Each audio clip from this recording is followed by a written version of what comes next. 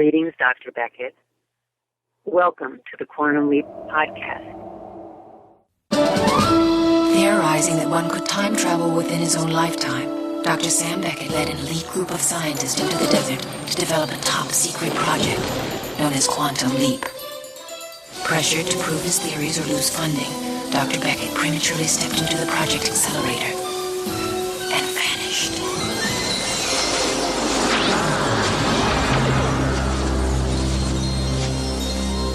He awoke to find himself in the past, suffering from partial amnesia and facing a mirror image that was not his own.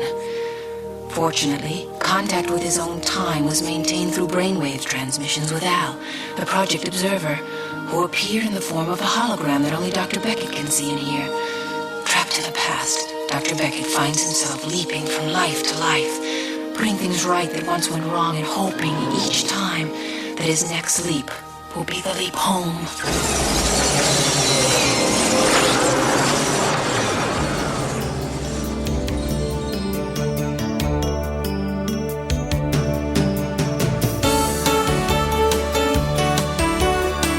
You are listening to the Quantum Leap Podcast. This is episode 29, Sea Bride.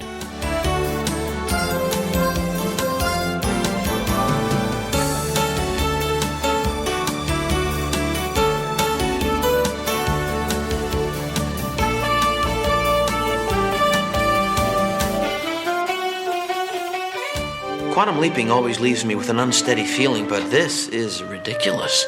Oh, Philip! Why the hell are you here? Oh, boy. You were supposed to be dead. I knew it wasn't true. But if it wasn't true, why didn't you come home? Then get your dukes up. I really think that there's been some mistake here. No, not yet, but there's going to be if you Only don't if you try and stop Catherine from marrying Vincent. Vinny the Viper. Vinny the Viper? According to Ziggy, there's an 88.3% probability that you are here to prevent this wedding from taking place. Well, Ziggy's wrong. Originally, Philip was unable to stop the wedding, so he committed suicide. Catherine could never get over it, so 2 years later she died of a broken heart. Anyway, he was talking to that henchman he calls a best man, and he told him if you step 1 foot near Kate, That's short for Catherine. he's gonna chop you up into little tiny pieces and feed you to the fish. That little waltz may have just cost you your life. Look, I don't want to shoot you. Good. I'm going to marry Catherine tomorrow, and I don't want you getting her all confused with a lot of stuff from the past. I can appreciate that, and I'm sure you can appreciate that. I just want to make sure that she's not confused about the present. No, it's just too late. Only if you let it be. I don't love you anymore, Philip. I can't afford to. Catherine, you have a second chance at happiness. Don't let it sail away again. Welcome back to the Quantum Leap Podcast. I'm Albie. And I'm Heather. We have a great show for you today. We have an amazing interview with James Harper, who played Vincent Loggia, Vinny the Viper. He's got some eyelashes. Right? Very gorgeous eyelashes. And we also have an interview with Beverly Leech. Some of you may have heard it before, but we're going to include it here because it's perfect for this episode. And I can finally listen to it. Yay. Woohoo. Yeah, that was a great one. And that's not all. We have a third interview with John Hertzler, who played Weathers Farrington. With interviews from 3 different people that were a part of making Sea Bride, we should have a really good understanding about the whole creative process. So that's very exciting. And that's coming up later in the show. So Heather, what did you think about Sea Bride? I liked it. It was weird because I really had no idea what to expect. And I thought it was going to be more of a historical episode where he was going to help change something in history. Like it was going to be something on Titanic, or it was going to be him saving the ship from sinking, or something more monumental. And not that it wasn't a bad story, but I really didn't know it was going to be like a love story episode, which I really liked it. And I did like the undertones of comedy throughout the whole episode. I really liked this episode. I could tell it wasn't Titanic right away because it was only 3 smokestacks instead of 4. And then when he looked out the window, he saw the Statue of Liberty, and Titanic never made it to New York.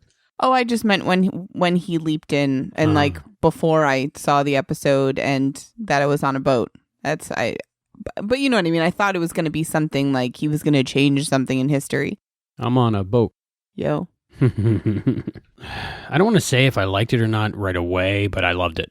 Yeah. It was awesome. I think it was a perfectly written episode. It was a great, like, romantic comedy. It was almost like those older movies that are just perfectly written and perfectly acted, and the timing is great, and the whole thing is just funny. It brings up memories of things like maybe Some Like It Hot or other movies of that era where it's just funny and fun to watch the whole time. And like this episode could be a play or a movie. Like if there was a couple scenes that weren't really left out, it could have been a movie. I agree. And I really liked all the actors in this episode. I think everybody did a great job. Not that they don't every episode of Quantum Leap, but I really liked Jenny, played by Juliette Sorcy. I think that she was an amazing actress. And the casting was really good in this episode too. If you look at the shot of the two sisters talking right before the wedding, you can see their profiles are so similar. I didn't see it until that moment, but even watching it back, I'm like, wow, they did really good at casting this episode.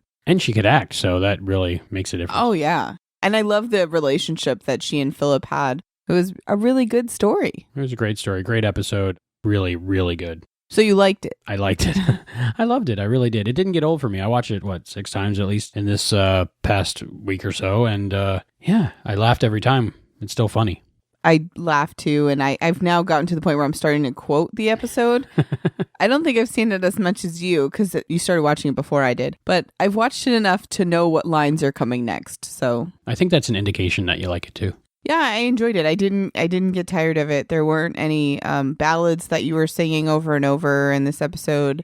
Oh, I kind of hummed Hernando's Hideaway a little bit, which was the song they tangoed to. Oh. This episode got a 7.5 out of 10 on IMDb. Out of 118 votes. I feel like it should be higher. Me too, right? It's a good 9.5. I liked that Sam got to be like a goofy character. Not goofy, but like suave and kind of funny. And he had little quirky lines. And he was always one-upping Vinny the Viper. And it was just funny, correcting his misquotes. And it was really good. Like him, after he danced, he went over the chair. And that was awesome. Yeah. And I liked that Sam got to kind of be it seemed like it was a lot of himself shining through. Could you tell this was a Deborah Pratt episode? Maybe that's why I liked it so much. She's a good writer. I'll give her that. All right, well, I'm sure we'll talk about that and many other things that we love about this episode after the episode recap. This is Season 2, Episode 21, Sea Bride. Original broadcast date, May 2nd, 1990. Written by Deborah Pratt and directed by Joe Napolitano.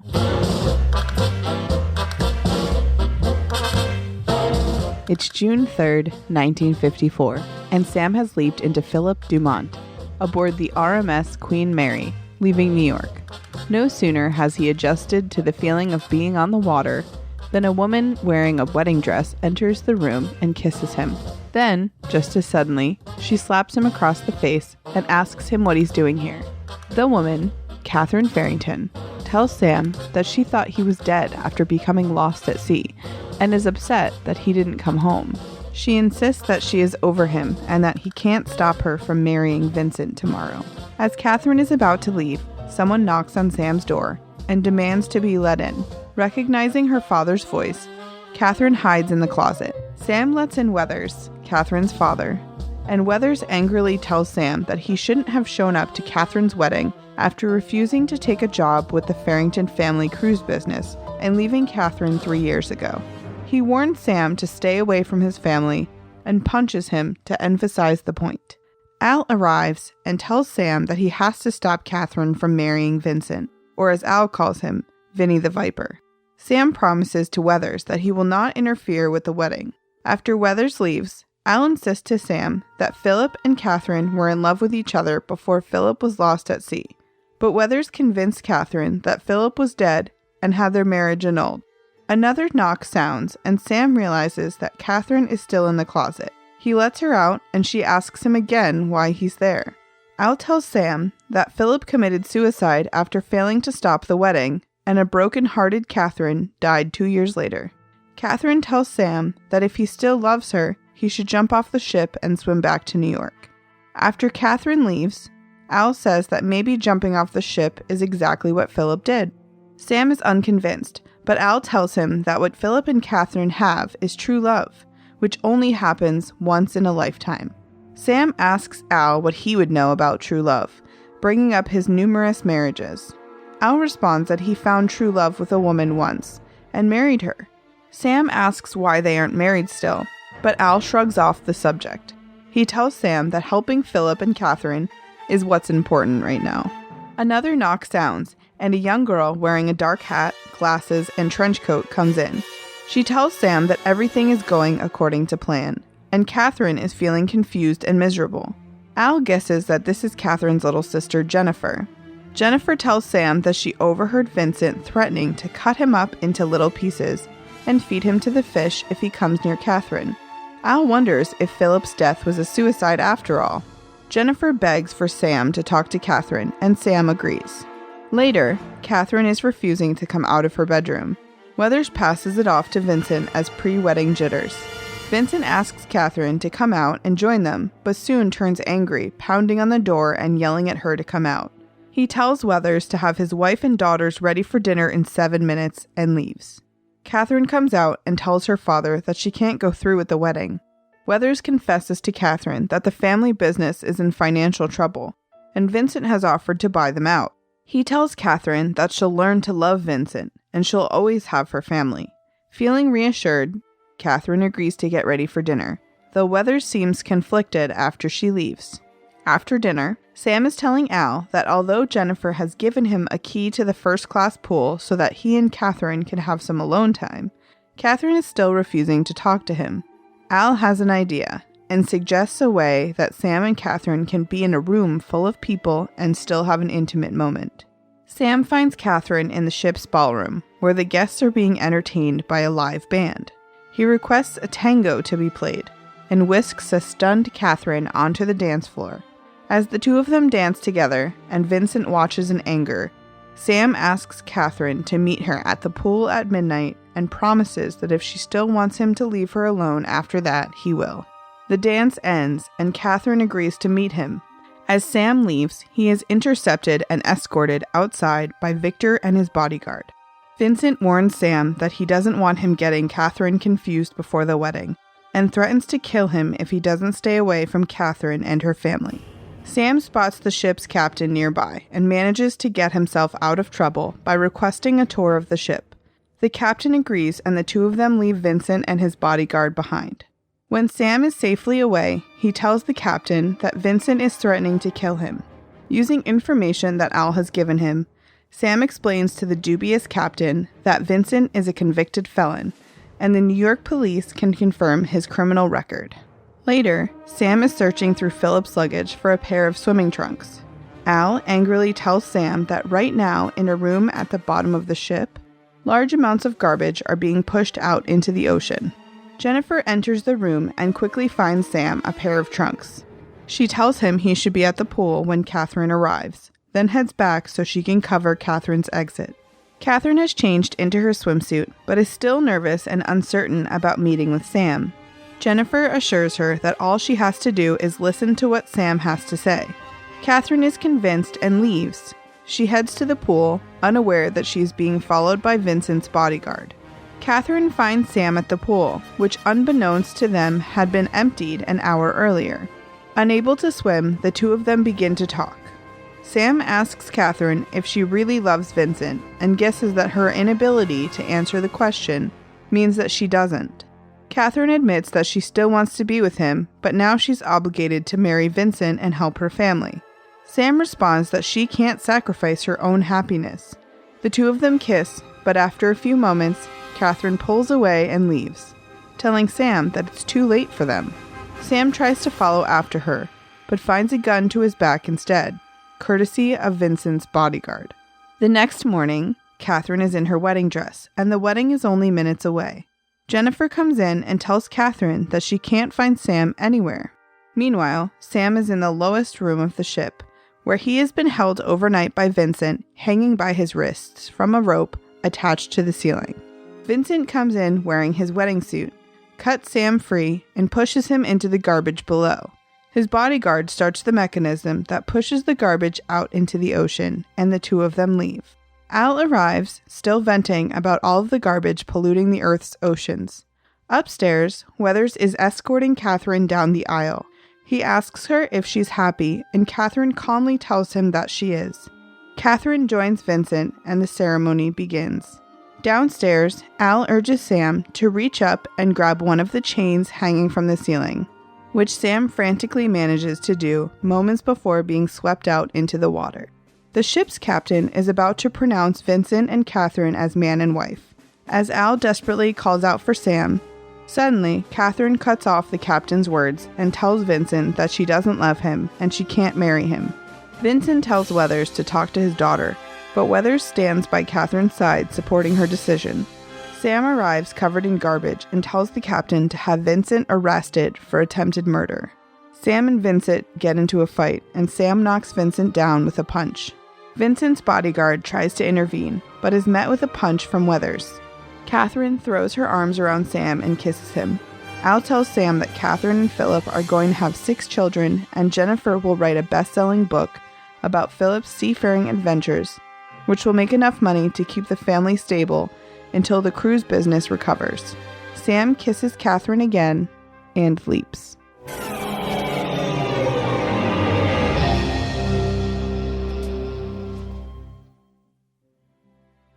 And that recap was from Phil. Thanks, Phil. Philip Dumont. So what do you think the theme of this episode was? You mean like the big moral dilemma in it, maybe? Yeah. I don't think there was one, really. I think it was just a romantic comedy and maybe a little bit to do with marriage, and marrying for love is more important than marrying for money or status. Convenience, yeah. Don't let your parents bully you into marrying someone you don't love. Arranged marriages, I don't know. Yeah, how did that all come about anyway? You know, they were in negotiations to buy the company, and then he asked Weathers, so I heard you have a daughter. That might sweeten the deal. Like, how did that come up? I feel like it was something like, I have a deal for you. I want your daughter's hand in marriage, and I'll rescue your business. I can see it's going under. I'd rather lose my business than have my daughter marry somebody she didn't love. Especially some convicted felon called Vinny the Viper. Like a mobster. Yeah. Vincent Loggia, not Vinny. Okay. I like how that was like a running gag through the episode, that people would call him Vinny, then say Vincent. Even his henchman was like, he's like, don't call me Vinny. So what do you think of, this is the first episode on a boat, I believe. Yeah. What do you think about that? You like being on a boat? I loved being on the cruise. Being on cruises is awesome. Eat a lot of food, though. You gained 10 pounds. Yeah. All you can eat food 24 hours a day. It's horrible.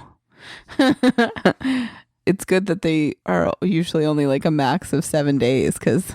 Yeah. Some go 30. I couldn't imagine that. At the end of 7 days, I was like, I can't eat anymore. I felt like I was those overweight people floating on the ship on Wall-E. Yeah, I was shockingly seasick, though. Really? Well, remember we not got watching the episode. On the actual Yeah. cruise. I think we prepared for you to be seasick, and I was seasick instead. That was funny. Which is weird, because I've been on boats. I have no problem with boats, but I guess it's different on a cruise ship. I had to wear those little seasick dots that go behind your ear. It's weird. They did have like a little message about garbage, I would say, and being dumped in the ocean. I wonder if that's gotten any better over the years.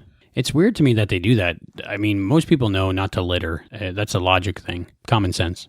Yeah, I don't know if they do it like that anymore. I don't know if cruise ships, per se, dump their entire load of garbage into the ocean. I feel like that probably doesn't happen anymore. But I'm not sure. I have no idea. Well, like, I feel like commercial cruise lines don't do that. Maybe, like, people privately owned boats and stuff. I know that there's... I didn't get a total. I know that Al was talking about a total of garbage in the ocean, and I couldn't find an actual total. According to Google...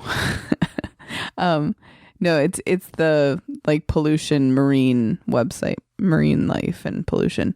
But it said that it was actually legal to dump your garbage into the ocean until the early 1970s, but now it just occurs illegally.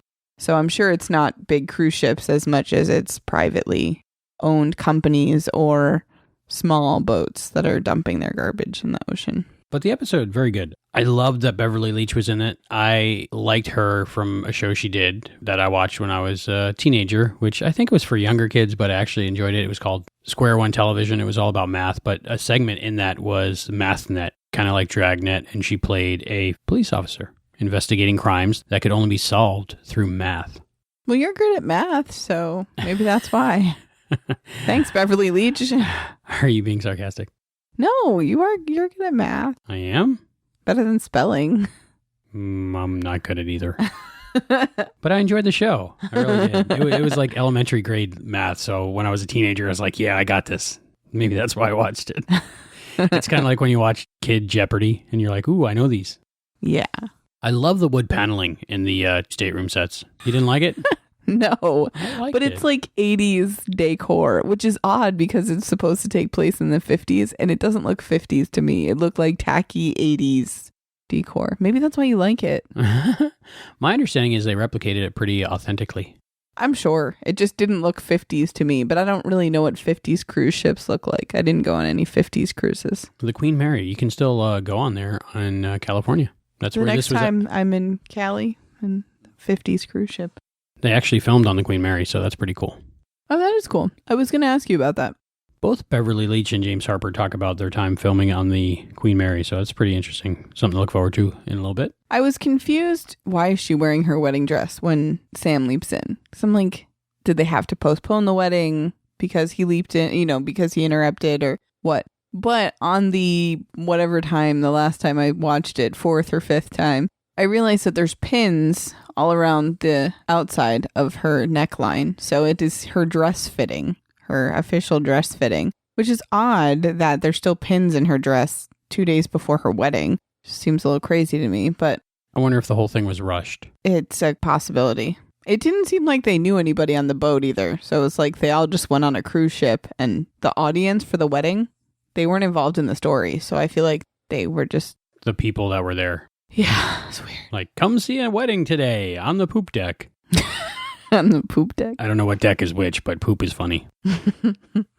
It's funny that she said she couldn't breathe after she got out of the closet because she said the wedding dress was too tight. The whole time up until that point, including that point, the wedding dress is just like floating on her. The top, where like her sleeves and stuff are loose, but I feel like around her stomach, which is where she's like trying to breathe, is tight. I don't know. I think you can breathe with your chest, too. I think it's called lazy breathing when you breathe with your belly. What? Yeah, you breathe using your stomach muscles instead of your diaphragm. It's called lazy breathing. Huh. I don't know. Or what today we call breathing.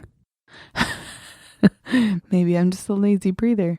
It was a very funny start to the episode when Sam gets slapped, kissed, punched, knocked over. It was just like a physical comedy for most of the beginning of the episode. And then it transitioned to like a situational comedy later on. There were so many things floating up in the air and the way they all interacted was very funny. The part with the flowers was very funny. Even when the stewards that were holding the flowers were like, these are heavy, sir.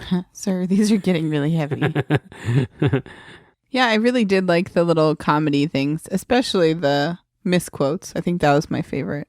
I'm not the best at knowing where quotes came from, but I knew they were wrong. Right, and he got the quotes wrong and who said them wrong. One would be bad enough. If I quote something, I would definitely not say whose quote it was. Especially if you didn't know. But luckily, after I say something, I can fact check it and edit it out. Yeah, I've never really been one to quote someone, but if I'm going to quote someone, I'm going to know it, and I'm going to know who said it if I'm going to say it. But it was funny that he was just... That was the whole funny part, I think. I think at the end, like if you didn't get that he was misquoting things as well as others, maybe people that were into reading or history, then when Sam corrects him and says Gilbert and Sullivan, that's funny to everybody. Yeah, he's like, same thing or whatever. Close enough, I think is what he says. What did we have? We had love has no rot like a woman scorn. I like that Jennifer was like, huh? Like, huh? Like, that sounds like something I know. Like, that's not the right thing. The actual quote is hell hath no fury like a woman scorned. Yeah. Love has no rot. I don't even know what that means. What's that mean? So when the henchman hints something about Italian men, what does he mean by that? It's probably a stereotype that was back then that Italian men abused their wives. Yeah, that's what I figured. It's a stereotype, so not all Italian men abuse their wives, but back then when the Italian men were mobsters, not all Italian men, but these Italian men, maybe that's why it applied. You're like really trying to tiptoe around that. Well, I mean, I'm sure there's a lot of nice Italian guys that really love their wives and children and were not abusive. Yeah, I think that the dad, Vinny's dad, kind of hinted toward that too. Like, get your women in line. Women and children are so disrespectful. It was funny to me and pathetic that Weathers was like, yeah, Marion had the same problem before our wedding. And she's just like, like, exactly. I didn't love you and I married you and this is what happened. Like, this is not what I wanted for my daughter. No, people do that. They marry people that they don't love. That's weird. It is weird. I don't know any other reason to marry except for love. If you're going to spend all your time with someone, you better at least like them, because... I don't know if they even did back then, because men went to work and women stayed home, so I guess it didn't really matter who you married. All I know is I wouldn't want some guy to come home from work and beat me, so that doesn't seem like a good pair. Yeah, and you wouldn't want that to happen to your daughter either. No, but he doesn't seem like a great husband to Marion either. I enjoyed his character, and I understood what he was trying to do for his family, and it was the best option, but after he convinced Catherine to go through with the wedding and the look on his face like, what did I just do kind of thing, I enjoyed that part of his character's journey in this episode. And then when he stood up at the wedding and said, if my daughter doesn't want to marry you, she's not marrying you. Yeah, I'm glad he redeemed himself at the end. But he seemed very ignorant and I'm from Harvard, so I'm better than you. Yeah, that was the funny running gag. Harvard 19. Yeah, Harvard 1919. I guess that was the thing. I don't know. I guess if you go to Harvard, you just tell people all the time. Yeah, he definitely thought he was better than everyone else because of that, so. But his business was going under. And was it the shipping business or the cruise ship business? Because both of them were mentioned, and I wasn't sure. I didn't know if he owned multiple ships, and some he did shipping, and some he did cruise ships. I don't know.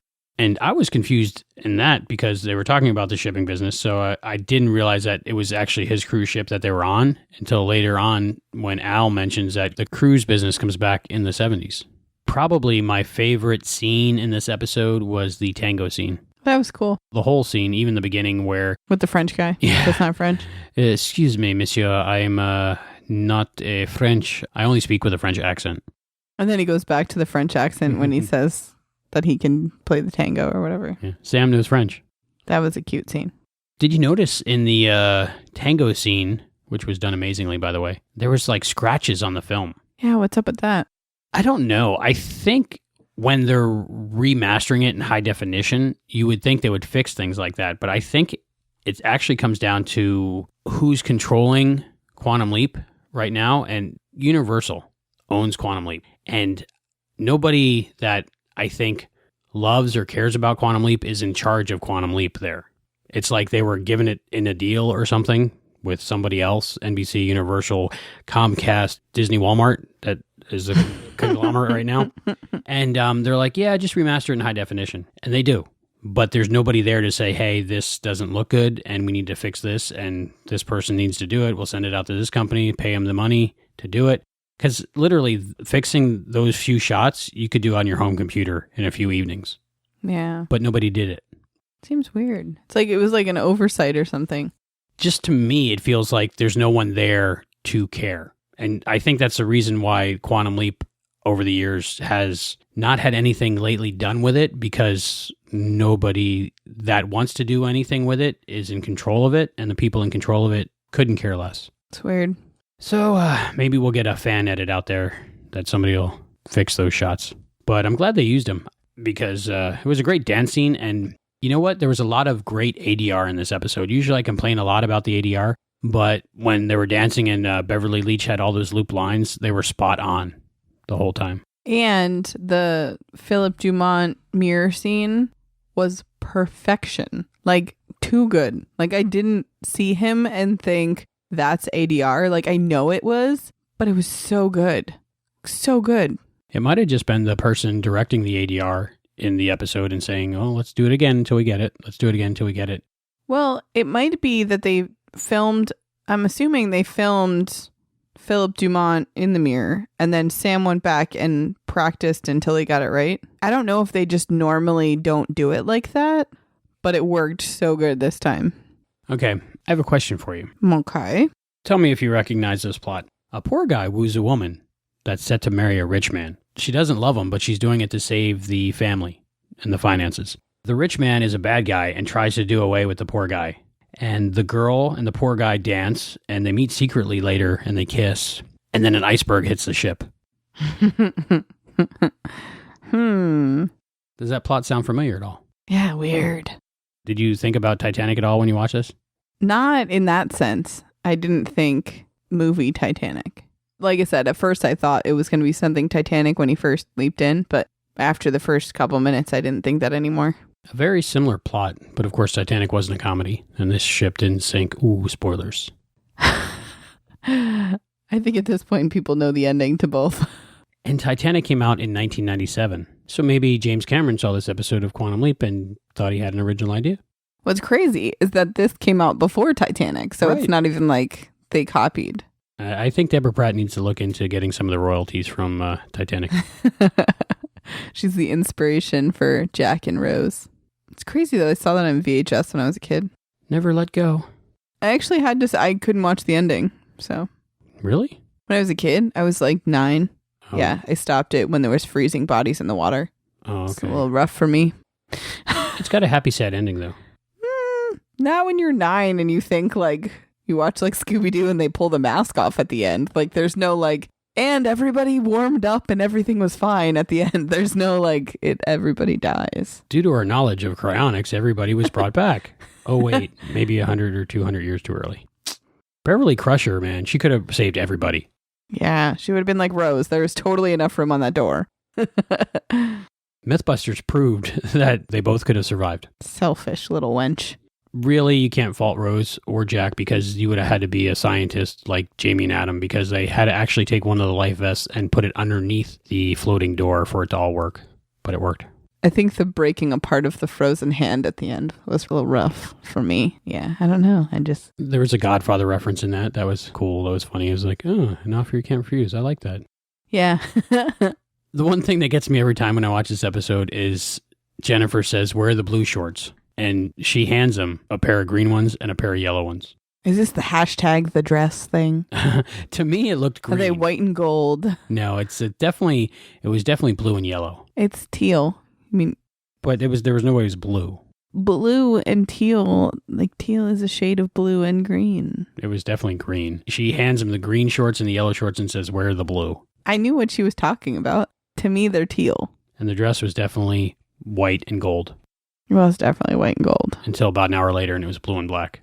Still white and gold to me. Even when I saw on Ellen the lady wearing the dress in blue and black, the picture is still white and gold to me.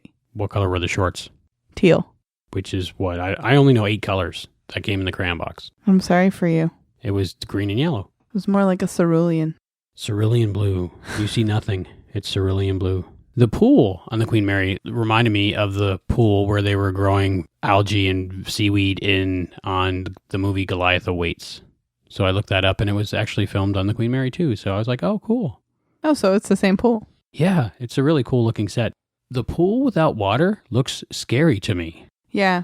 Because there's like a slide, and if you go on the slide, then you die. The slide of death. If you fall into this huge concrete hole in the pool area with no water in it, you die. Can you explain something to me? Okay. Why would they empty the pool every night? At least I know the cruise ship we were on, they emptied the pool when the weather was rough. Why? I don't know. I guess they... So it didn't want to flood the ship? I'm guessing. Maybe if it was off balance, the water would come out of the pool and it would be on the top of the deck and go down the stairs. I'm sure it's happened. I just thought it was weird that every single night at 11 o'clock they would empty the pool. And then what? Like refill it? I feel like in 1950, did they have really that well of a filtering system for the pool water? I don't know. Like I know now that they have some sort of filtering system because when we went on our cruise, I think we learned something about how they put the water in the pools and some kind of filtering to make it not salt water or something. Wasn't that right? They emptied it every night, but they filled it back up. It wasn't closed. It was just like we're emptying the pool and filling it back up. Yeah, but why? I just feel like it's change out the water. There's no chlorine in it, but it's a saltwater pool, which have become popular lately. Huh. There was a few little mistakes in this episode that I saw. When Sam falls into the garbage, you can see the crash mat. Maybe someone threw away their crash mat. Yeah, that's what I'm thinking. It's very possible that somebody threw away a crash mat. Like, we don't need this on the ship anymore, so we're going to throw it away. I was very lucky. It's good there wasn't any broken glass or anything in there. Yeah, it's lucky that someone threw away their crash mat the night before. I spent a good hour looking at the garbage frame by frame. I was looking up different produce companies and seeing... Did people really eat lettuce in 1954? Well, just, the companies and seeing if they existed or not, because it was obviously garbage from the early 90s. Paper plates. Did they have paper plates like that in the 50s? I think so. But as I'm looking at the different companies of the beer and the produce, I noticed the ad for the car, and it was like a 1990... whatever. Crappy car. But but definitely didn't exist in the 50s. So they were like, these people aren't going to be able to see what's in the garbage. You probably couldn't. We're going to get that fan now that goes, really, guys, you're nitpicking the garbage. I think my favorite part about the pool scene, going back to the pool scene, is when he says, come down, I promise I won't splash you. That was a romantic scene, too. Very, very hot. What's funny is you can tell they did a couple takes on the kissing scene because her lipstick is there and then it's gone and then it's there and then it's gone. And, like, her lips look a little swollen and then they're back to normal. That's funny. They got a little hubba a couple times. Yeah. I don't know. She was like, I can't marry you. It's too late. I can't marry you. But it's never too late. You got a second chance at happiness. Don't let it sail away again. I was like, I see what you did there. I have a problem with her mother, Jen and Kate's mom. Okay. She's kind of just a blob who doesn't stick up for herself and doesn't make decisions for herself and is letting her husband decide who her daughter is marrying because he lost some kind of business sense or something. And I feel like as a mom, that's really disappointing. And I know that a lot of women were and are probably still like that today. But like... she's just a blob. She's like, oh, everything's fine. Everything's just fine. It was the 50s, 1950s. I don't think women knew they were people yet. I know people who were alive in the 50s, and they're not like that.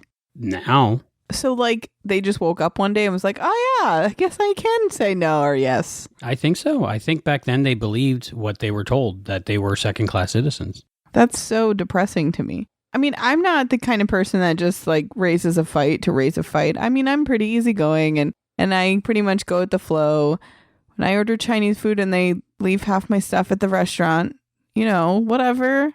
I'm figure it out. Like I don't really complain when people mess things up. So I mean, I'm easygoing with things like that, and I kind of try to go with the flow because I feel like obviously I stress. Everybody stresses, but like I feel like some things you just can't control. But I feel like she's just a waste of space, and that's just so depressing to me. I would agree with you when her husband was present and the other men were present, but when it was just the girls in the room, Patricia Hartley, who plays Marion Farrington, she had a really good scene when it was just her and the girls. Where she says that she gave up the love of her life to marry the rich dude that she was assigned to marry, and that don't worry about Philip, he's probably okay. That's where I had the main problem with her. That's where I wrote that scene, is because of that she goes, he's probably fine. Well, she's not a blob in that scene.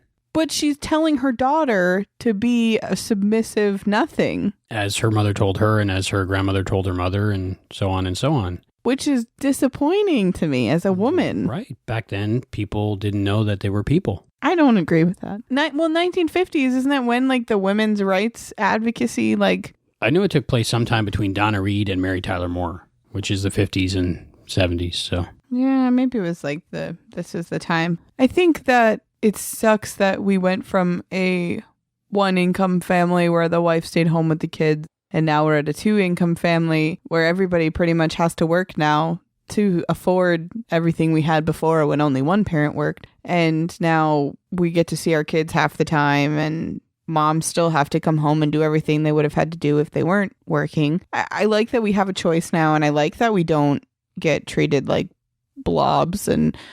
But it's just, I guess as a woman, it pains me to see that women were just like, yeah, well, I married your dad because my parents said I had to, and now I'm so proud you're going to do the same thing.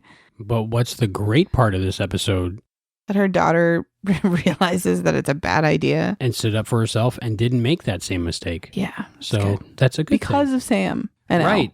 Both Sam and Al were trying to get to the wedding to stop the wedding, but she did it. She did it probably due to what Sam was telling her. So he had already saved the day. So why didn't Al's handling say, oh, everything's going to be all right? Because he needed to get punched. The guy needed to get punched, and Sam had to punch him. And they had to kiss. And no, that's Back to the Future, I think. Oh. No, it's just this episode, too. Okay. Titanic plus Back to the Future equals Quantum Leap Sea Bride. Woohoo! Yay. This is awesome.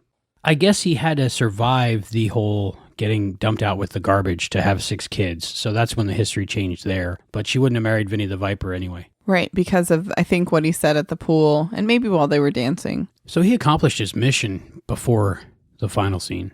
He usually does. I think that's kind of the thing. And then there's like that one extra, like at the end of What Praise Gloria, where he could have leapt, but instead he had to give that guy what was coming to him. One other thing about that wedding scene that I just love every single time is when Catherine, after she says she's not marrying Vinny, and Sam tells the captain to arrest Vinny the Viper, she says, if Vinny says he tried to kill him, I believe him. You know, her real accent came out. She wasn't trying to be all prim and proper. Yeah, I like that. Weddings on a cruise ship, kind of weird, huh? I'm sure it happens. People get married all kinds of places. No, but I guess that's pretty cool to get married on a cruise ship. I know it does happen. Maybe it was just so Catherine couldn't escape. I was thinking it was like a free venue because it was their cruise ship. Probably. They have really nice ballrooms and staterooms and all that stuff, and it wouldn't cost that much because they own the ship. Right. And they didn't have a lot of money because the business was going under, so who knows, they could have had a negative cash flow and couldn't have afforded a wedding anywhere else. Yeah, and basically catering because everything's catered on the ship anyway. And efficient, the captain. Right. His part wasn't that big, but it was really good, I think. Maybe we should get married on a cruise. Oh. All right, too late. Maybe next time. Am I invited? We will renew our vows on the cruise ship. If I get lost at sea, you can have a wedding on the cruise ship. You don't go anywhere. Exactly. Okay. Deal. So overall, final impressions of Quantum Leap Sea Bride. 2 thumbs up. I liked it. It was funny. Action-packed, amusing. I want to see it again and again. It was much better than Cats. I don't get your reference, but I like Cats. With that, as promised, we have an interview with Vinny the Viper himself, James Harper.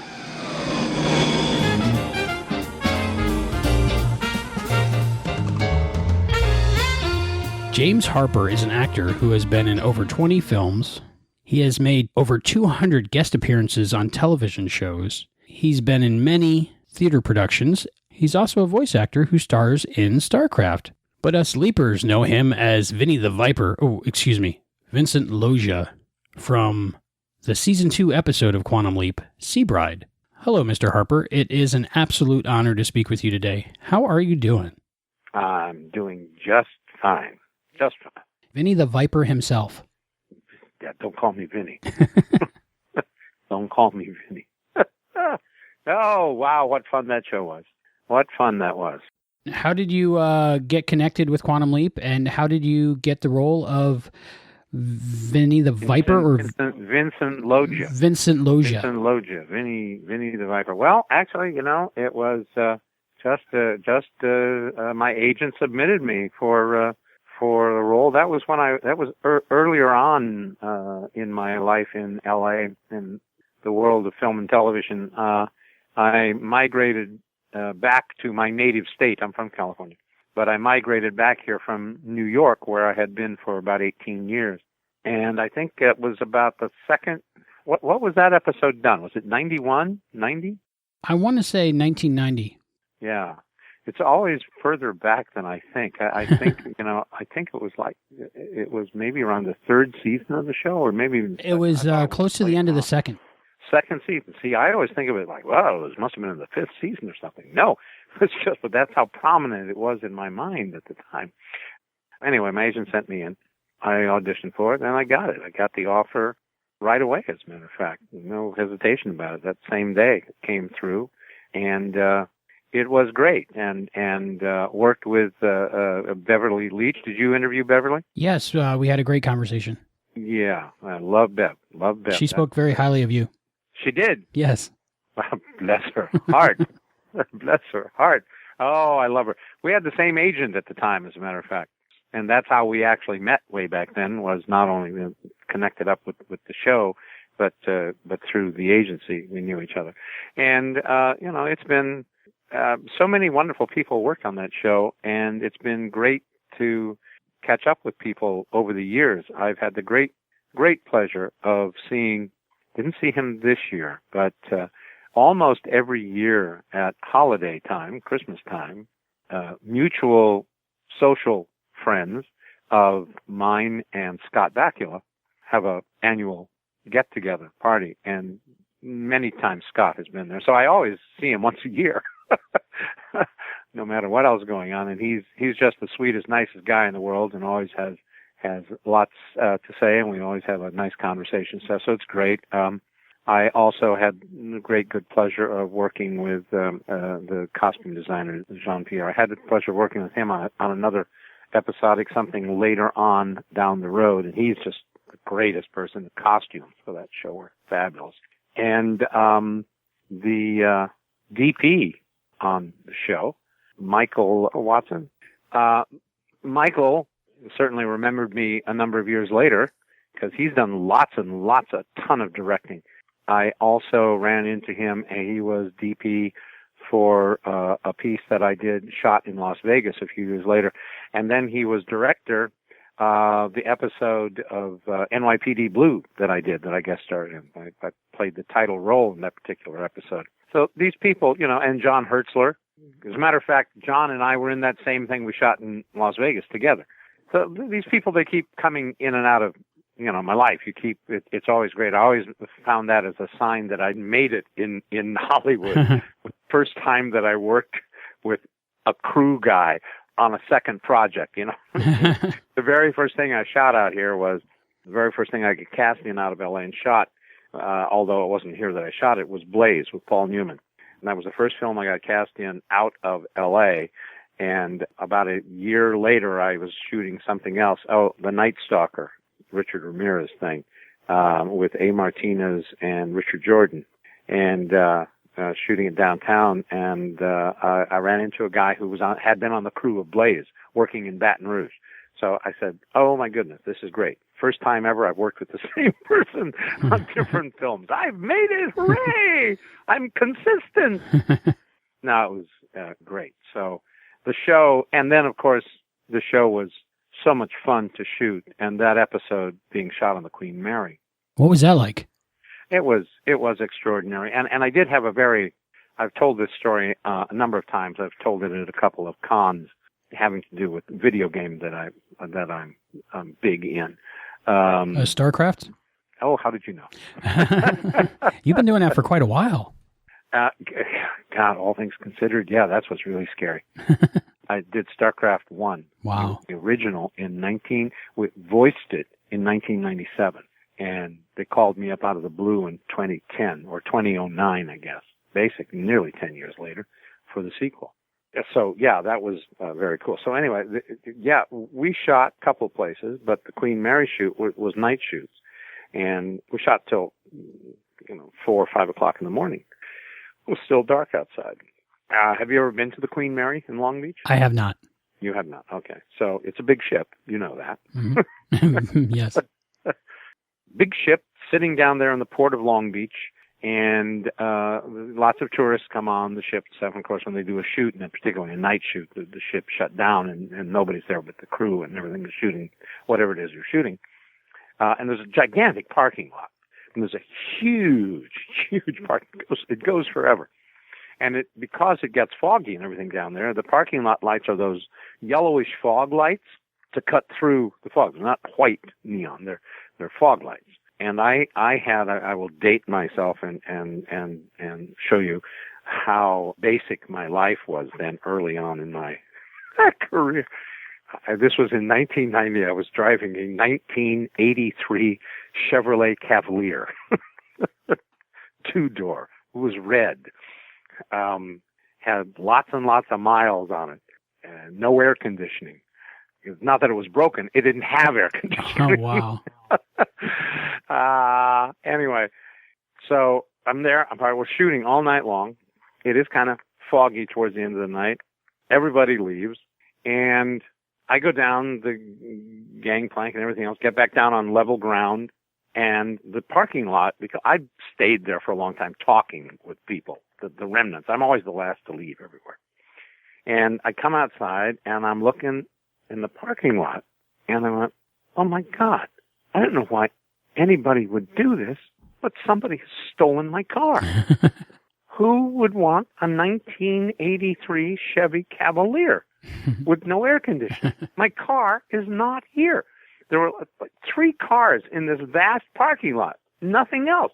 There was one car over this way, another one over that way, and then there was this little one over here that was kind of gray in color and stuff. And I'm, oh my God! I run back up onto the Queen Mary, and I get one of the ADs and everything, and I'm freaking out. My car, it's gone, and then I can't afford a car. Another one, I'm insured, but still, what are they going to give me for a 1983 Chevy Cavalier? And I'm freaking out, and so some people come down there with me in the AD, and I was going, my car it was right here. It was in this row. It was in this row right here. It was very close to where that 2-door gray car is that's sitting there. That gray car that's sitting right there. It was very, very similar to that's my car. Yellow fog lights turn the color red, gray. Who would know that, though? Yeah, who would know that? Yeah. So my car wasn't stolen, but I must have been freaking out for 45 minutes. And then I was fully embarrassed. Completely embarrassed. Totally. Yeah, well, yeah. Okay. So, anyway, so another one of the very nice people, I think you may have interviewed her, another person that was always extraordinarily nice to me, and had many discussions with. As a matter of fact, saw her 5 years ago at the 20th convention, Deborah Pratt. She is a lovely lady. You've met her. We talked on the phone. You did, yeah. Mm-hmm. Lovely woman. Just terrific. Very talented.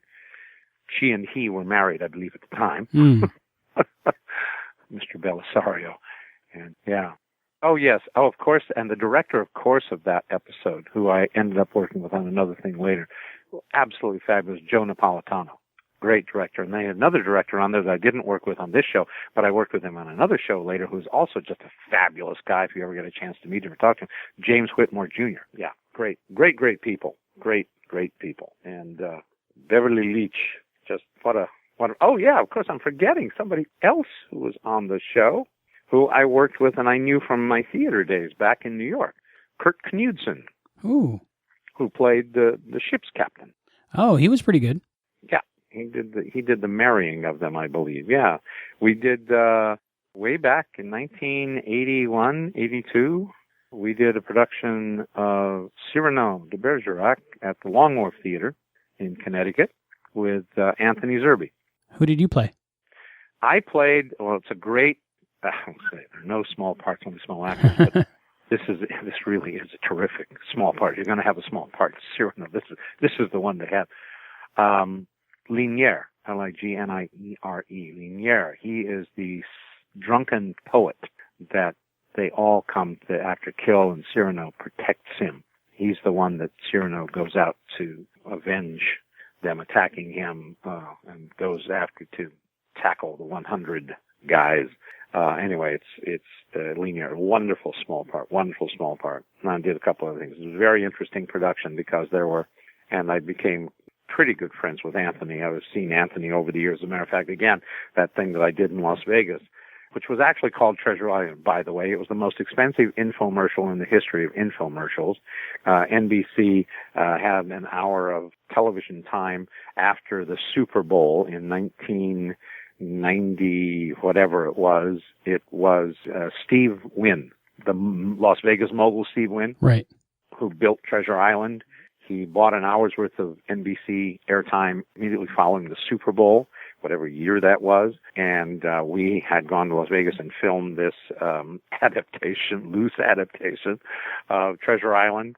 and Anthony played Long John Silver, and John Hertzler was, he played the bad guy. I had a small little thing in it. I had actually assisted the casting of it, and it was designed they incorporated the implosion of, can't remember which hotel. It was the first time they imploded a hotel there in Vegas that they did national footage of. Anyway. I remember seeing that.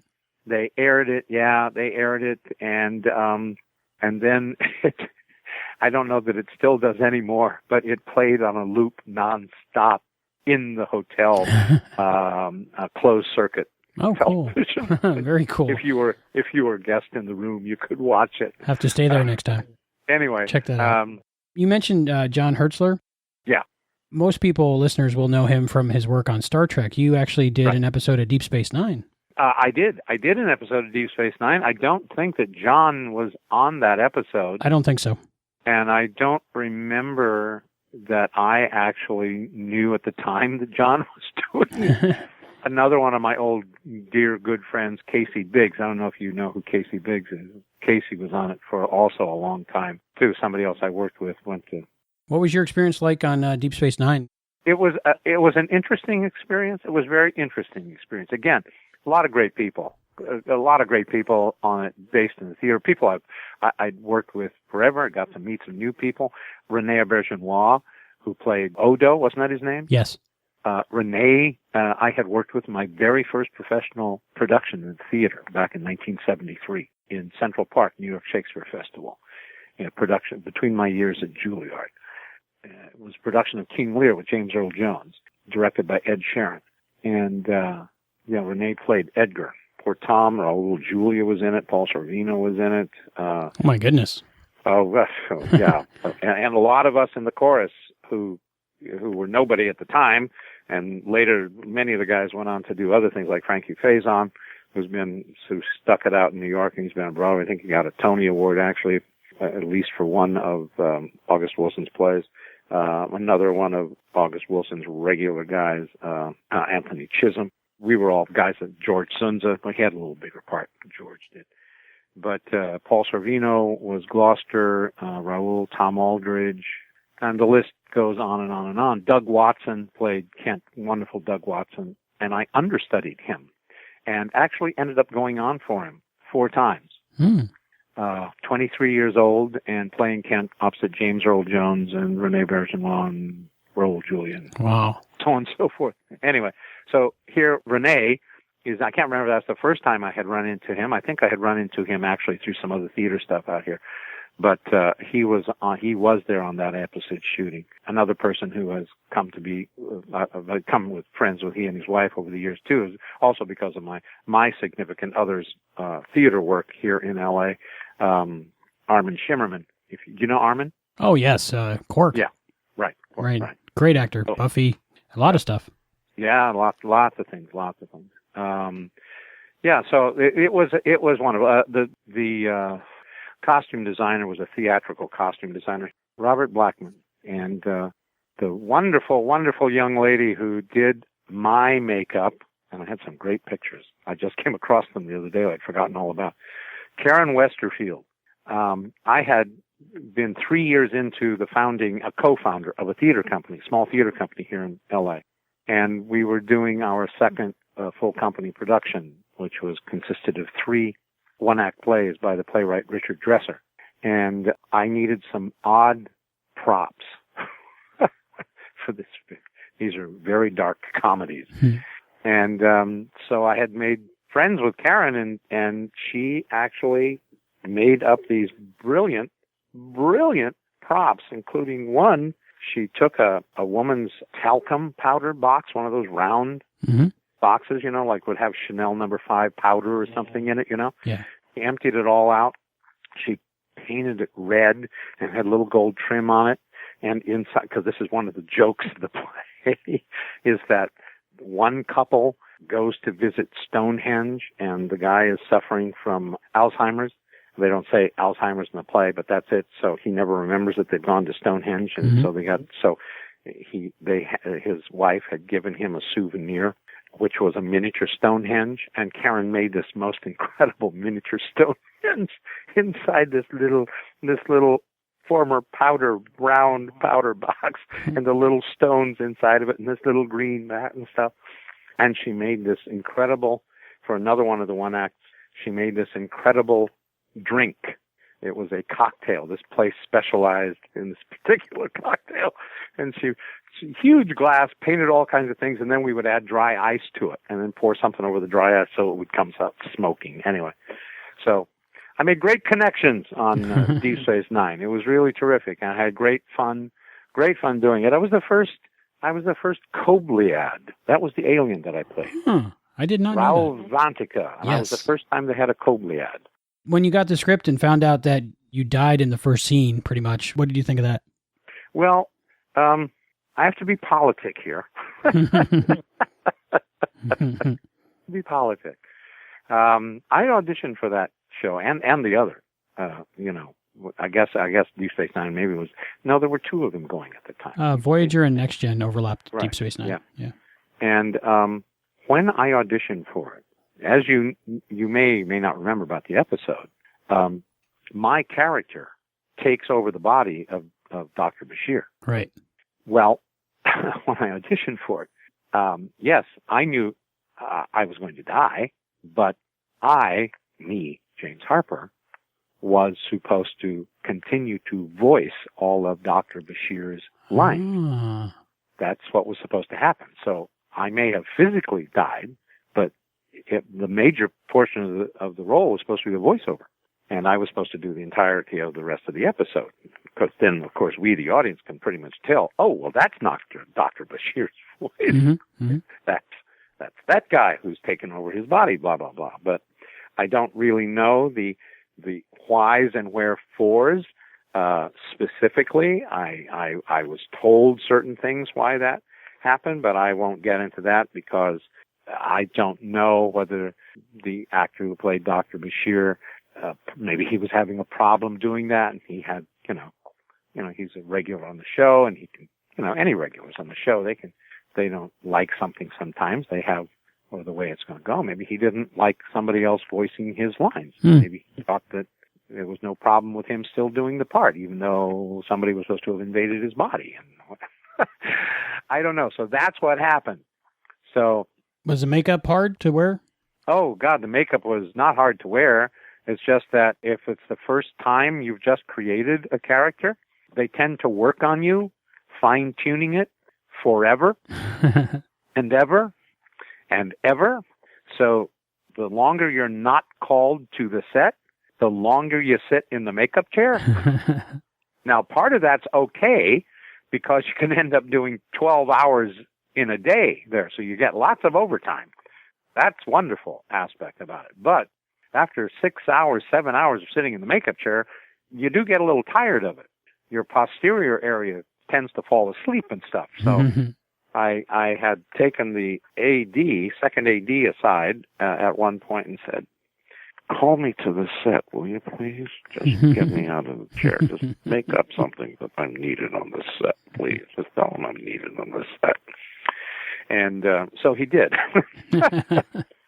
Don't get me wrong, Karen Westerfield was wonderful. I loved Karen, what she was doing the makeup stuff.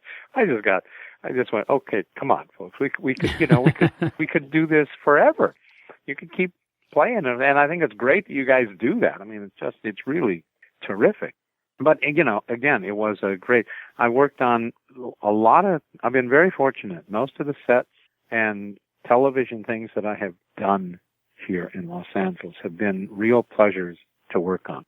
And I do find that it really starts at the top and works its way down. It starts with the actual star, quote unquote, of the show and their personality and how it all filters down from them. I really found that out. One of the first shows I did out here was Paradise. It was later at that time, right soon after the name was changed to the Guns of Paradise. And that was great fun because it was also guest starring. I did a 2-episode package, guest starring John Schneider and Hugh O'Brien and Gene Barry as their old TV characters. Hugh O'Brien played Wyatt Earp and Gene Barry played Bat Masterson. And, It was great. But Lee Horsley is just one of the nicest guys in the world. And any kind of heat that had happened, or if there was any kind of friction that happened, it was all squelched very quickly by who he is and his being and stuff. And the same thing with Quantum Leap because of Scott. The chemistry, the personality from the person who's usually the top banana there on that side of the camera, really it drains down to the whole set and how everything operates. So I could give a couple of examples of shows that weren't so much like that, and I could attribute it to the people who were at the top of the show, and that would be one of the problems why. So I've been fortunate. All the things that I've done, for the most, I'd say, 94% of everything I've done out here has been in really, really great situations. There was one episodic that wasn't too hot, and there was one low-budget film that was no fun. But there's that in everything, Yes, there is. What about Armageddon? Oh, Armageddon was fun. That's one of those, it's the only... I'd like to be in a few more blockbusters because Walt Disney keeps paying me. That's been since 97 now. Yeah, quite a while. So that's another, 18 years worth of payments I keep getting. Wow. My first residual check for that film, I about fell over when I got it. But it was fun, great fun. I had known, it was the first time I encountered Bruce Willis since I've been in LA, and we actually had crossed paths many years earlier in New York City, a place I used to hang out and a place he used to bartend at. Oh, wow. And I reminded him of that when I first met him out there. I don't think he wanted to hear that. So I didn't, okay, great, fine, no problem. Have you seen my bit in Armageddon? Not recently, but I've seen the film probably 5 times. But I know you're Admiral Kelso, right? Yeah, I'm the admiral that comes out. I'm the guy who comes out and flies out. I'm in the helicopter that famous. It was always in all the previews. The helicopter with the sun behind it, and fly out to the oil rig and grab him and the other guys, Buscemi and Michael Clark Duncan and Will Patton, et cetera, and what is that guy's name? Ben Affleck, that's right. I don't remember the tall one's name. Batman himself. Yes, that's right. Wish him luck. Yes. So that's me. It's about the first 15 to 20 minutes of the film. You were on a real oil rig, right? Oh, yeah. Oh, yeah. How was that? Yeah. That was, actually, things changed because I was supposed to do that. I was cast for that in the summertime. It was the summertime. It was like August, September, something like that. And we were supposed to shoot it on an oil rig off the coast of California, up near Santa Barbara. And they lost the location, so they scrubbed the whole thing. And that already, August, September of 96, I think it was. Maybe it was 97. I can't remember what year I actually shot it. I think it might have been the end of 96. That was already towards the end of the shoot for the film. They'd already been working on shooting it for months and months and months, and they lost that location. And it was another 2 or 3 months before they came up with another location for me. So I didn't have too much time, but when they did come up with it, they said, it's going to be out in the Gulf of Mexico. Now, I'll be very honest. I don't mind saying it. I don't fly. I've been fortunate. I haven't had to go any place to fly for a job in the past 25 years. I would, if I had to, because I'm not going to let it keep me from a job. But, of course, here was a case where I had to go out an oil rig 250 miles out in the Gulf of Mexico. Now, on the plus side, when I was needed at the oil rig, they also needed the real Air Force helicopter and Air Force crew, which they had, which they get on loan or by renting from the government.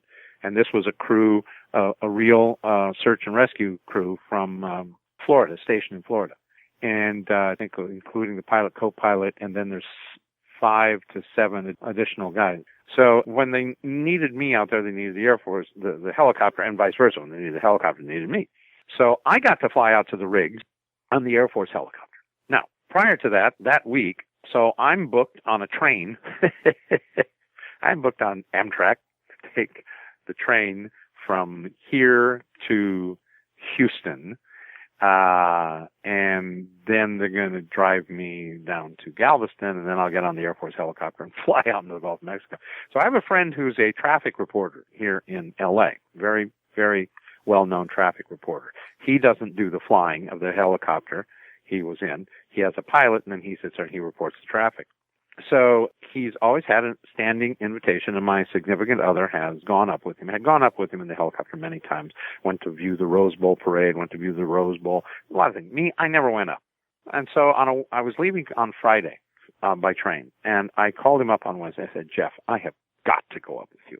I cannot go to Houston, Galveston, get up in a helicopter, and pee in my pants in front of Bruce Willis and Jerry Bruckheimer, Michael Bay, and all these other people. I just can't do it. I've got to fly.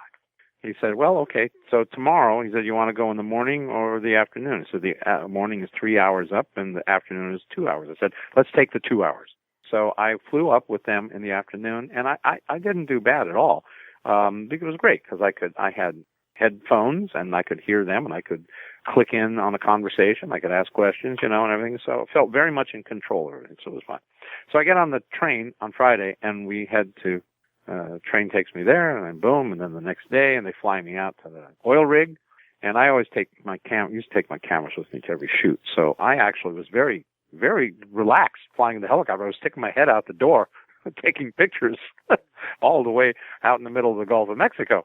And, it was great, and a couple of 3 days, I think, of round trips going out there, and everything was great until the last day. And we finished shooting the last day, and now, by the way, this shooting was in January or February, so, it's dark at 5, you know what I mean? So we're shooting, and, of course, being the last day of the shoot, guess who wants to go back in the helicopter? All the biggies want to go back in the helicopter. Bruce wants to fly in the helicopter. Michael Bay wants to fly in the helicopter. Of course, Jerry Bruckheimer, Ben Affleck, Liv Tyler. They all want to fly in the helicopter. Well, that kind of leaves me out. So what do I got to do? I got to take the crew helicopter.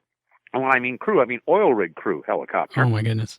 Which is what they've been flying the other actors back and forth in. Steve Buscemi, Will Patton, Michael Clark Duncan, all the rest of the folk have been flying in these 12-man supply helicopters.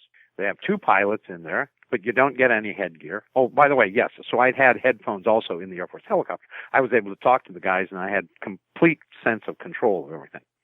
So in this helicopter, you don't know. And there's no interior lights, and it's dark out there. And you know how big Michael Clark Duncan was, may he rest in peace, gigantic man, and he's stretched across the very tiny kind of jump seats behind the last row. And Buscemi in the helicopter, and Will Patton and me and a few other people, blah, blah, blah. And it's dark, and when they say you can't see a horizon if there's no lights out there at night flying, you can't see the horizon. It's night out there. I'd never experienced that before, being down that low and level. And the helicopter takes off the oil rig and takes off and then immediately dives sideways. And, you feel like you're going to crash right into the ocean. And finally, it levels itself, thank God. And oh, my goodness. So we level off. Already I'm freaking out. And so I'm sitting directly between the pilot and co-pilot, kind of. I'm the only one that can see most of the dashboard, let's call it, the display, where all of the lights are, where they control everything from. I can see that. And about 20 minutes into the flight, a huge bright red light comes on. That's never good. Never, ever good. And Steve Buscemi kind of tapping me, Will Patton's tapping me, kind of mouthing, because you can't hear anything. This thing's so bloody loud in there, and they're saying, what is that? Ask the pilot, So I tapping him on the shoulder, and he can't hear a bloody word I'm saying, and he turns around and he's kind of mouthing, blah, blah, blah, smiling, blah, blah, blah, blah, and going, I don't know. It says everything's okay, I guess. I didn't hear a word that he said. I don't know. Now, mind you, we got an hour and a half, 2 hours nearly to go to fly back to Galveston. You can't even see the lights of Galveston yet.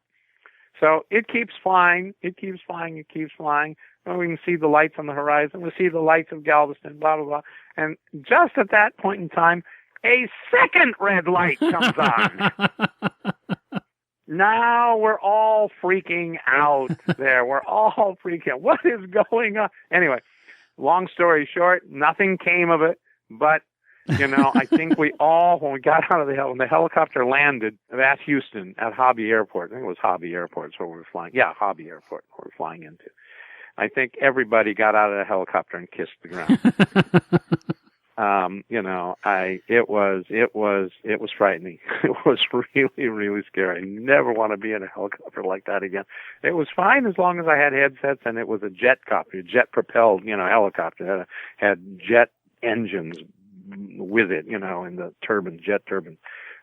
But applying on something like this old Sikorsky, whatever it is, that was not a lot of fun. However, the Armageddon shoot itself was okay. I also got a speeding ticket down there, but it's the only ticket in my life I ever beat. And I beat it long distance with communication with the judge. So he believed me. He bought my story, and it was true. I wasn't making it up. But yeah, so that was cool too. But no, Armageddon was great. The sacrifices you make for art. Oh, the sacrifice! Scary helicopters. No, I was making it for money. I wasn't making it. It wasn't much art going on. Is that what you get recognized for the most? Well, it's funny. It would depend what I would get recognized for. The most time, people don't recognize me because nobody thinks it's me. But yes, I'd say for a number of years, I probably got recognized for Armageddon. Of course, over the last 5 years or so, it's StarCraft. I must say, though, my character in StarCraft, I'm the only actor. Well, no, there's one other actor. I was going to say I'm the only actor that looks like his character. Not true. Dave Fennoy also looks like his character because his character was kind of, I think, designed with him in mind because his character has dreadlocks and Dave has dreadlocks. But they look similar. But that's probably what I'm recognized most for. But of course, that's in a niche, that's in a genre. That's gamers recognize me, And the amazing thing there is when I tell somebody who I am in the game, of course, even now, it doesn't seem like there was that much time between them, but there are actual guys out there today whose kids are being raised on StarCraft 2. Yeah. Guys that played StarCraft 1 when they were 12 and 13 years old are now watching the second one, and some of them older than that. And it's pretty amazing. Do you have a preference? You've done television, movies, voice acting, theater. Do you have a preference, or is everyone different? Everything's different. I get great satisfaction from live theater, and more satisfaction, probably visceral satisfaction from live theater, the emotional commitment and the audience. There's just nothing like there's nothing like live theater. There's nothing like a live audience that the actor can feed off of. It's a stand-up comic. A stand-up comic is funnier when the audience is responding to him. It's not as funny when the audience isn't responding. The same thing with a play. You tend to get hot when the audience is with you, And, of course, that means you probably had to have been hot to begin with. You're giving them something good, and that's why they're responding the way they are. But it feeds off of each other. I've done a couple of parts in the theater that were not fun people, or the situations were not fun. And I have been subject of verbal abuse from the audience. Really? Oh, yeah. Yep. I was doing the play Execution of Justice by Emily Mann. Did the original, I'd say the original, but no, it was not the original production. I beg your pardon. But it was kind of the production that brought it home. I did the production that was done by the theater that commissioned the play to begin with. A joint production with 3 different theaters up in the Bay Area. Execution of Justice is the story of the murder of Harvey Milk and George Moscone, mayor of San Francisco, by Dan White, the supervisor. That's what caused Dianne Feinstein's political career to rise, because she became mayor after that.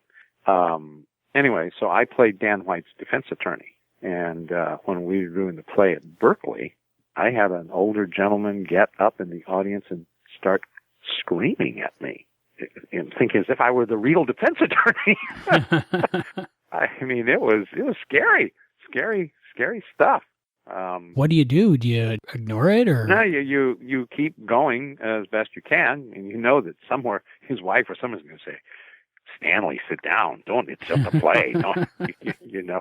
I mean, but I've had other things like that. There's nothing equal to that feeling. Now, on the other hand, I love doing movies. Television is a little further down the list because it's just so quick. Mm-hmm. You know, that's the only drawback. Television, film, very similar, both, but television's so much quicker. You don't really have time to explore, rehearse, or do enough of the prep that one would want to do. You know, the actor has to pretty much do it all on his own, her own. Did you have a fully formed character in your head for Vincent Loggia? Because you seemed pretty scary and pretty self-confident. It was such a fun thing to do because you do something like that completely seriously, and you have to take your character seriously, and you have to believe in him, and you have to believe. But we got to keep in mind that was a romantic comedy episode, so it's not like Zero Dark 30. You know what I mean? Mm-hmm. It's not like American Sniper. That's not the feeling, the tone, the mood that's being set by it. But your character is as equally committed, as equally truthful, as equally honest as you would be playing the role that Bradley Cooper plays in American Sniper. You're just as committed, as truthful, and everything else, but it's got to be funny, you know? And that's kind of difficult to do. But I didn't have anything set. It all kind of developed. I don't know. I think there was probably a germ of it in my audition. That's why they hired me. There was something that they saw there. And pretty much, I think, see in television, particularly in television, because it does move so fast, there's not a lot of room for the director and the producer to say, you know, I think that actor could do it if he had some time to do it. So let's hire him. No, they don't do that because they don't have any time. So they pretty much want to see what you have in the audition, and that's what they want to see on camera because that's what they've hired you for. Whatever it was you did in that audition is what they hired you for. So don't deviate from it. Probably won't hire you again. And they want to make sure that you can repeat whatever it is. You know, you simply don't have time to develop anything. And you really rarely have time to develop anything also on a film if you're not the lead of the film or semi-lead of the film. You know, you're there for 2 days to shoot something. They don't have time. You have to come in, deliver. This is what Clint Eastwood, you know, says all the time. You know, he hires actors who can do it without him giving them anything. He just wants them to deliver. But there is more satisfaction, I think, in shooting a film because you do have a little bit more time. And I think the directors on the films, for the most part, ones I've always worked with, have been very generous in assisting and helping. And the very first feature film I did, not only did the director, who was wonderful, Michael Apted, but the late, great cinematographer, Ralph Boda, who also was Michael's cinematographer on many of his things, including Coal Miner's Daughter, gave me some helpful hints and lessons during the shoot. This was a film called Firstborn, which had a lot of young actors in it who were doing their first or second film, like Chris Collette, who played the title role, or Corey Haim, or Sarah Jessica Parker, or Robert Downey Jr., and Terry Garr was in it, and Peter Weller, and goodness. So on. Yeah, so on. Look that up, by the way. Yeah. It's a good little film. Planning on it. And I had 3 wonderful scenes in it, and my career went downhill from there. But anyway, yeah. Shot that way back in 1984, I think, 83. Shot it at Bronxville High School in Bronxville, New York, during Easter vacation. So there were no kids or anybody around. But, yeah, so what was I talking about? Oh, yeah, satisfaction. Well, theater still gives me the most satisfaction. Now, sadly, I haven't done a play in a long time. I've had a lot of reasons over the last 3 years or so that I haven't been able to commit to a lot of things. I've had to turn down some theater and stuff. It has to do with family matters and my mother and stuff like that, who is okay. There's no problems. It just I'm the only surviving child right now, and we don't live in the same area. So I have to spend lots of traveling back and forth to Marin County in Northern California. And that has kept me from doing a few things. I mean, if there were, I probably wouldn't turn down a lot of money jobs. But no, I've I may be doing, knock on wood, maybe doing a really exciting project later in this year, maybe this fall. Very cool. Very cool. Yeah, it will be very cool, which I can't talk about now. At least in name, I can't talk. Nothing's done until it's done, right? Nothing is done until I have the pictures to say, see, there I was, I did that. I mean, truly, really. Of course, I take a lot more pictures today, as much as I wished I wouldn't succumb to the ease of taking pictures with a phone. Yeah. I do. I don't. I rarely use my good cameras anymore. Of course, all my good cameras are old manual cameras, Nikons. Yeah. Stuff like that. Any thoughts of putting them into a book or something at some point? Yeah. You're not the first person that's mentioned that. I'm on Facebook, and I haven't done in a few weeks now, but I did a lot of these Throwback Thursdays or Flashback Friday or so, because I have this library of things, and someone said, yeah, I had to put this stuff in a book together, And I think about it and I go, yeah, well, that's not a bad idea. But then I think about another friend of mine. I pale by comparison and his archival stuff. And he's much more well-known and much more successful. John Rubinstein. I don't know if you know John Rubinstein. Not offhand. He was the original Pippin, the musical Pippin, and right now he's touring the country playing the role of Charlemagne, Pippin's father. Oh, wow. It's very interesting how he's come full circle. I saw the national tour production here at the Pantages Theater in L.A. Just a few months ago, and John's absolutely fantastic. But I saw him do the original Pippin back in 1972 on Broadway. Wow. Matter of fact, we played softball together in Central Park, and I got introduced to him through one of my classmates at Juilliard who had gone to school with John at UCLA. John and I have been involved with many, many projects over the last 20 years here in L.A. and so on. And John is very eloquent in his writing and his memorial tributes to people and friends pass away. Like he was, and it also turns out he's close friends with more people than I will ever know. I mean, people like Louis Jourdan. He was good. I didn't know he was good friends with Louis Jourdan, who just passed away. And a number of other, but John has these pictures all the time, and he writes these memorial stuff, and people tell him, John, when are you going to put together a book? Now, his book I would buy.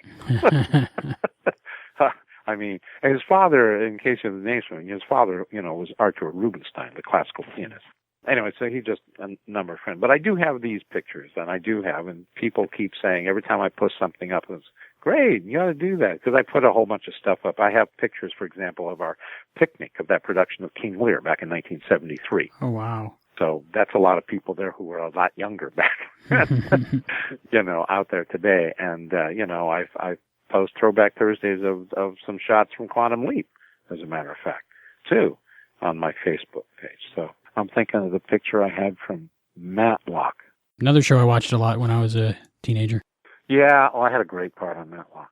I was the victim of the week. I was the one that got murdered because I was such a, I won't use that word.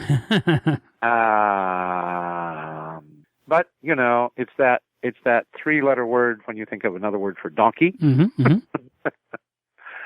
followed by a 4-letter word. Combine that. So, but he's a real, anyway, I played a talk show host. Oh, I think I remember that. Yeah. And they suspected 4 different people of doing me in. Don't tell me who did it, because I just might watch that again. Yeah, watch it again. No, I won't tell you who did it, but I can say this, that Robert Shearer directed it. And Robert Shearer is one of the great all-time directors of television who did lots of live television back in the 50s and 60s. And so he had a blast shooting this because I was a talk show host. So in the sequences at the very beginning of the show, where it was the talk show, they showed some of the talk show who I was host of. And anything backstage was on film. And then anything in front of a camera, they videotaped. So it would switch back and forth. So it looked like it was a real talk show. You saw the videotape quality of it. My grandmother, who was about 90 at the time, lived in Florida, in Bradenton. You know where Bradenton is? Yeah, it's not too far from here. Yeah. Where are you at? Where are you at? Cape Coral? Oh, okay. Yeah. So my grandmother belonged to a church and stuff, and she had people would be still taking her to church in those days. And she wanted to make sure that she told people that her grandson was on this episode of Matlock. It was during the week, and here's the time, and this is the station, and so on and so forth. So she told everybody, and she watched it, and she saw it. She goes to church the next week, and a couple of ladies came up to her and said, well, Velma, we watched the TV, and your grandson wasn't on. And she said, well, yes, he was. He was, too. I watched the show. No, he wasn't. We had it right on the... You must have had the wrong station. Nope. We had it on the station you gave us, and we had it right at the top of the hour there, and he wasn't there. It wasn't on. And she said, well, now, he was on. I watched it, and he was there. Velma, he wasn't. They had some talk show on. Yep. That's funny. Yep. True story. True story. Well, that meant it was a very believable talk show, right? It was very believable. if it could fool viewers that tuned in to see it. It was very believable. Pretty good. Even though you only might have done a couple days on that episode, See Bride, you were in some great scenes. There was the fight scene at the wedding. What was that like? Oh yeah, that was great fun. That was great fun. Thank goodness both John and I have had experience in stage combat, although John's done probably a lot more of it than I ever was called on to do.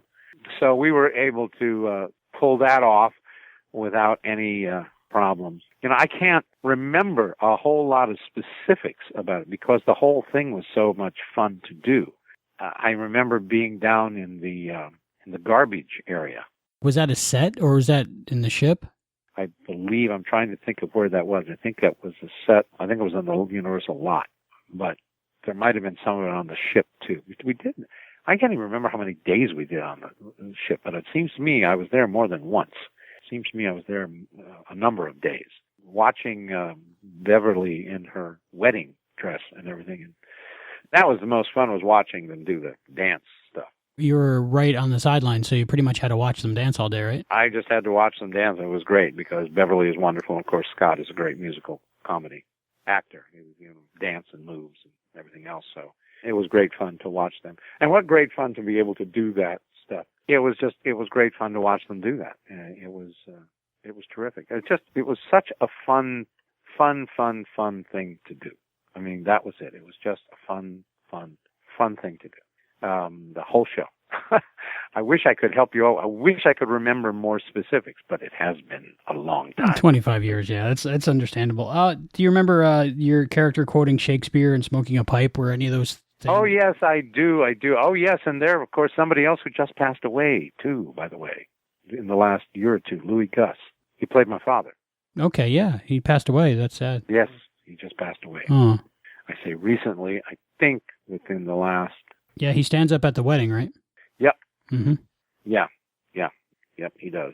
He was great. Yes. Oh, yes, I remember that. What was my line? I was trying to think of it earlier today. Which one? The one that I say to Scott when I have him tied up, threatening to do him in the garbage dump. I don't remember. I just watched it right before we talked, and I don't remember.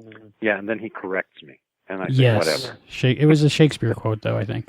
Yeah, and he corrects me. I say, hey, whatever. That part I remember. I can't remember the rest of it. Thank you so much for taking the time to talk to me today. I really appreciate it. Oh, is that it? What? No more questions? Well, look how long we've been talking. An hour and a quarter. Oh, my goodness. I appreciate you taking the time to do it. Oh, my pleasure. I love doing things like this. I love talking about me.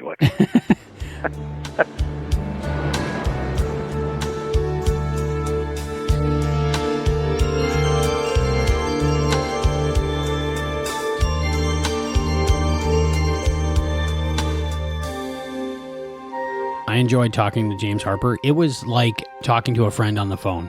We were just talking on the phone, but it seemed like I talked to him before on the phone and I was going to talk to him again. It was just a great time talking to him. Very interesting man. I could have spoke with him for hours more.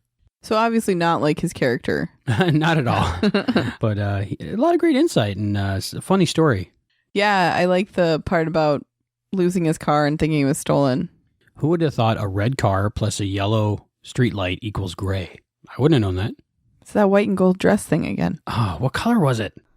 This is a real thing. I just think it's a glitch in the Matrix. We totally just placed this episode in time. That's okay. Okay. When people listen to it, they'll be like, oh yeah, I remember that dress. And it was definitely white and gold. Yeah. And then blue and black. No. So weird. And we are also going to be playing the Beverly Leech interview right now. So for those of you who haven't heard it before, and for those of you who have, here is Beverly Leech.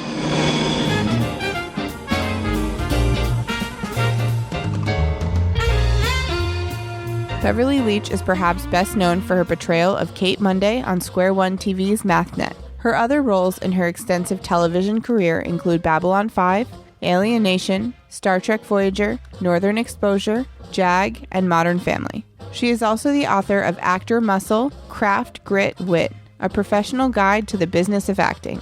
But us Quantum Leap fans know her best as Catherine Farrington in the 21st episode of Season 2 of Quantum Leap, Sea Bride. Albie recently had the pleasure to speak with Beverly about Quantum Leap, her book, and career. This interview has a spoiler level of Sea Bride. And now here's Albie with Beverly Leech. How you doing? I'm doing great. How are you doing? Good. I'm glad I get a chance to talk to you. I appreciate you doing this for us. No problem. I loved working on this show, so brought back a lot of good memories. Did you say you just watched it? I did. That's awesome. I did. It was, and literally it brought back a lot of good memories. It was almost like it happened yesterday. Thank you for doing that. I know you have a book I think I saw on your Facebook. I do. I have a book. I started teaching a few years ago. I used to study with Stella Adler, and she was a great influence on my life in terms of just teaching great acting. But she was also very dedicated to teaching other people. She was a great actress herself, and she used to talk a lot about passing it on to others. And a few years ago, I started teaching, and I got picked to develop a curriculum at an academy for the business of acting because I'm still a working actor. And so I developed this curriculum, and I realized that only those 50 kids were getting it, and I thought, well, this would be a great, business manual for young students, young actors who are either new to the market in Los Angeles and are working their way up, or other graduates at other schools. So I went ahead and I fleshed it out and I made it into a book, and it's very good. It's very relevant and very helpful to people. And my big objective was to make sure that they whatever part of the building of the career they were engaged in was to make sure that they did it the most efficient way possible and the most professional way possible, because there's a lot of bad moves you can make in the beginning that will lose you a lot of time, sometimes years of time, especially if you get signed to the wrong kind of agent or manager and stuff. And there's a lot of scam artists out there too, a lot of scam artists, and they sound good, they talk a good game, but they're not really there to help the actor become a working professional. So I just wanted to give them a good boost, What's your book called? It's called Actor Muscle, Craft, Grit, Wit, a Professional Guide to the Business of Acting. Where can people get that? They can get it on Amazon. All right. Yeah. How are you doing today, by the way, Albie? I'm doing good. Back at you. Okay. I'm doing good. I'm excited to talk to you. Like I said, I just watched, I watched Quantum Leap, of course, a couple times, and then I watched some other things you're in, Star Trek Voyager and Alien Nation and Babylon 5. Oh, my God. Alien Nation. I forgot all about that one. I had seen them all before, but, I just wanted them to be fresh in my brain so we could talk about them maybe. Great. Yeah, absolutely. Whatever you want. And what else did you watch besides Alien Nation and Star Trek? About 3 months ago, I watched MathNet. God bless you. I love doing that show, too. That was, if I had 5 top shows, Quantum Leap and MathNet is definitely in the top 5. Without question. I loved that. When I was a teenager, probably older than the demographic was supposed to be, but I did watch Square One and I watched MathNet. I loved MathNet. I had no idea Dragnet ever existed. I just thought it was MathNet. I didn't even realize it was taken after something, but I always loved it. I did too, and that's funny that you said that. You were older than the demographic, but I used to get fan letters from adults, and the magic of that show came from the writers, The writers used to be great comedic writers. They did Sid Caesar, Show of Shows. They did vaudeville. So they really had a great sense of adult comedy, and they knew how to sort of lay it in there and still teach the kids something. So that's why it was such a fan favorite with adults, too, because they sort of got the jokes that the kids didn't. It was really, really fun to work on. It still seems pretty popular. Like I said, a few months ago, I watched it, and I watched it on YouTube, and each of the episodes are getting like 8 to 12,000 hits. So people like it. Isn't that great? Yeah. I know. Amazing. It's still, yeah, I felt very fortunate to have worked on that show. We didn't get paid very much money for it, but I loved doing it. You don't do those shows for the money. You do it because it's good. You know that it's going to be helpful, and it's super fun to, show up to work every day and wonder what's going to happen next. So the casting of it was great, too, because they were able to stunt cast a lot of really big stars at the time to come in and play those characters. And a lot of them are still stars now. So, are you good at math? Did you learn anything from that? Did it teach me anything? Yes. Yes, it taught me a lot. I was good in math. I didn't stay good in math, though. I made pretty good grades in algebra and geometry, so it wasn't that hard for me to understand the concepts of the show. But in college, I went into trigonometry and statistics and probability and all that, and I just was lost, absolutely lost. I got through chemistry by the skin of my teeth. In fact, I didn't like the grade I got in it, and I took chemistry again because I was always very stubborn about my grades being up there, and I think I got a low C, and I went, that's no good. So I took it over again, and I got a B the next semester. But yeah, I have a lot of tenacity. I'm willing to learn, but statistics and trigonometry, too much for me. Couldn't get there. How about you? Oh, not very good at math, which was weird that I liked watching Square One and learning about math, even though I really am not good at it. It's like not a talent of mine, but... Well, that's the other magic of the show, is that they figured out a way to open it up for people who thought, I can't do this, I'm sure I learned a lot. I know the Fibonacci sequence episode. I can't get that out of my brain. So That's good. That's good. Quantum Leap. Yes. Can you tell me a little bit about your experience filming it? Working on Quantum Leap was one of the highlights of my career because it really allowed me to use the best of myself as a person, as an actress, use of my background and my training. I had been a professional dancer for many, many years. I was classically trained. I did modern dance for a while, and then I segued into musical theater. And the heart of this show that I recognized immediately was that it had a great balance. It really required a lot of physical agility, not just for the tango sequence, but the physical comedy. I mean, I just saw the physicality of it, the comedic moments layered into all of the dramatic scenes. So I had those abilities because of my background in training in dance and musical theater. And I still had to be very committed to the dramatic aspects of this, love-torn couple. But there were moments that were specifically written for the humor. And it's very rare that I get a role that allows me to play like that and also play as a romantic lead with the heartbreak and the sort of ability to transcend my ego. I mean, the character was so spoiled and so rich and so shallow at one point. And the lessons of love and heartbreak allowed her to grow up, and speak up and have a voice and admit when she was wrong and do it without humiliation. She learned how to be humble. She learned how to feel a lot of pain, and she learned how to deepen as a woman. I mean, I really loved that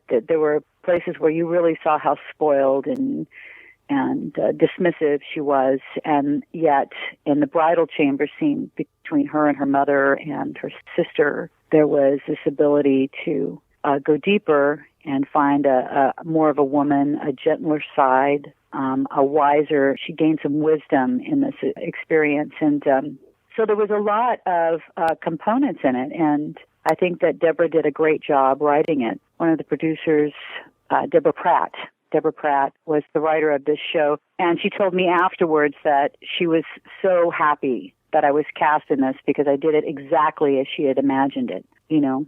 So as a woman, speaking to another woman, I was just running on instinct and intuition and doing everything that Stella had taught me to do, to invest myself in the dramatic content of it and allow my heart to break. I also have a great fascination for all of the old movies like Philadelphia Story and things like that, and there were elements of that in it. So it was a great big playground for someone like me, and I've always loved comedy. I find that my strong suit, and yet I had some dramatic chops, so it was great. It was really, really great. Dean Stockwell and Scott Bakula were great gentlemen on set, the greatest, really top-notch professionals, always authentic, always in the moment, and embraced me as a guest star.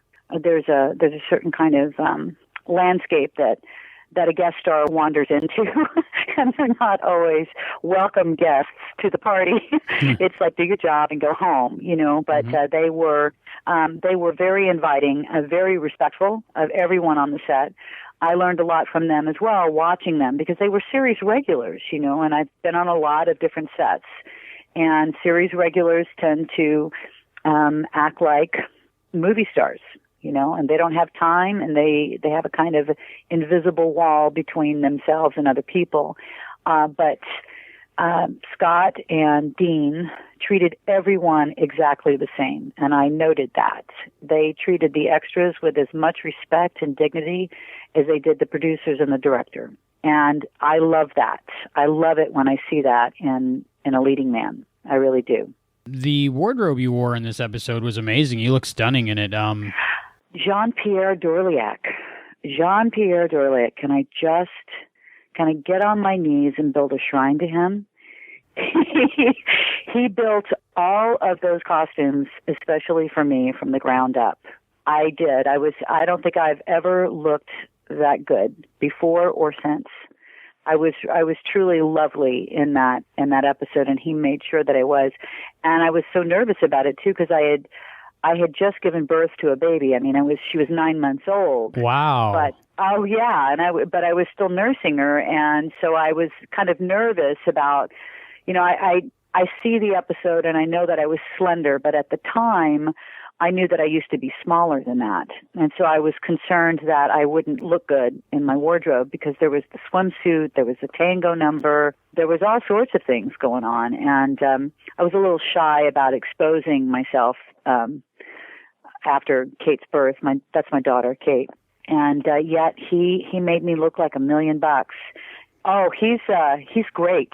He's just the greatest. And no, we've stayed in touch all these years. We swap phone calls and Christmas cards and emails every once in a while. He's great. He's one of the greatest costume designers I've ever worked with. Yes, beautiful dresses. Even the swimsuit, the robe was stunning. The peach robe was beautiful, wasn't it? Yes. I found everything to be so lovely. At the end scene at the wedding, oh my gosh, I looked better in that scene than I did at my own wedding. It's true.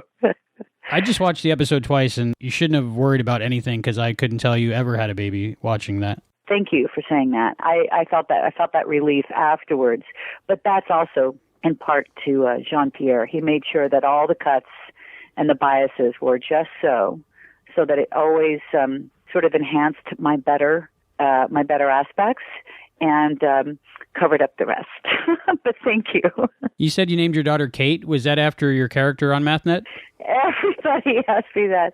No, actually, it's just serendipity that it worked out that way. My grandmother's name was Catherine. So her name is Catherine, so I named her after my Mamo, we called her. But, yeah, she's named after my grandmother, my father's mother. Those kisses between you and Scott Bakula, 2 of them in this episode. Most leading ladies only get 1 if they're lucky. You got 2. How were those like? What was that like? They were delicious. They were delicious.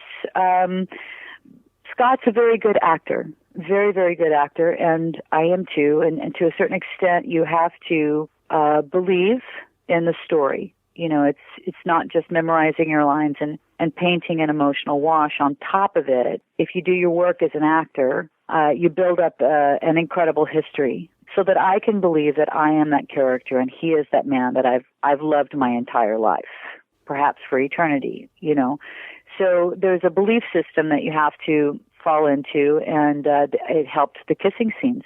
It just did. We never rehearsed. We never talked about it before. We're both good actors that way, where we don't try to, make it work. And there was just a natural. I think we were lucky. We were like pieces of a puzzle that sort of found each other and just happened to fit. The opening teaser with the kiss and the slap. Mm-hmm. I did that once. I got one take on it. Wow. Mainly because I got it the first time. If you really nail a scene the first time, they just say, cut, print, and moving on. And that was actually the first time we ever met. That was our first day of shooting. That's funny.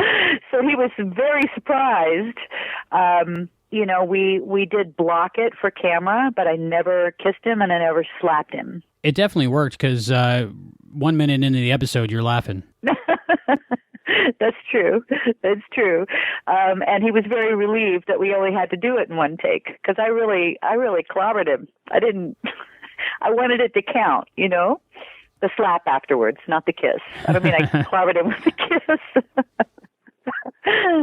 But the scene afterwards, that's the kind of comedy I love to do. Hiding, getting into the closet, and then falling out. Were you in the closet long on that shooting day? No, it's just edited to look as if I've been in there forever. It's acted and then edited, so we did several takes of me falling out different ways and things like that and recovering from that and being pushed into the closet different ways. It was so much fun. That kind of goofy stuff, that shtick is right up my alley.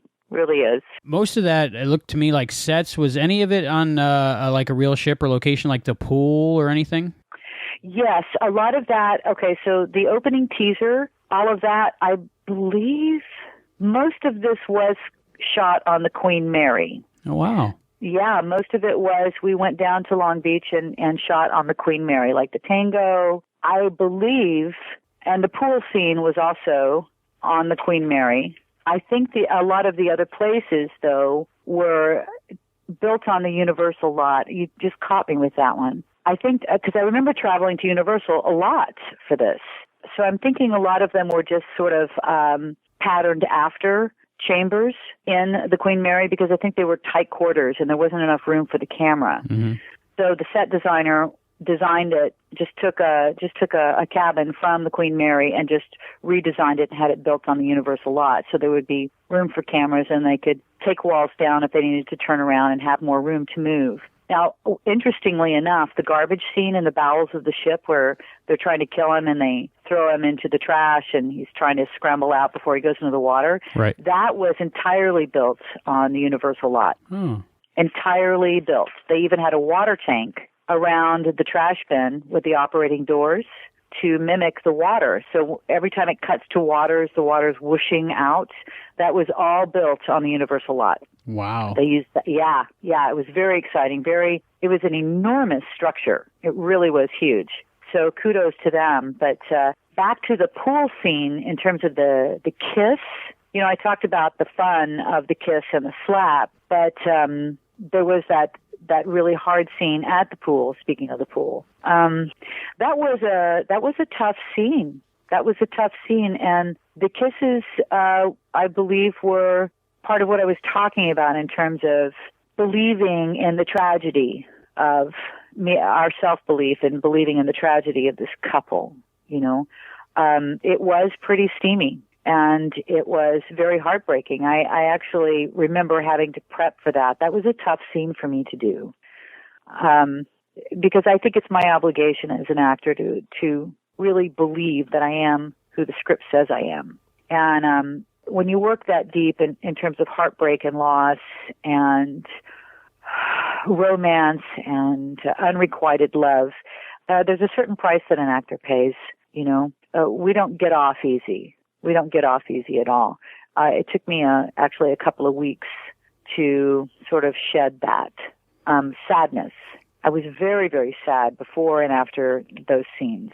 So I didn't think about it in terms of being sexy. I thought about it in terms of eternal love, eternal loss, and also the kind of growing pains that a spoiled, rotten brat, full of self-righteous indignation.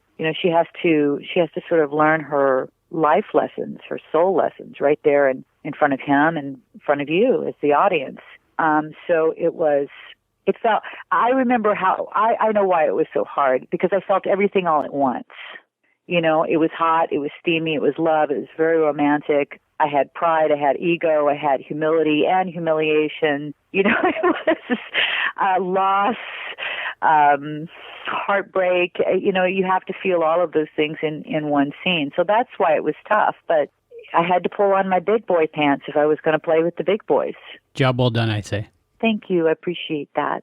Could you tell me a little bit about working with some of your co-stars, John Hertzler and Juliet Sorcy? Juliet Sorcy. Oh, darling girl. Oh, my gosh. I loved my scenes with her. She was so much fun to work with. She was great. Just loved her. And the guy who played my father, Weathers Farrington, his J.G. Hertzler. Right. It's hard for me to say his last name. Yeah, me too. It's okay. He's a great actor, really great actor.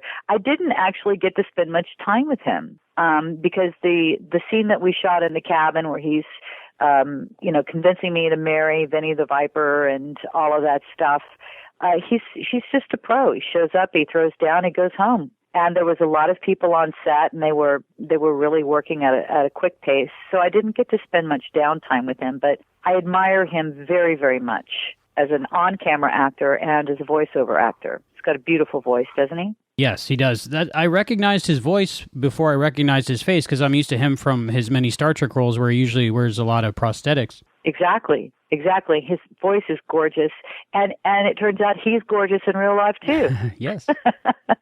Speaking of, you did a Voyager episode, and you wore some prosthetics. What was that experience like for you? I loved working on that show.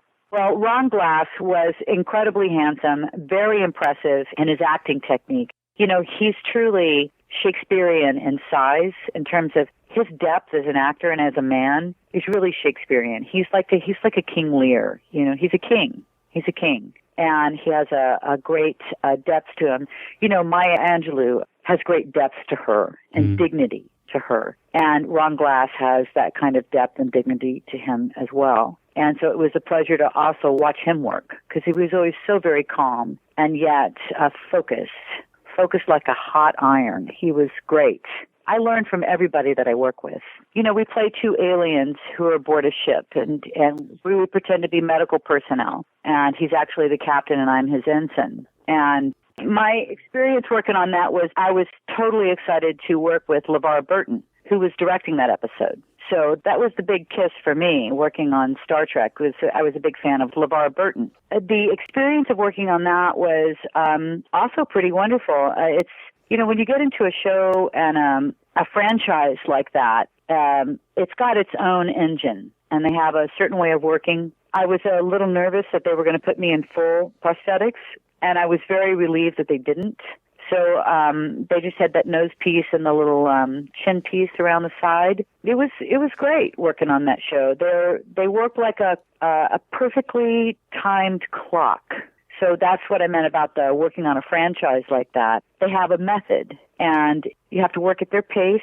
You have to work on their level. You have to make sure that you listen to everything, because they almost don't have to explain everything thoroughly, because they've been doing it such a long time and so well. They almost know exactly what the other person wants before they say it. So as a guest star, I really had to pay attention to the unspoken signals as well as the spoken direction, so that I didn't cause any time problems. They work on a certain shooting schedule, and you have to bring your product in on time. I was really, really pleased with it. LeVar Burton is a terrific guy, really terrific guy.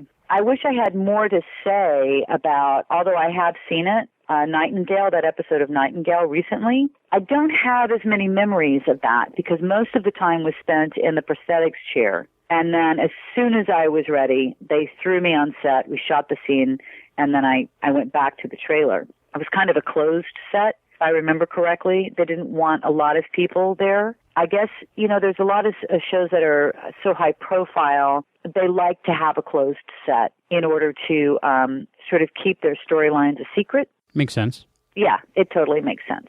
How did that differ then from when you did the voiceover work for the Star Trek video game? That was fun. Araxis, that was actually very hard. I'd done a lot of voiceover work and ADR work mostly. And I thought that this would be really easy to do, but, the games have their own kind of style and timing. When you do a commercial, you know that you need 17 seconds for a 30-second spot. You have to get things in 11 seconds or 17 seconds and things like that. With the games, they had their own timing, and because I didn't have a visual to work off of, it was actually very, very difficult to do. So, unfortunately, I wasn't as capable in that sort of job as I'd liked to have been. I think I might be too hard on myself at this point. You mentioned commercials, and congratulations! I saw you just did a Taco Bell commercial. Could you tell me a little bit about that? I'm kind of excited for that because I love Taco Bell. Well, I just signed a non-disclosure agreement, so I can't talk about it. All right. I can't. The commercial life is now also because they're also stealing from each other. Did you know that? No, I had no idea. Oh yeah, there's a lot of stealing going on. They and if they can produce if they can steal from one commercial campaign, but get it produced first, then they get credit for presenting the idea. Ah. So, for instance, I can talk about Microsoft, the Nokia Windows Phone campaign I did last year, and I had to sign a non-disclosure agreement and they would give me the copy to do for the audition, and they would immediately take it away, and I would have to sign a non-disclosure agreement every time I left the audition. Wow. I wasn't allowed to talk about it with anyone, and then even after the shoot, I wasn't allowed to talk about it or share photos on Facebook until after the commercial aired. And sure enough, the second one I did for Nokia was called The Recital. And it was all these parents at a children's recital, and you see the grade school stage and the curtains open, all of that stuff. Right after that aired, about 3 other commercials, 3 other products came out using parents at a children's recital. And there have been movies and other TV shows that have routinely stolen storyline ideas from each other. So the big shows now, all scripts are confidential. They don't let them out to you unless you're going in for a producer session. They never release them, not even sides. You have to get them directly from the casting office. It used to be you could watch television and you would see one show on CBS, another one on NBC, and another one on cable. And the original storyline might be about a sick cow and a lost boy, And sure enough, on the other 2 networks, there would be a story about a sick cow and a lost boy. And that's because they used to post the scripts and the sides online for the actors to get to audition. And so that meant it was accessible to anyone. So if they were at a loss on another network about a storyline, they would just read the other network stuff and try to produce a script with those characters or storyline and come out with it first. And it's happened with movies too. So it's now part of the fabric of the commercial life as well. So I just wrapped out a Taco Bell commercial. It was directed by Rick LeMoyne, and the production company was Moxie Pictures. I can tell you things like that. It's all part of the new food things that they're unveiling at Taco Bell. Like the egg waffle breakfast. Very good. But now they have they have a new product that's coming out in Taco Bell, and that's why I can't talk about it. Okay. Well, I don't want to get you in trouble. No, you won't get me in trouble. Okay. I just can't. But I had to sign a non-disclosure. Isn't that crazy? Well, it makes sense. Millions of dollars at stake, really. Yeah, and they're spending millions of dollars, so they just want to make it count, They don't want somebody else to steal their idea. So, yeah, but I had a good time on that, too. It was really fun. Good. I look forward to seeing it. Yeah. can I ask you about Rita Allen Poe? Oh, yes, you may. You had mentioned that you were a little self-conscious in the outfits on Quantum Leap, but you didn't seem self-conscious in that episode. You were swimming in the pool. Yeah. I didn't seem self-conscious, but I was. I cried before and after those pool scenes. Oh, my goodness. I'm sorry. Isn't that terrible? There's so many Hollywood actresses out there who go, take off my top. Absolutely. Don't I have a nice rack? Look at these babies, you know, to let the dogs out. I've always had a kind of sense of modesty about me. It's always been really difficult for me to be exposed in that way, and I don't know why. I don't know why that is. It's just sort of natural to me, and I don't think I'll ever get over it. I'm pretty up there in dog years now, and I'm still modest, shy about that. The working on Alien Nation was quite a different experience from the others. This is where me not knowing a show sort of caused trouble for me. Actors really need to, and this is where I learned this lesson, by the way. I talk about it in the book as well, about knowing the show. They cast me because I was right for the role, and I did a good job with the role. I think I did okay. Yes. It was good enough. You know, I didn't embarrass myself. I think I did a good job, and I hit the notes that I wanted to hit, but I didn't know the show. I hadn't watched it. I'd seen some billboards. So I was cast for the role, and I was right for the role, etc. But I didn't understand the style of the show. I didn't understand the actors. I didn't understand the scripts. So that one was a hard one, and it was a really good life lesson as an actress for me, that if I'm going to work on a show, I really need to watch episodes. I need to read all interviews and copy that I can find, you know, press releases, things like that. Thank God for the Internet. Back then, we didn't have the Internet, so I couldn't do that much research. We didn't have DVRs. We didn't have, you know, DirecTV where you could save the shows. Remember the old days when you had to set your VCR on a timer to catch it. So it was one of those instances where I felt like I was flying blind the whole time. But I learned a huge lesson from it, and ever since that show, professionally as an actress, I always watch the show. I read about the writers, especially. I look at their other work. I look at their movies. I familiarize myself with the other cast members because I really need to follow. Each show has its own kind of style, like a thumbprint, and it belongs to them. And you don't know the pacing or the timing or the tone unless you invest of yourself in that. So what it was like for me to work on the show people were fine. They were very fine to me. It was business as usual. They were lovely to me. I didn't get to spend much time with the cast members. I just had to show up and do my job and go home. It was kind of detached in that way. I think that if I had been more familiar with things, I would have personally felt more comfortable stepping into that setting. But that bad was on me. The director was great, and the writing was, I thought, was really fun. And I remember one line from that show where I decided to be a little Marilyn Monroe-ish, and it always made me giggle just a little bit to see that. I think when I'm sunning myself at the pool and I've got sunglasses on, I don't know. It's something. Yeah. I'm getting a flash on that right now. I have a little silly question about Alien Nation. I have a theory on this podcast as we go along. When there's an episode with a mystery in it, the red herring always seems to be someone with red hair. Were you cast because of your red hair in that, or was that talked about in Alien Nation because you were sort of a red herring and you had red hair? Wah, wah. I see. No, I think I believe I had the red hair left over from another show I did. It was Sledgehammer. Ah, yes. Love that show. Yeah, I love that show, too. It was Alan Spencer. What a genius. Yes, Alan Spencer. He's the best. They had dyed my hair red for that episode, and I still had it. And sometimes they ask you to go back to your other color, and I was a blonde before I did Sledge. And I think they just asked me to keep it. They said it worked. Let's keep it. Okay. Yeah.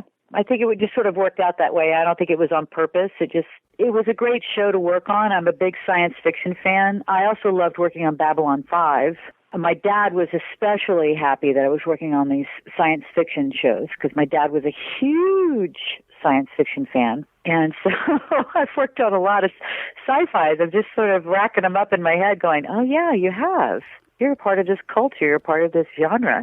And it's a good one to be a part of because I'm also a science fiction fan. That's awesome. Yeah. As you can tell, maybe I am too. I can see that. Babylon 5, what was that like for you? Was that going to be a recurring role, or did they tell you maybe? It was. It was going to be a recurring role, and then Bruce Boxleitner was my brother, and I was sort of introduced as his sister. And I think something happened offset. Do you know what I mean? It wasn't. It wasn't about what was happening at the studio or on the set. It had to do with things happening off camera, in other people's lives, other places.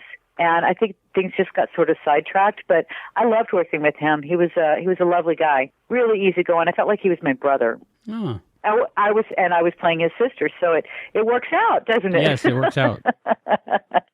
He was a lovely, down-to-earth guy, treated me. He was very generous with his time and his camera time. Yeah, he was stand-up guy. Very, very good stand-up guy.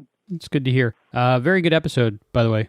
Thank you. Thank you. Is there any funny stories or anything that happened on the set that our listeners might like to hear about during your filming of Quantum Leap? I don't know about funny stories, but my favorite line of dialogue, I thought the best line came from Dean Stockwell in the first scene when he calls my father a pompous nozzle. That was the best. That was really the best.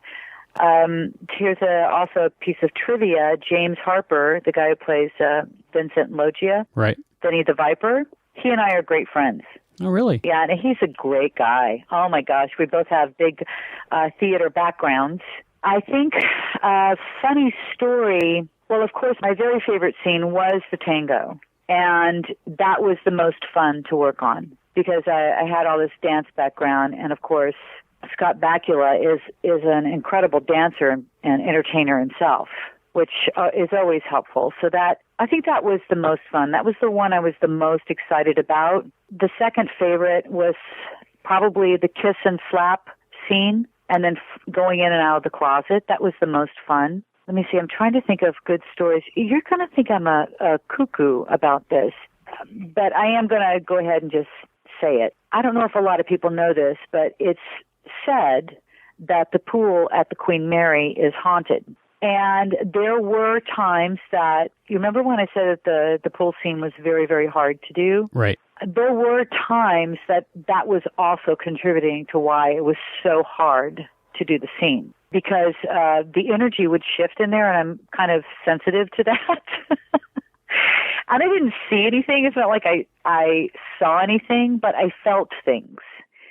And it sort of threw my focus a little bit. There were just unfriendly areas to stand in. How does that sound? It sounds right. Does it sound right? Yes. I hope I don't sound like I'm nuts. But so when I'm standing at a certain point, off camera to make an entrance, or at a certain point of the stairway to go up it and do coverage and things like that, there were just unfriendly areas, not the entire pool area, but there were places that I was required to stand in to wait for an on-screen entrance or exit, and it just felt hard to get through. And that was, I found, very interesting. And I didn't even know that they considered it haunted until after that scene was shot, because there were some takes that I was in the middle of, and I would suddenly go up on my lines for no apparent reason. I mean, I knew the scene. I'd done all my work. Scott Bakula and I were working beautifully together. There was no reason for me to suddenly forget my lines. That's what going up on your lines means. Or I would feel something different than what I was supposed to feel, like aggressive. There was a couple of scenes that I just cut myself, where I went, I'm not going to go on. Can we cut this and let me start over?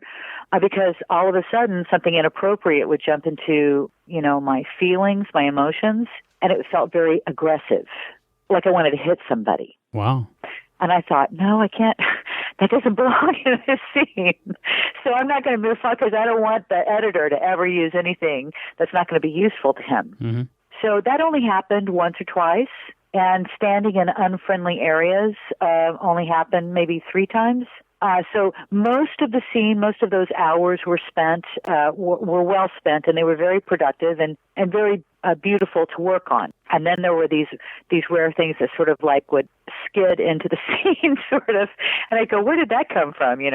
So, but that was it. I hope your audience doesn't think I'm cuckoo about that. But years later, I did see this program where they claimed that the pool area at the Queen Mary was haunted, and I went, well, that must have been it. How interesting is Very that? interesting. Very interesting. Yeah. Right. Are you a ghost hunter fan? I've never had any experiences myself, but our next episode of Quantum Leap has to do with a ghost. Oh, really? Yeah. Great. I think that's it. I think I have lots of interesting things.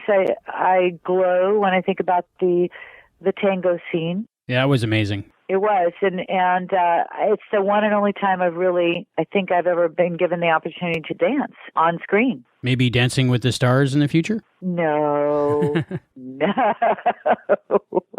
The other thing that's sort of kitschy trivia is that Patricia Hardy, the woman who played my mother, she and I studied with Stella Adler at the same time. Wow. Yeah, and I don't know if you knew this about Joe Napolitano, the director of that. Do you know anything about him? No, not at all. Joe Napolitano was a very, very capable director, very serious about his work. He's like most good directors. Comedy is very serious business, and he was on top of everything, listened to his actors beautifully. But what's interesting about Joe Napolitano is that he's really worked with some big, big directors, like Brian De Palma in Scarface and Untouchables, and Terry Gilliam in The Fisher King. And he was always their first assistant director, first AD, which is actually a very powerful position on the set. And it's said that first ADs learn to direct, but they mostly learn to produce in that position. And they really know how to run a set.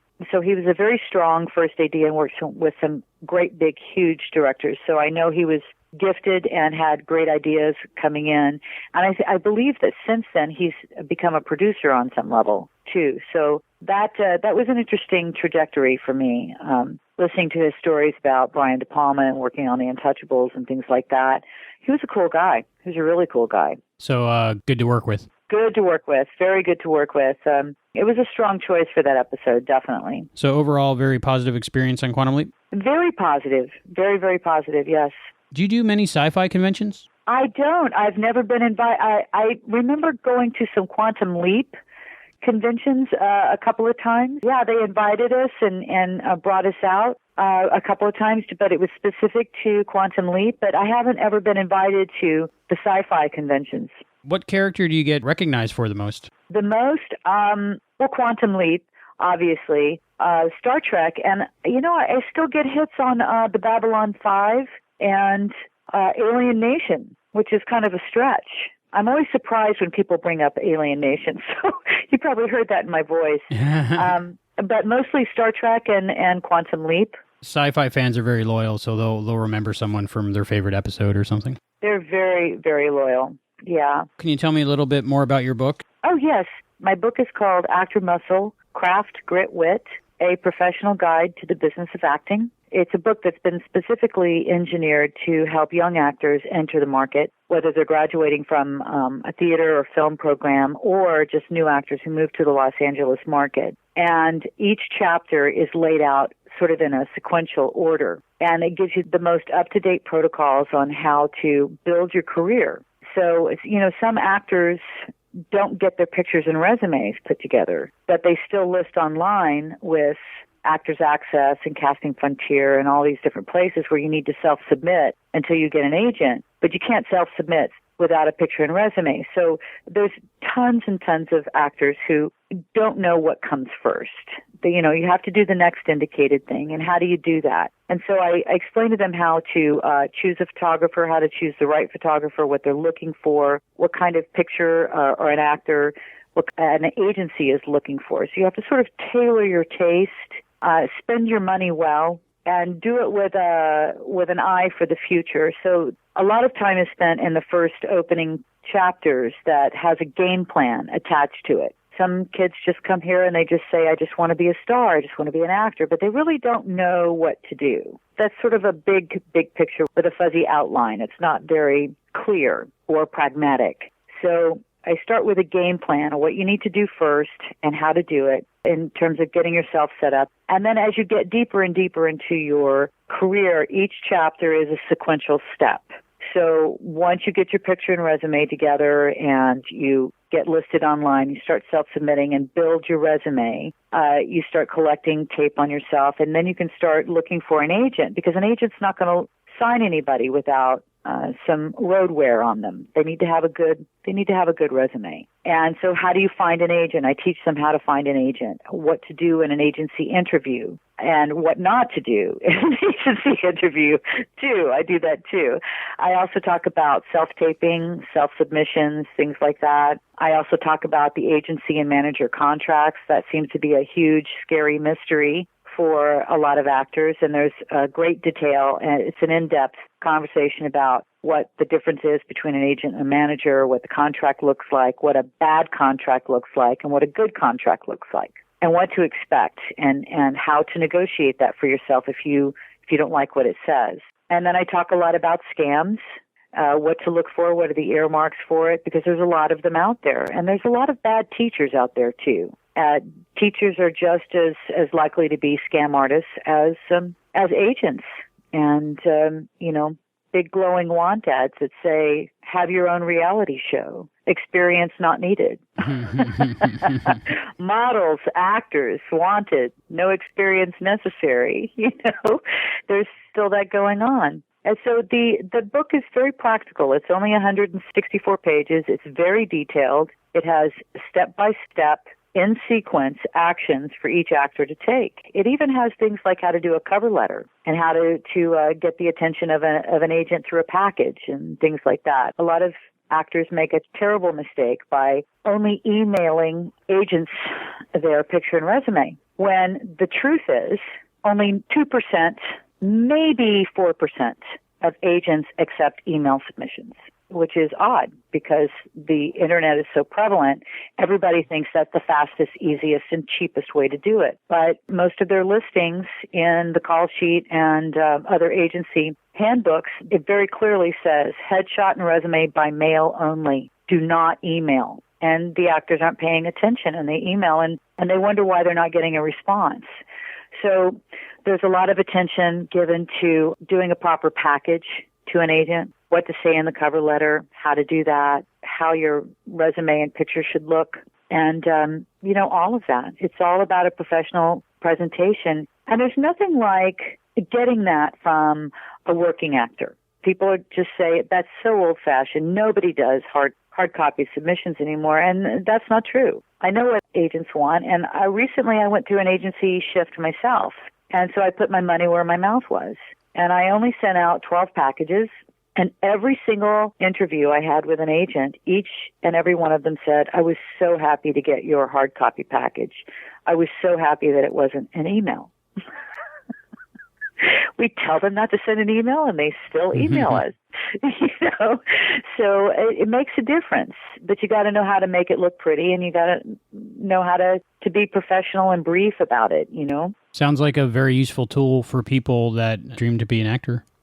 It is, actually. And, I've only had it out for a couple of years, and I self-published it, which was my desire to do. I just sort of wanted to put it out there. And as it turns out, a lot of colleges have started buying it this year for their graduating students. I sent out free review copies to a lot of California universities with a letter suggesting that their theater graduates or their film graduates might benefit from this book, and I sent to each head of the department a free review copy. And in May, I had a ton of orders from different universities as sort of a parting gift for their graduates. So I guess they read it and said, yes, it is. This is a professional manual. This is all legit. A couple of other, Samuel French picked it up. Drama Books in New York picked it up. Another dramatics magazine that heads EDTA, it's a Educational Theater Association. They also bought up a bunch of those, and they sell those to actors who come in and just buy it off the shelf. So it's there to be helpful. I'm not here to make $1 million on this. I'm here to be helpful. And I can teach artistry one-on-one in person, which is the way it should be done. Acting, training and things like that from Stella. But in terms of professional protocol, that can be learned from a book. Just keep it on your bedside. It works in every situation for every level of career, too. You said to say a few words, and I just went right off on that. No, that's great. You're doing great. Okay. Before we go, is there anything we didn't cover that you'd like to cover? I am always surprised and always honored by the fans who support me. I guess it's not that I don't think so much of myself. I just try not to think of myself a lot. I try to take it one day at a time and stay easygoing and down to earth. And it always humbles me and pleases me all at the same time that I have fans. I have fans that support me, and I support them. And it means that I might be doing something right. And that's a good mission to have in life, I think, is to use my gifts for good and not evil. I'm going to ask you a question about that. Sounds good. I have a theory about why science fiction is so fascinating to people and why they have such a lifelong attachment to it and why they're such diehard fans. What's your theory? What do you think is the magic of science fiction? For me, I think when I was a teenager, teenage years are very difficult and every problem you have is end of the world. And for me, it was about escape. I might have had a bad day at school, or maybe I didn't quite fit in, I didn't have friends, or I was being bullied, but when I came home, I could sit down and watch my favorite sci-fi show and escape into that world. And in that world, usually in science fiction, especially around the time of Quantum Leap and Star Trek, it wasn't about what you were, it was about who you were, and people weren't made fun of or bullied, and it felt like you were accepted into that world almost. And then when you meet other people that share your passion for the same television shows you do, you kind of instantly have a connection with them. That's my take on it. My thought now, of course, I've had a lot of years to sort of sit and ruminate on it. My thought now is that science fiction is all about the unknown. And the unknown is so frightening. It's so frightening. And I think that at any given moment, I have a choice of either of succumbing to the fear and being frightened of it and shutting down or running away, or I have the choice to say, I don't know what this is, and I'm okay with that. It's almost like embracing the big mystery and saying, I don't know, and I love it. I love not knowing. And isn't this a wonderful adventure to go on? Mm. So I can either be frightened by the unknown or embrace it as something, as that it's supposed to be unknown. I like that. Sort of like, you like that. I hope I'm not talking in circles, but it's kind of like that. And that, and then what I can do is when I'm here on Earth, I can look at things that horrify me or displease me or make me uncomfortable, and I can say, I don't have to have all the answers here. I don't have to have all the answers. Sometimes I can just let things play out and not be frightened of it, because it's a mystery and it's supposed to be a mystery. But I can do the next indicated thing. I can do what appears to be the right thing to do. It doesn't mean I can be inactive or not take action when it's required of me, and have the courage to do that even when I'm afraid. Because that's the other thing all of these science fiction people do too, all these leading characters. They do the right thing. They do the courageous thing, even when they're scared out of their wits. Right.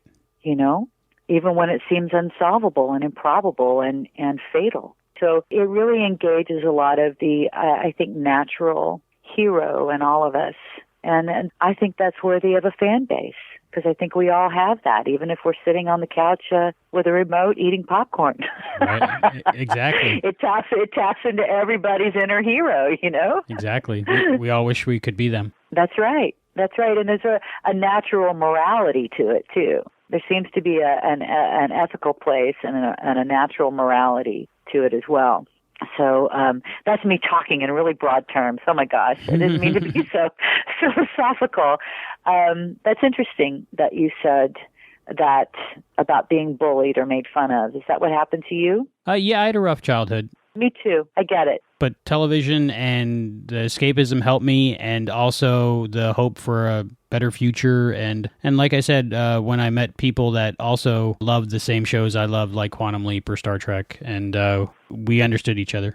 So I was able to build friendships through that. Right. Isn't it wonderful what story... That's the mission of actors, is to be good storytellers, because you bring people together through that. And good. I'm glad to hear that. You found your people, right? Yes, I did. I did. I had a rough childhood too. It looks like everything's pretty rosy. Mm-hmm. But I ran to dancing and acting because it gave me my escape from that. So I get the bullying quite a bit. And I wasn't always pretty. I was the most surprised by that, to tell you the truth. I don't know if I believe you. I believe you'll have to.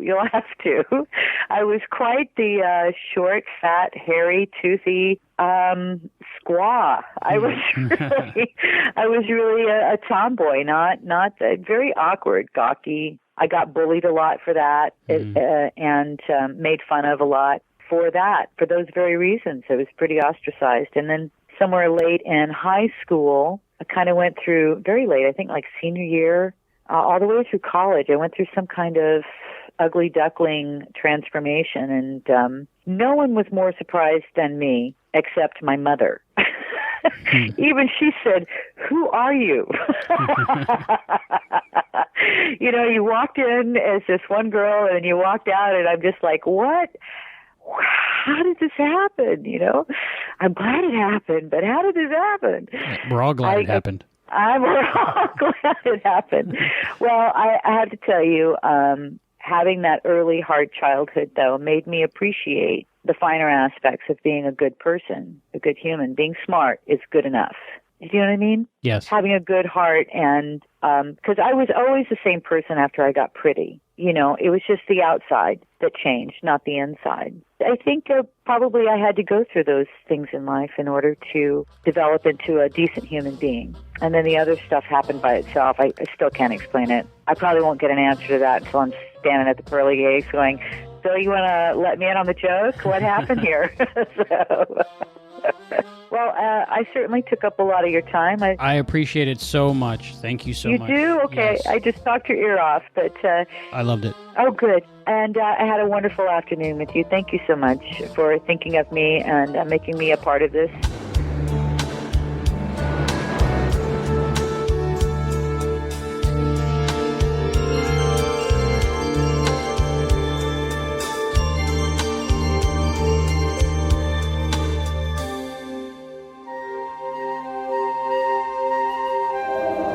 It was a real treat for me to talk to her because she's been in so many cool things that I liked, and she was just very friendly and nice. She sounds awesome. She was awesome. She was one of our first big gets for a specific episode, and we did it way ahead of time, but we were able to talk to her, so it was great. And it's cool that she teaches acting and has books out about acting and stuff, and she's still acting today, so it's really cool that she still does all that kind of stuff. And she just seems like a very fun and nice person. And it was so cool that James Harper and Beverly Leech happen to be friends.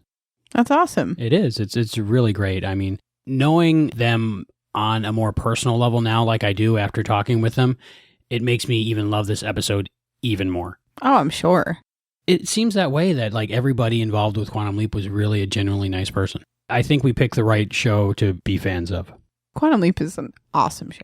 And now for our third interview, it's John Hertzler, who played Weathers Farrington, Harvard 19.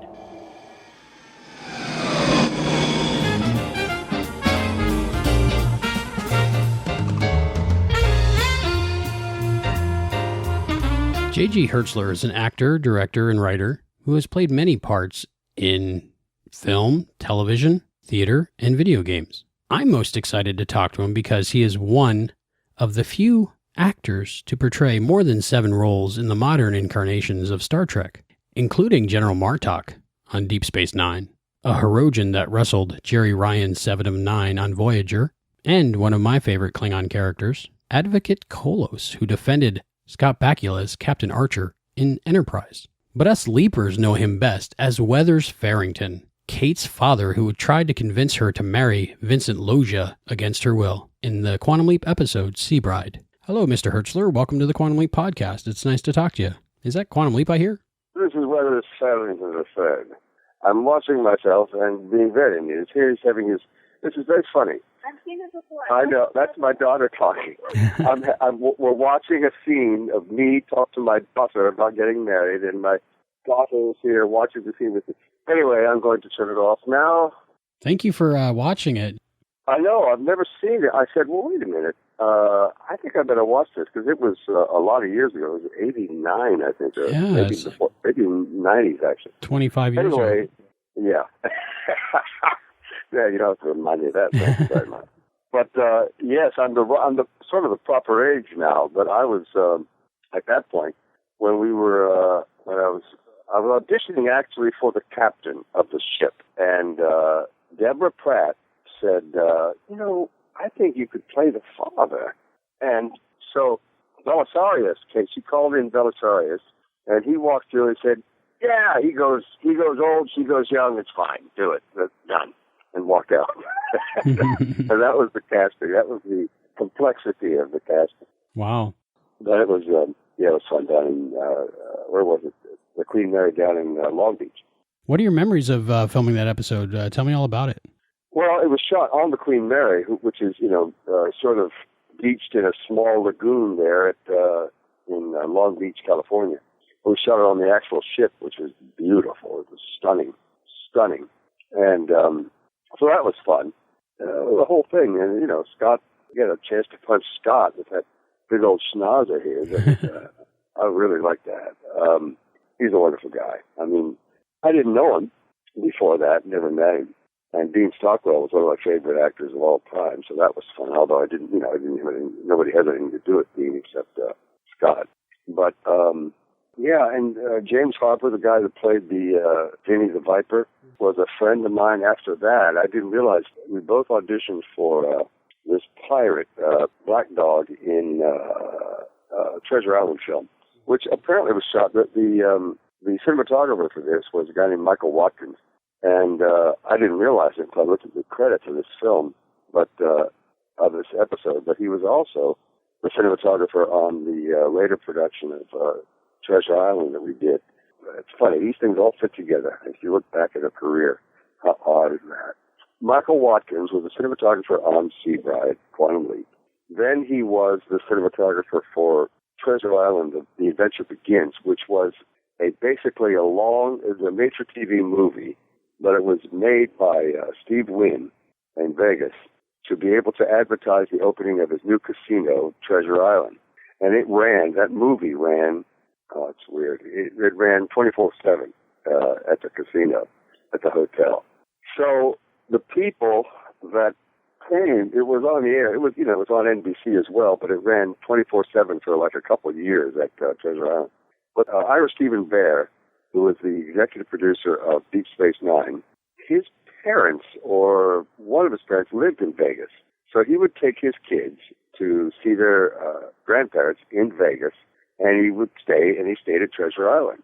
And he saw me play Black Dog, and that is because his kids loved Black Dog. That's basically why I got cast as Martok. Wow. In the DS9. That's crazy. That's right.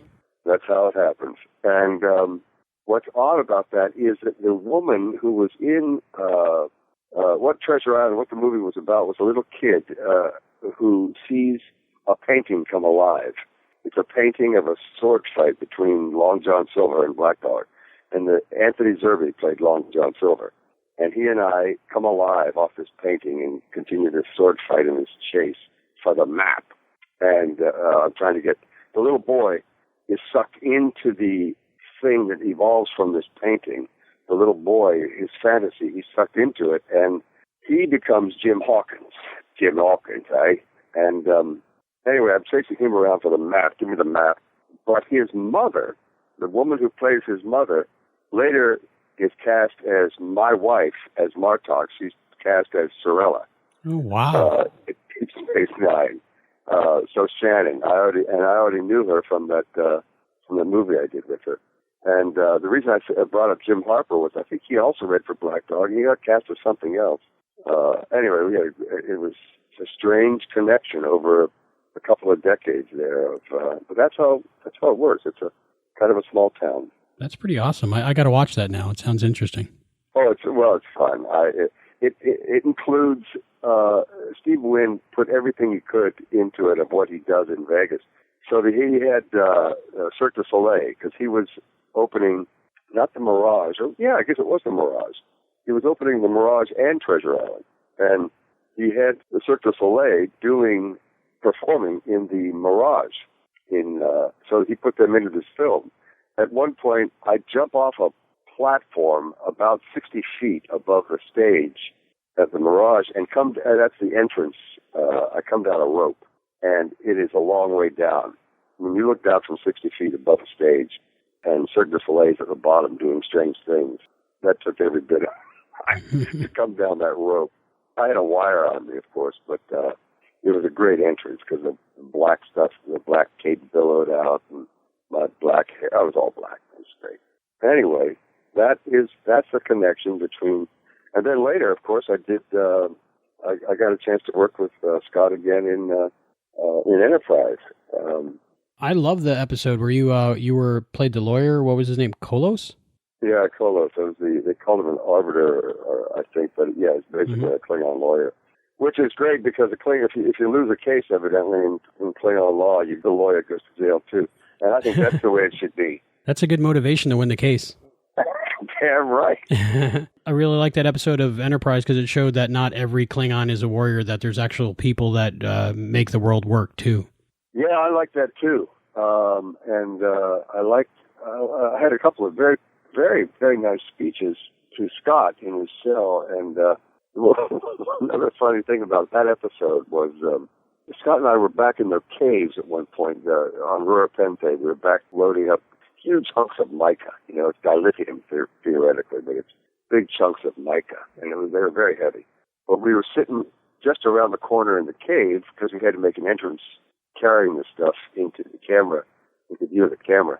But we'd sit back there waiting until he said, and I said, and we were talking, he said, this reminds me of other jobs I had before I got into acting. He said, yeah. He said, I was an electrician. So Scott did electrical work, and I did concrete, curb, and gutter. And we were talking about our money jobs before it all, before we got to work regularly as actors. Did talk of Seabride come up while you were working together on Enterprise? Oh, yeah. He remembered, because, the first thing I did was punch him in the nose. And I have no depth perception because I have a bad left eye. That's why Mark talked, it didn't bother me to have that eye covered because I have a bad left eye, amblyopia, and I don't really use it. They first tried to cover the right eye. I said, oh, no. I can't. I'll knock over everything. I can't see. But, and Michael Watkins was the cinematographer for Seabride. I think he was probably did most of the episodes for Quantum Leap. But then he was also the cinematographer for that Treasure Island thing. And then later he became, I believe he worked on one of the Star Trek series. I'm not sure which one. Maybe it was Voyager. But anyway, as I say, it's a small town. This episode, Seabride of Quantum Leap, it's the one with the most guest stars of Star Trek in it. Is that right? It's got you, and it's got Beverly Leech and James Harper, which were both in episodes of Star Trek. And, of course, Scott Bakula. Oh, wow. Wow, yeah. Well, Jim Harper, too. Wasn't Jim, didn't he do something in Star Trek? Yeah. He did a Deep Space Nine. Yeah. So I thought so. It's full of Star Trek alumni there. Isn't that funny? Yeah, that's cool. Pretty cool. Can we talk a little bit about your character of Weathers Farrington, and how did you feel when you were doing those scenes when you were trying to convince Catherine to get married to Vinny the Viper, which she didn't want to do? I have no idea. I have no idea what I was thinking back then. Okay. I think, as most actors do, I think, I hope I look old enough. And I really, without a mustache, especially, without a beard especially, but without a mustache, I look like I'm about 12. And so I would have looked even younger back then, but thank goodness I had that mustache, because that helps a lot. But I was thinking such things as, I hope I look old enough while doing this scene. She looks incredible. She looks, I'm not sure. Did she do it? Did you say she did a Star Trek? Yeah, she did a Voyager. Oh, she was a Voyager. Do you know what she did? Beverly Leech, she played an alien with Ron Glass in an episode of Voyager where they pretended to be doctors, but they weren't. taking over a ship, I suppose. Yes. Yeah. Something like that. Well, that's interesting. Yeah. You did a Voyager too, right? You were a Hirogen.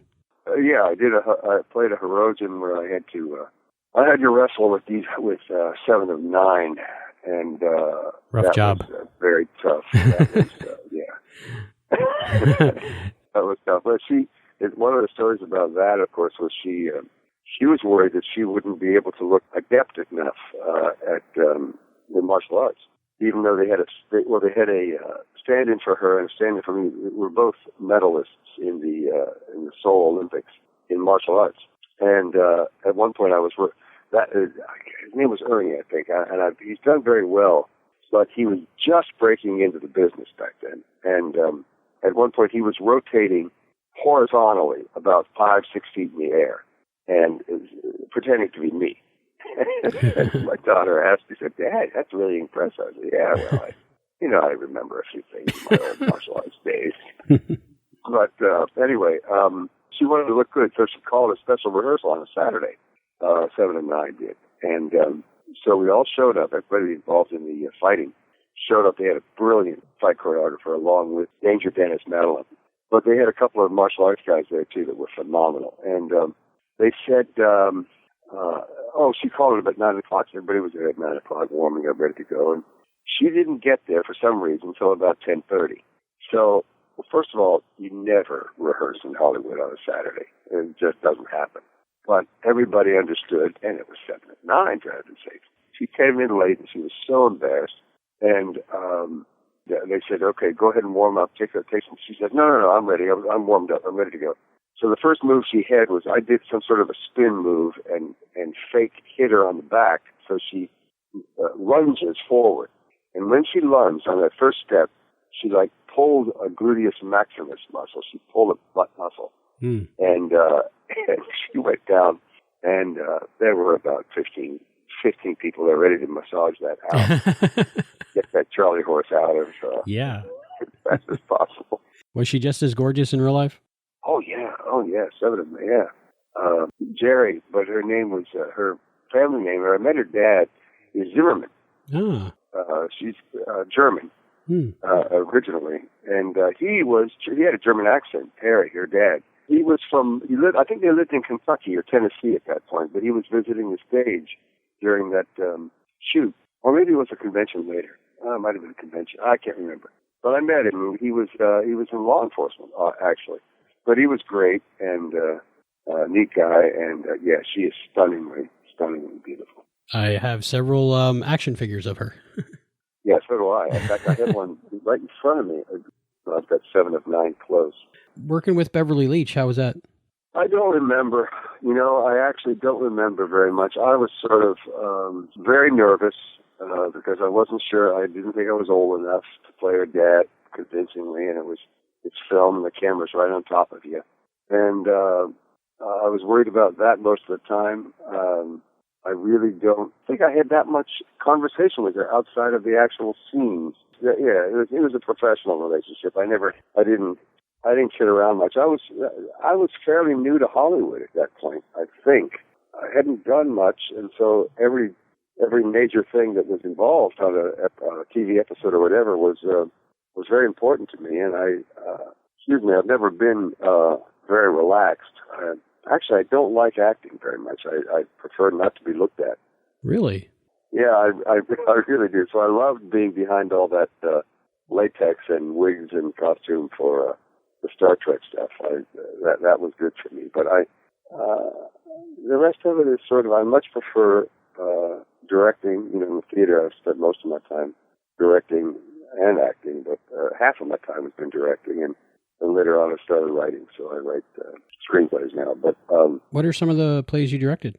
Oh, a lot of Shakespeare, a lot of outdoor Shakespeare, a lot of touring company Shakespeare. I've done a lot of associated classics. Victor Hugo, Count of Monte Cristo. I have to get on my resume for the things I've directed.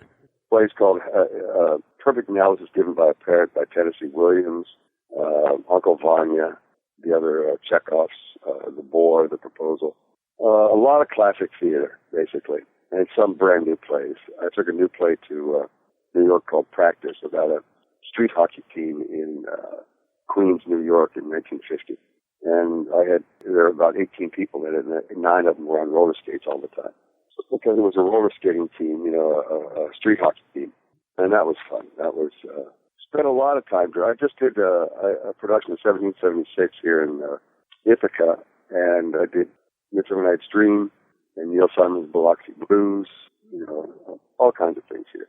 They say they hire a lot of stage actors for Star Trek because it's very almost Shakespearean-like, especially Klingons.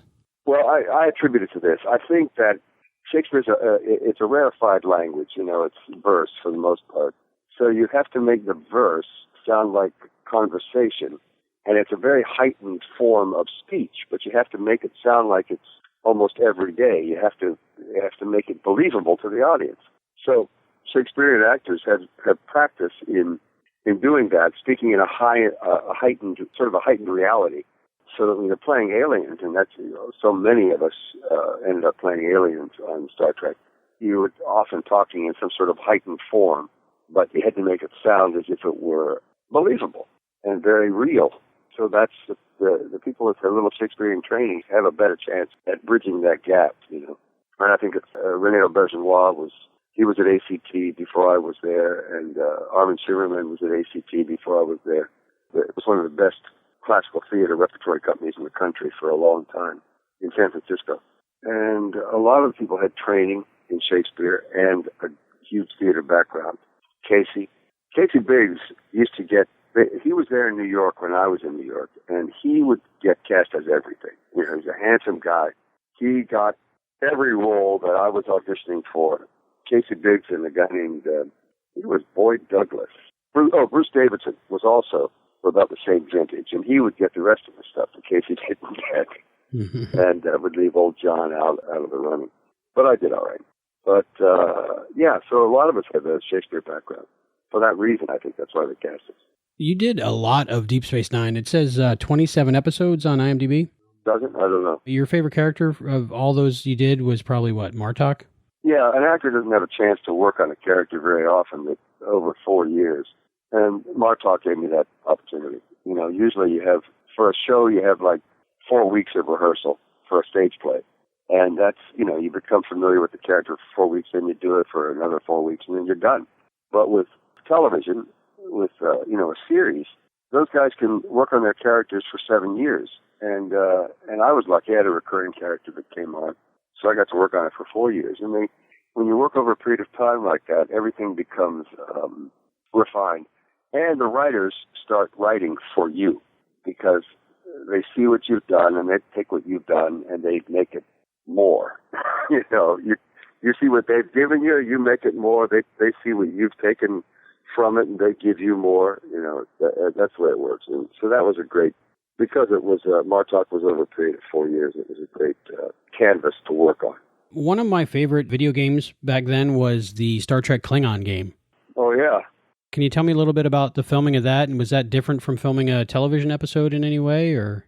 Well, not really, except you have to do several possibilities because the actor, whoever the game person is going to be making a choice. So you have to do 3 separate outcomes for every large moment. But that happened because I auditioned for it, and there was a sequence where Bob O'Reilly did the lead, of course, the Klingon. Right. And I auditioned for something. I forget what it was. I don't know. Anyway, there was a long sequence where he had to speak Klingon. And I said, when I was preparing for it, I said, no, what am I going to do? I can't speak. I don't know what the Klingon sounds like. I don't know what kind of accent. I don't know. Let me see if I do. I'll speak in a foreign language. I'll do it in French. No, French sounds like English. I'll do it in it doesn't. Spanish. I'll do a piece of Latin because I took a lot of Latin in high school and college, and my mother was a Latin teacher in high school. And so I did Cicero's Fourth Oration against Catiline, and I came to this part where it said, we're supposed to be speaking in Klingon. I said, boss, you do not understand. This is the Klingon way. Quosque tonema vutari, Catalina patientia nostra, quem ad finem nostra inget. I went through it, and I finished, and Jonathan Frakes was the director. Mm-hmm. And Jonathan said, nobody has ever auditioned with Latin for me. before. There's really nothing for you in this CD, the DVD, the ROM. But I'm going to ask the writers to write you in. And that's why they created that old Klingon. And he said, I happen to love Latin. So that's another reason. Not only did Steve and Ira Bear's kids like Black Dog that got me in, but my mother was a Latin teacher. And that helped get me in. So if kids ask me now, how do you get into show business? I said, take Latin. That's my advice. I thought that character was really good in the video game because it showed how older Klingons were treated if they didn't die in battle. Oh, that's right. That's right. It got there. He was the one he chose either the weak, the infirm, the feeble to attack, and that was what my character supposedly was supposed to be, the one that the Patak would attack. Using Klingon philosophy, Yeah. It's funny you use Klingon words and I understand them, so. Yeah. Klingons have like a subset of Star Trek fans that are all about the Klingons. Do you have a more rabid fan base because you portrayed so many Klingons? You know what I have? It's an odd thing on Facebook. What I have is a lot of people that are fans of the show. They're Klingon fans. And Klingons are very, I'd say they're pretty much on the right end of the political spectrum, tend toward almost a fascist approach to politics. And for that reason, I have a lot of people that are, I am a screaming lefty for the most part. And it absolutely shocks people that are my Klingon fan base that I'm over there. But on the other hand, I'm not my background is, Hertzler is an Amish name, and the Amish are pacifists. The Amish do not go to war. But on the other hand, I was a linebacker in college, and linebackers live for going to war. So I have a strange, conflicted personality, that so many of the Klingon fans that are out there are surprised at my political positions, but they enjoy the vehemence of my positions and the passions in which they're stated. So that's, but it's an odd mix of passion and liberalism. I had a chance to check out your Facebook. You had some good stuff on there. Yeah, I have some wonderful arguments with people, and but mainly my birthday just went by, so I was stumped. I had like over 1,000 people wishing me happy birthday. I said, I'm impressed. That's awesome. Yeah. How was your birthday? Awesome. March 18th, right? How was your birthday? Yeah. Oh, I don't talk about it at this age. Okay. You're finally old enough in real life to play Catherine Farrington's father. Exactly. I am old enough now to do that role, and I could kill in that role now, but I was very nervous back in the day. I saw that video you put up there about they opened the gun shop and each gun had a story on it. Oh, yeah. That's interesting. I think everybody should watch that. Oh, well, that was very interesting. A lot of people, and I said, look, they weren't actually selling guns. It was a propaganda film, and it's a propaganda for something that I believe in, and I wanted to point out to people that there's the downside of weapons that is awful, and because people, I said there's propaganda both ways, and so I said don't look at it as if they were breaking any laws. They weren't trying to really sell guns. They were just making a point. And but I tell you, I got that was an interesting explosion of opinions on that one. Mm-hmm. But it's good.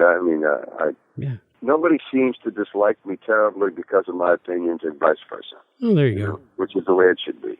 Tell me a little bit about, if you could, The Adventures of Briscoe County Jr., one of my favorite series growing up. I've never, ever seen that. I've never seen that episode. I play an actor, which is not the first time I've played an actor. I've been an actor playing an actor. But the biggest piece of that for me was meeting Morgan Woodward, and that old cowboy actor. He's probably gone now, and maybe he's not, I don't know. But he was Shotgun Gibbs. One of my favorite shows growing up was Wyatt Earp with Hugh O'Brien. And I believe, and I might have this wrong, but I believe his sidekick was a guy named Shotgun Gibbs. And I believe Morgan Woodward played that role. I think I asked him about it. And he said, yeah, well, that's me. Hmm. But that was, he drives a caddy with giant longhorn horns mounted on the hood, believe it or not. But he does. He was one of the bounty hunters. He was the main bounty hunter on that show. And I've never seen it, so I don't know. It's worth a watch. Oh, I love Bruce Campbell. You know, he's a tremendous comedy performer and a great actor. I love watching him too. I love working with him. Something I wanted to ask you about, Star Trek Axanar. Yeah, no, we did the prelude to Axanar, which was a great idea for a trailer for a film to raise money for the main Kickstarter project. But this Alec Peters, who's the producer and co-writer, along with Christian Gossett, the director, and he plays Garth in it, has done everything right, like I've never seen before. I mean, they have put together the most professional. There were 2 days of, I think there were probably 4 days of shooting, but some of us were there for only 2 days. For that trailer, it was a green screen trailer, but the studio, when we went into the studio, they rented an old, one of the old studios of either RKO or, I can't remember who it was. It wasn't Charlie Chaplin, but it was one of the one of the early filmmakers in Hollywood. And they brought in department heads that were all professionals. And they had a lot of volunteers, but they were all led by professionals. So it was the most well-executed, professionally executed shoot that I've been. It's just as special as anything else I've ever done. And all the actors, Tony and Kate and Gary and Richard, we were all impressed by, wow, it doesn't happen. It just doesn't happen. And they've done a great job. And I didn't think the script would work. And then I saw it and I said, wow, this is really good. And Tobias Richter, the guy who does the CGI, he is from Dusseldorf, which is where that jet was headed that just crashed in the French Alps. Mm. And that's a horrible thing going on over there. But but that's where he does his work, out of Dusseldorf. And it's just, that's what filmmaking has become. You can do the CGI halfway around the world. And they do really good, really good. It's incredible work, and put it together digitally. It's amazing what you can do. Alec is doing as good a work in professional managing a studio project that I've ever seen. So I have nothing but great things to say. The script has just been locked for the full move, and it looks like we're shooting sometime in October. Once I saw that trailer, I was very excited to see when it came out. Yeah, I think we're going to be shooting in October, which means they're going to be able to release it for the following summer, pretty much. It takes that long to do post, but it looks good. It looks good, and of course, I fell in love with Kate, and we all fell in love with each other. The actors, we've done a couple of conventions together, and we've had way too much fun. But it's been really great. And, is that why you do the fan projects? No, it's really not. It's for me, it's a job that happens to have the reward of working with some wonderful talent, and that's not always the case. But when it is the case, it makes it all way beyond worthwhile. It makes it all the reason we're doing this business, to work together to create something that's very special. And that's the whole point of filmmaking and theater, for that matter. It doesn't always work out that way, but this time it is. And it's pretty special. Yeah, I'm looking forward to that. Love your voice. You've done a lot of voice acting. Yeah, I'm available to do more. Do you know anybody? No, I do. And when I left LA, to come over here to teach at Cornell, and that took me basically out of the acting business pretty much, because I was, you have to be there to interview and meet people for things and whatnot. So when I went to northern upstate New York, forget about it, because it's too far to drive into New York to read for things. But they occasionally call me in to do voiceovers for things, so I go into New York and do them in there. Oh, and I just did the narrator for my daughter. She just, it opened and closed, the high school production of, the Trumansburg High School production of Beauty and the Beast, where I played the narrator at the beginning. I said, once upon a time, in a land far, far away, there lived a handsome young prince in a shining castle. And it went on from there, but I love doing that for my daughter. That's awesome that you did that for your daughter. Yeah, exactly. They are the best. How old's your daughter? My daughter is 2.5. She's awesome. Her name is Serenity, and I love her. Oh, wow. Yeah. So 2.5. You got a lot of fine years ahead of you. Yeah. Oh, that's great. That's a great age. You got the next 6 years are going to be wonderful, and then it changes, and then it gets even better. But the 60, reaching down for that little hand when you cross the street or walk in the parking lot or whatever, there's nothing better than that, Dad. Melts my heart every day. Yeah. Going back to Quantum Leap, do you have any other memories of things that happened, or maybe a particular day on the set that stands out in your memory while filming Seabride? I don't remember much except the big dance number. Scott Bakula is basically a song and dance guy. Yeah. He did a lot of musicals before he got into television and film. And so there was a big ballroom scene, and he got a chance to do some ballroom dancing with Ms. Leech, and that was pretty exciting to watch him because he's really good. He's really good. He's a good tap dancer. He's a good, just good all-around dancer. But that ballroom had a big band in it. They played big band numbers, and there was a live singer, and I love big bands. And so that for me, that was very special, too, because not only did I not have to dance, but I could be there to listen to the big band music. That was great. That sounds like a fun day. Like, I'm getting paid for this. This is awesome. It was about 8 days, but it was awesome for 8 times over. Absolutely.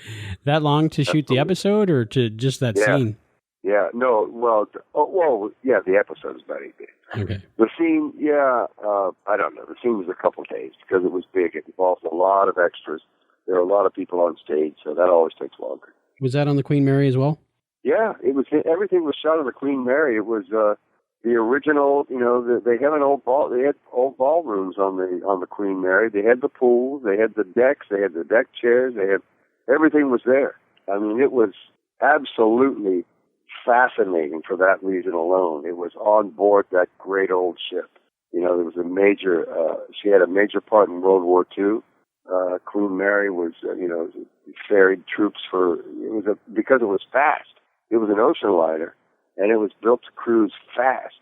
So it was one of the best ones they had, even though she was huge, to shuttle troops because she could cut really fast through the shipping lanes, and the U-boats wouldn't have a chance to catch up because they weren't as fast as that big old.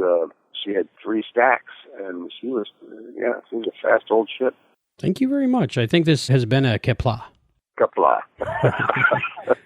Right. Excellent. Well, that's good.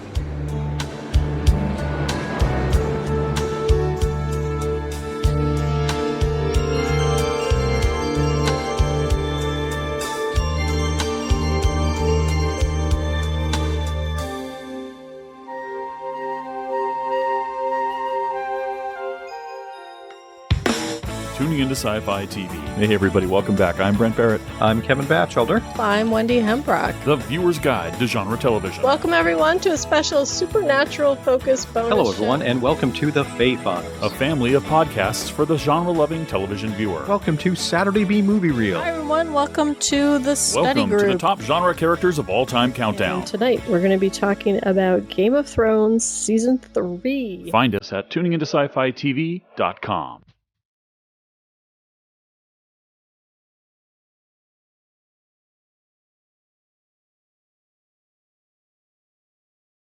Hey everybody, I'm Gabe. I'm Juan. And I'm John. And we do Thinking Outside the Long Box podcast. It has segments, but we don't ever really stick to that. And we talk about comic books. Which we love. And we talk about movies. Which we also love. And we talk about TV shows. Which we love also. And we talk about our love lives. Which we love. And John in his underpants? Yeah, yes. I don't know. But basically, it's a show about things that sort of have to do with comic books. We've interviewed some cool people, and we like to talk about stuff. Rob Bruce. Yeah. Leela Del Duca. Other people. So you should listen to our podcast, because we need your attention, because we're sad men. Sad pandas. And it's awesome, because we're also hilarious. Hilarious. Amazingly hilarious. Can you say in a commercial? I don't know. We'll see. In a commercial. I'll bleep it. Is this commercial now? I don't want to go there. Basically, I'm not taking my pants off. Exactly what the show is like, and you should listen to it. I'm Gabe. I'm Juan. And I'm John. And you should listen to Thinking Outside the Long Box, available on iTunes, Stitcher, and your regular RSS feed. Mama said knock you out. I'm going to knock you out. Mama said knock you out. I'm going to knock you out. I'll just tell you, that Don's approach to Quantum Leap was, ironically, he insisted that the show be about entertainment, which is his philosophy about television, that television is to entertain. He would always say, I'm not talking about issues. This is a relationship story. It's about stories about the heart. It's about humanity. It's about feeling good. You look at all of Don's shows, he's always had very strong male relationships in all of his shows, and that's really what he wanted our show to be about. And the other stuff that snuck in, he's responsible for some of it, because he would say, "Where can't we get some stuff about the environment in one of these shows?" You know, and the episode where we were on the on the Queen Elizabeth, there was a part added about dumping trash in the ocean. That's from Dean Stockwell. There was always these kinds of things going on. But Don didn't show up in the morning saying, "Let's do a show about the environment." He never approached it that way, and I think at times fought people that wanted to do shows that had messages. I wanted to do the rape show, not after the rape. I wanted to leap in during the rape. But we got the scripts so late in time, we never really had a lot of input into them once they got there, except he would always, sneak stuff in. He'd go to his trailer and he'd come back with a new monologue, and there'd be all this great stuff in it, and I'd be like, my face would be like, and he wouldn't tell anybody. He would just start rattling this stuff on. I don't know. But that's the magic of this guy and his acting, which was astounding and phenomenal and amazing to be around. Thank you. Thank you.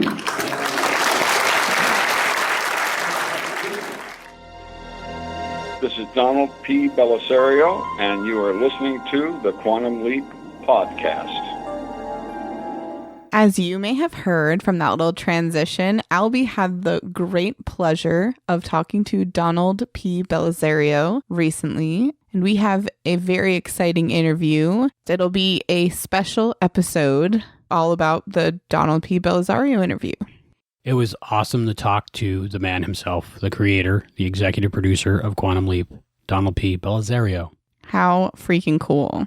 It's amazing. It took some time to get through the assistants and the people and, have my people call his people. And I actually do have people now. So I was going to say, you actually do have people. That's kind of crazy. But it all worked out. And once we were on the phone together, he was just a really cool guy. And I can't wait for everybody to hear it. We've been just getting one interview after another. Our two producers on the show, Hayden and Juan, have just been doing an amazing job getting us interviews. And I just keep on doing them and I'm loving it. We have another interview coming up for our next episode as well, don't we? Yeah, we've gotten so many great interviews. We had Fabiana Udenio, and she was great. I mean, it was really cool because I liked her from a bunch of other stuff she did besides the episode of Quantum Leap. And we had a really cool one with Michael Gregory, who played Colonel Wojciechowicz in Starcrossed. It was really cool to talk to him because I'm a big fan of Total Recall. Like, that's one of my top 5 movies. We have Total Recall on the walls everywhere. The old one? The old one. Original. I don't say old, I say original. Okay. The good one. You're not old, you're original. Yeah, exactly. Hey. But that was really cool to talk to him about the filming of Total Recall and, of course, RoboCop and all the great stuff he was in. And then I got to talk to Terry Copley, which she was Dixie in The Right Hand of God. So we're getting some great interviews. Yeah, that's really cool. But I have to say I'm probably most excited about Donald P. Belisario, just because without him, there would be no Quantum Leap. Yeah. So a pretty big deal. Well, and now you've talked to Deborah Pratt and Donald P. Belisario. So you've got the creators of the whole show that we're basing our podcast on. So it's pretty awesome. All you need is an idea, a dream. And some microphones. And some microphones and some editing software and I guess a lot of your time. Lots and lots and lots of your time. And some great free working friends of ours. And it all works out eventually. Who would have thought? I'd say we've made it. If we hadn't made it yet, we definitely made it when we had the creator of Quantum Leap on our show. Yeah. And he likes what we're doing, so it's very cool. You're like famous now. I thought about that, honestly. I was like, wow, I'm talking to all these famous people. But the most famous person that is just famous for talking to famous people is like Larry King. So he's like the ultimate. So I'm like maybe 1% Larry King right now, which is pretty good. Hey, I'm no % Larry King, so that works for me. That's our quote from the episode. Hey, I'm no % Larry King. And coming up on the next episode of the Quantum Leap podcast, we have Beth herself, Susan Dial. And you don't even know who she is yet. You haven't seen MIA yet. No, I have not. But just know, after you've watched the episode, I talked to her. Wow. And she's got some great stories about the filming of Quantum Leap. It's really cool I got to talk to her. So that's coming up in the next episode of the Quantum Leap podcast. I think everybody's really excited for me to watch the next episode of Quantum Leap. A little bit. It is one of the fan favorites, I'd say. I know Hayden is excited. Yeah, and nobody can say anything about anything. Even Tom Quinn was messaging me about how you should watch it and what you should watch it from and when you should watch it. And I was like, I totally agree. No way. This is gonna be awesome. Yeah. So we're all excited for you to watch MIA. How funny. I have no idea why. I mean, like, I don't know why it's crazy. I think it was one of the first episodes about a transgendered person, probably, maybe. Oh. That could be it. What do you think of That's actually a really big thing right now, so it's very relevant So it's very interesting that they did that in the teaser of the next episode. So I don't know what the story's about, so I don't want to make any. It's a good story. And now it's time for the third episode of Quantum Leap, The Impossible Dream, created and written by Jill Arroway, with guest star Jennifer Runyon as Carmen. Hope you guys like it. Carmen, you did nothing wrong, except maybe trust someone who turned out to be a sleazeball. Thanks, sis. I know you mean well. But I have to do what I have to do. Do you have enough money? Yes. I'll be fine. She doesn't. Ziggy says this is probably where Carmen's life of crime starts. You have to stop this. I know. I have to go. I have to do what I have to do. Good luck. I'll scout ahead. Ziggy, send me on Gary's house. This is the place. I can see Gary now. He's at his computer. Will do, Barbie. Sometime I forget I can walk right through his desk. Oh my word, he's cataloging more pictures, all of young girls less than half his age. But I don't see Carmen. Ugh, I don't want to look at this. I'm looking away. This isn't something I should see. Barbie, Lawrence would have a field day with this guy. He's a sleazeball, all right. In fact, he's worse than a sleazeball.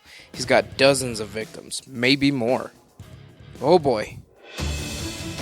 What if you could leap into the past, still facing mirror images that were not your own, still driven by an unknown force to change history for the better, and still guided by a hologram that only you could see and hear. But now you are also able to leap home. We've solved the problem.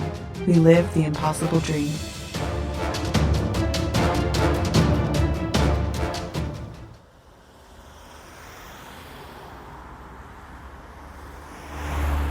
What is Shelley doing? Careful. She almost saw me. Oh, God, stay hidden. She's talking to someone.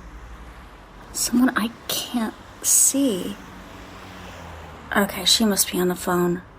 She must have one of those in-ear things with a hidden microphone. Okay, I gotta get closer. I've gotta hear what she's saying.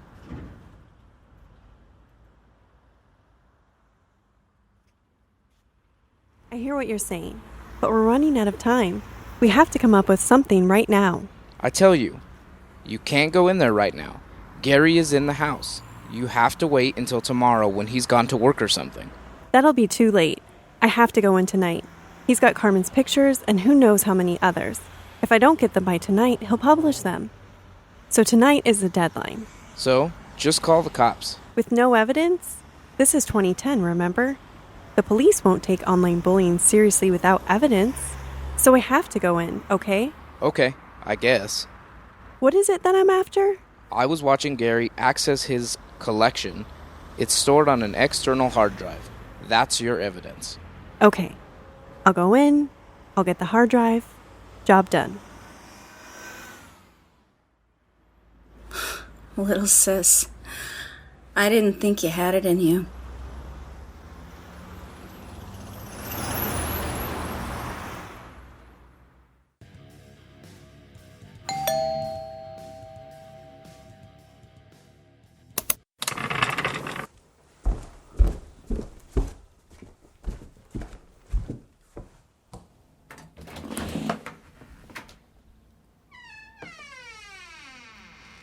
Hello, my name's Amber.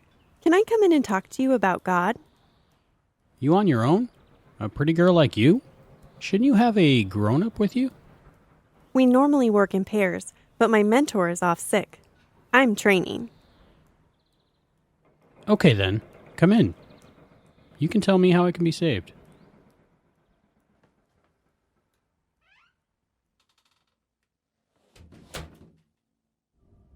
I don't understand. How was Ryan able to visit Gary's house without Amber being there? I thought it was just a neurological link. I thought you'd read all the Sam Beckett reports. I did read them. I didn't say I understood them. So, can Ryan just visit anywhere in history? Any place? No. We can center him on different locations, but only within a certain radius of Amber. How big a radius? 5 miles? 100 miles? It's different each mission. It depends on how strong a fix we get on Amber. That varies because of the fluctuations in the quantum level accelerator.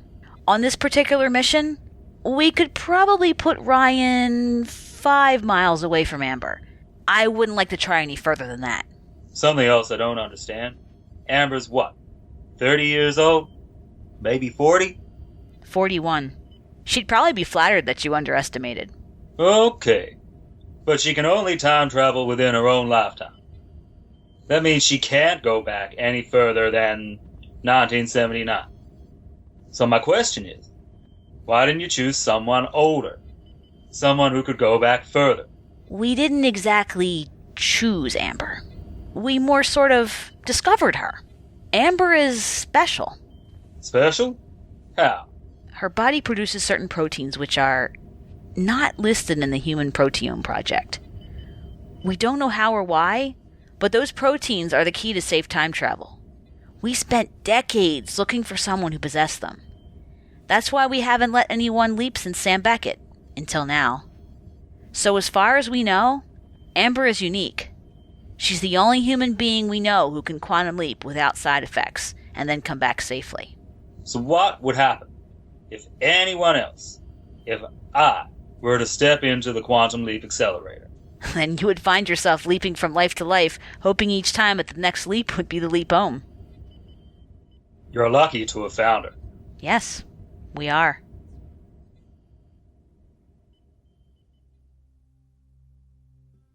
I think you're very brave, knocking on complete strangers' doors, entering their homes. My teachers at church tell me that God wouldn't let anything bad happen to me. I'm not 100% sure I believe in that God. And neither should you.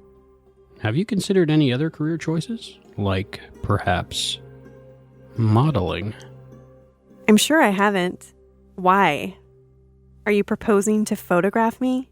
Lord, no. I don't have time for that. But if you take your own, or have some taken, send them to me. I'll give you my email address. I can make sure they get sent to the right people. That's very kind of you, mister. Do you mind if I use your bathroom? Not at all. It's upstairs. First door on the left.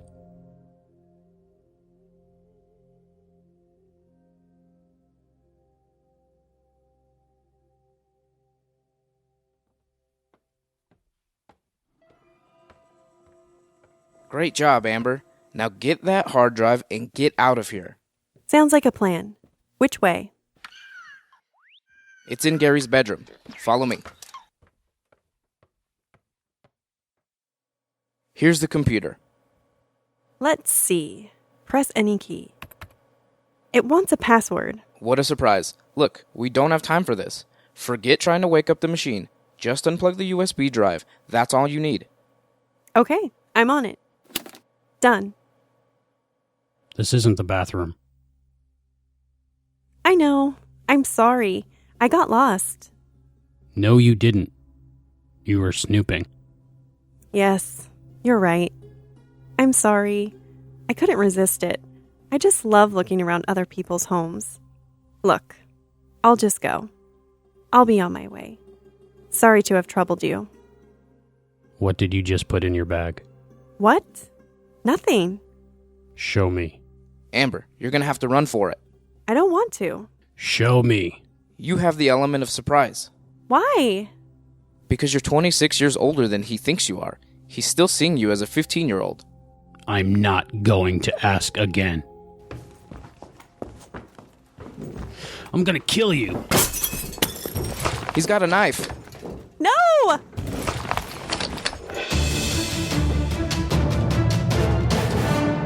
Quantum Leap, The Impossible Dream was created and written by Jill Arroway, starring Tawny Finneran as Amber Lee and Juan Morrow as Ryan Lee, with special guest appearance by Jennifer Runyon as Carmen Cartwright, also starring Hayden McQueenie as Peter Taylor, Suzanne Smiley as Barbie Sutton, and Albert Mark Burge as Gary McFarlane.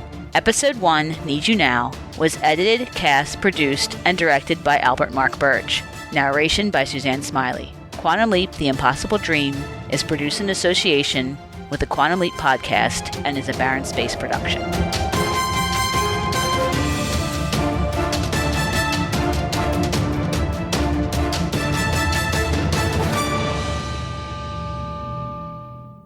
Wow, that was pretty good. Episode 3. It's getting good. It's getting good. There's one more part to this story arc, and it's exciting. I know how it ends now, but I can't say anything. Yeah, it's really cool. I never thought we'd be doing an audio drama from like the beginning of this project, but I think it's really awesome. What did you think of my acting? I think you're amazing, but I'm probably biased. And now we have a segment from Christopher DeFilippis. You said his name right. Yay. I'm not good with names. And it's about the far distant early 90s.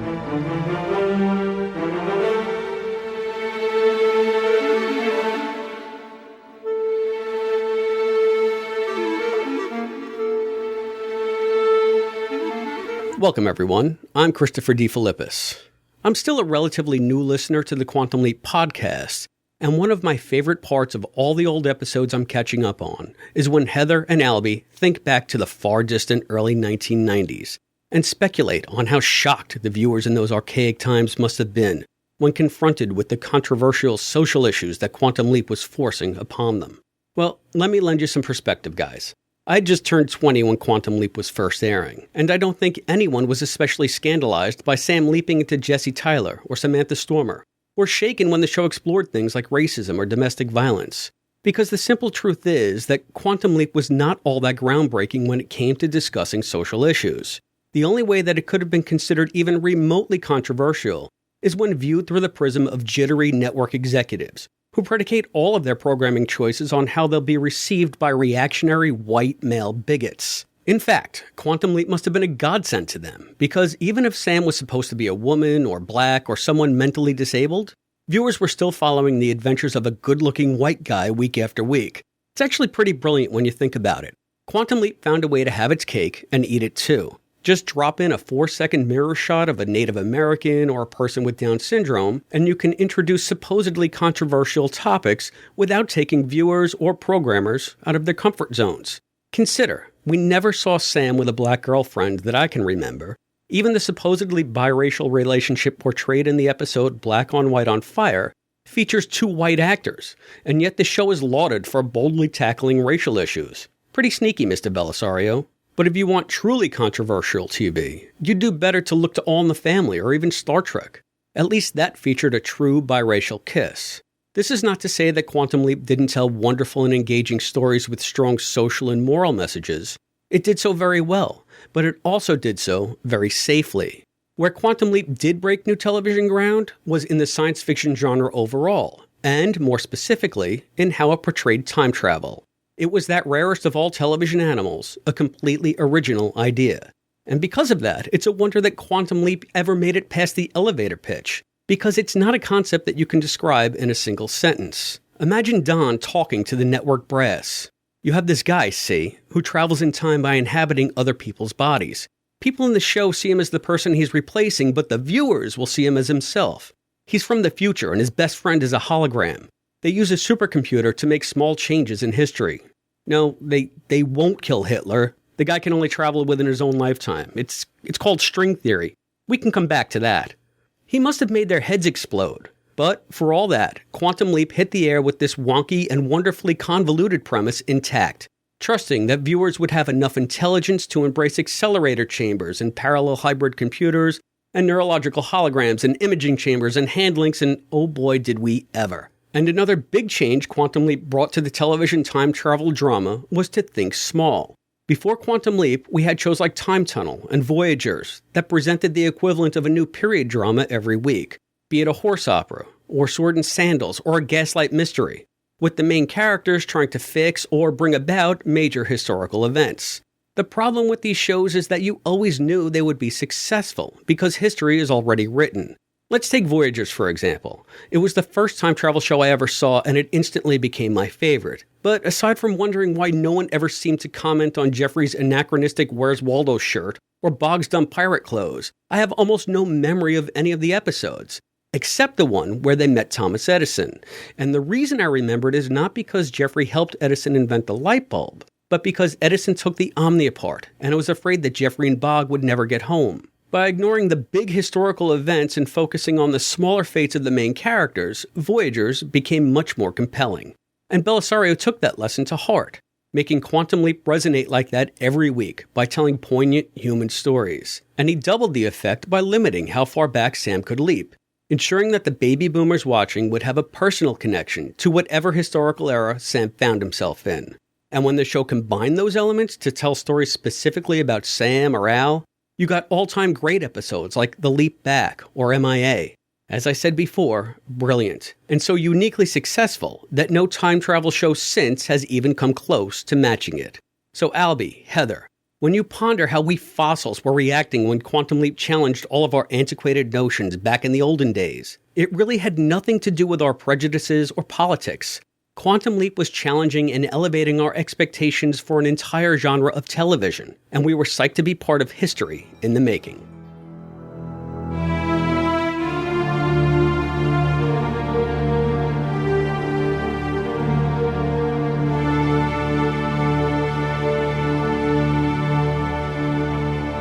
The passage of time and how old things are really is relative to how long you've been alive, I think. Well, to me, the fact that like the early 2000s were already more than a decade ago is crazy to me. Thank you so much to Christopher DeFilippis for that segment. It was a great segment, and he is archiving them on his website, theflipside.com. Check our show notes for a link. And we have some feedback. Our first email is from Father Beast. These emails will be read by Juan. I appreciated the opening segment of the audio drama you guys played on a recent episode of the Quantum Leap podcast. It sounds pretty good, and I hope you will continue to play these segments as they are released. I really like that the characters reference the legacy of Sam Beckett, and much seems to be the same about the project. Except it seems that they are saying that the Leaper gets to come home in between leaps. That is different, but not unwelcome. In the new project, it sounds like the Leaper and the Observer are a married couple, which is great for the project, but I hope this couple is either childless or old enough that their children are grown. I can't imagine trying to raise a family when one parent is off jumping around time. Anyway, I'm finding it to be good stuff. This brings up the idea of rebooting or reimagining the television show, which seems to be regularly clamored for by fans. I'm not so eager, since I got burned so badly by the reboot of Battlestar Galactica. The audio drama you're involved in is a pretty good idea of how it could be done, but it could so easily be done so badly. My nightmare vision for a terrible reimagining of Quantum Leap goes like this. There is no physical jump. They strap the Leaper into the machine and send his mind into the past. There is no imaging chamber. The only way they have of knowing what's going on in the past is by having the guy still strapped into the machine tell them what he is doing, although the viewer of the TV show would see scenes taking place in the past. There is no waiting room. The Leaper imposes his mind on an existing person in the past, and will sometimes struggle for control of the body. Maybe I'm in the minority on this. Maybe some people would welcome a Quantum Leap show done that way. Some people like the reboot of Battlestar Galactica, so go figure. I just know that I would not like it that way. Father Beast. Thank you, Father Beast. So what did you think about the whole Battlestar reference he made? Because I didn't see the old one. I only saw the end of the new one. I'm one of the people who love the new Battlestar Galactica. I thought it really made for a great show. One of my favorite shows of all time. My understanding is it's much more violent than the first one, though, right? Violent, darker, realer. The first show was kind of campy. Yeah. But they're both good shows. They're just very different. So that's probably what he means. Like, I don't think I would want a darker Quantum Leap. We have that now. It's called 12 Monkeys on SciFi. That's exactly what I thought of when he was describing what his Quantum Leap would be. I was thinking the guy strapped to the machine. Like, that's exactly what I envisioned. So I wouldn't want that either. If they were going to reboot Quantum Leap, I'd still want it to be a family-friendly kind of thing. And interestingly enough, we got that email from Father Beast before we aired Christopher DeFilippis' last segment about a Quantum Leap reboot. So it's true what they say, great minds think alike. Yeah. This one is from Aaron Brotherhead Moss. Hey, Albie and Heather, and of course the rest of the crew. Couple of notes about this episode of the Quantum Leap podcast. First, I want to say that I think the baby was just a prop or device to move the story forward, and that's why there wasn't a lot of detail with her, as far as feeding, changing, and all of that goes. I have to agree with Heather when she said that Reed just didn't want Christy's mother to have her.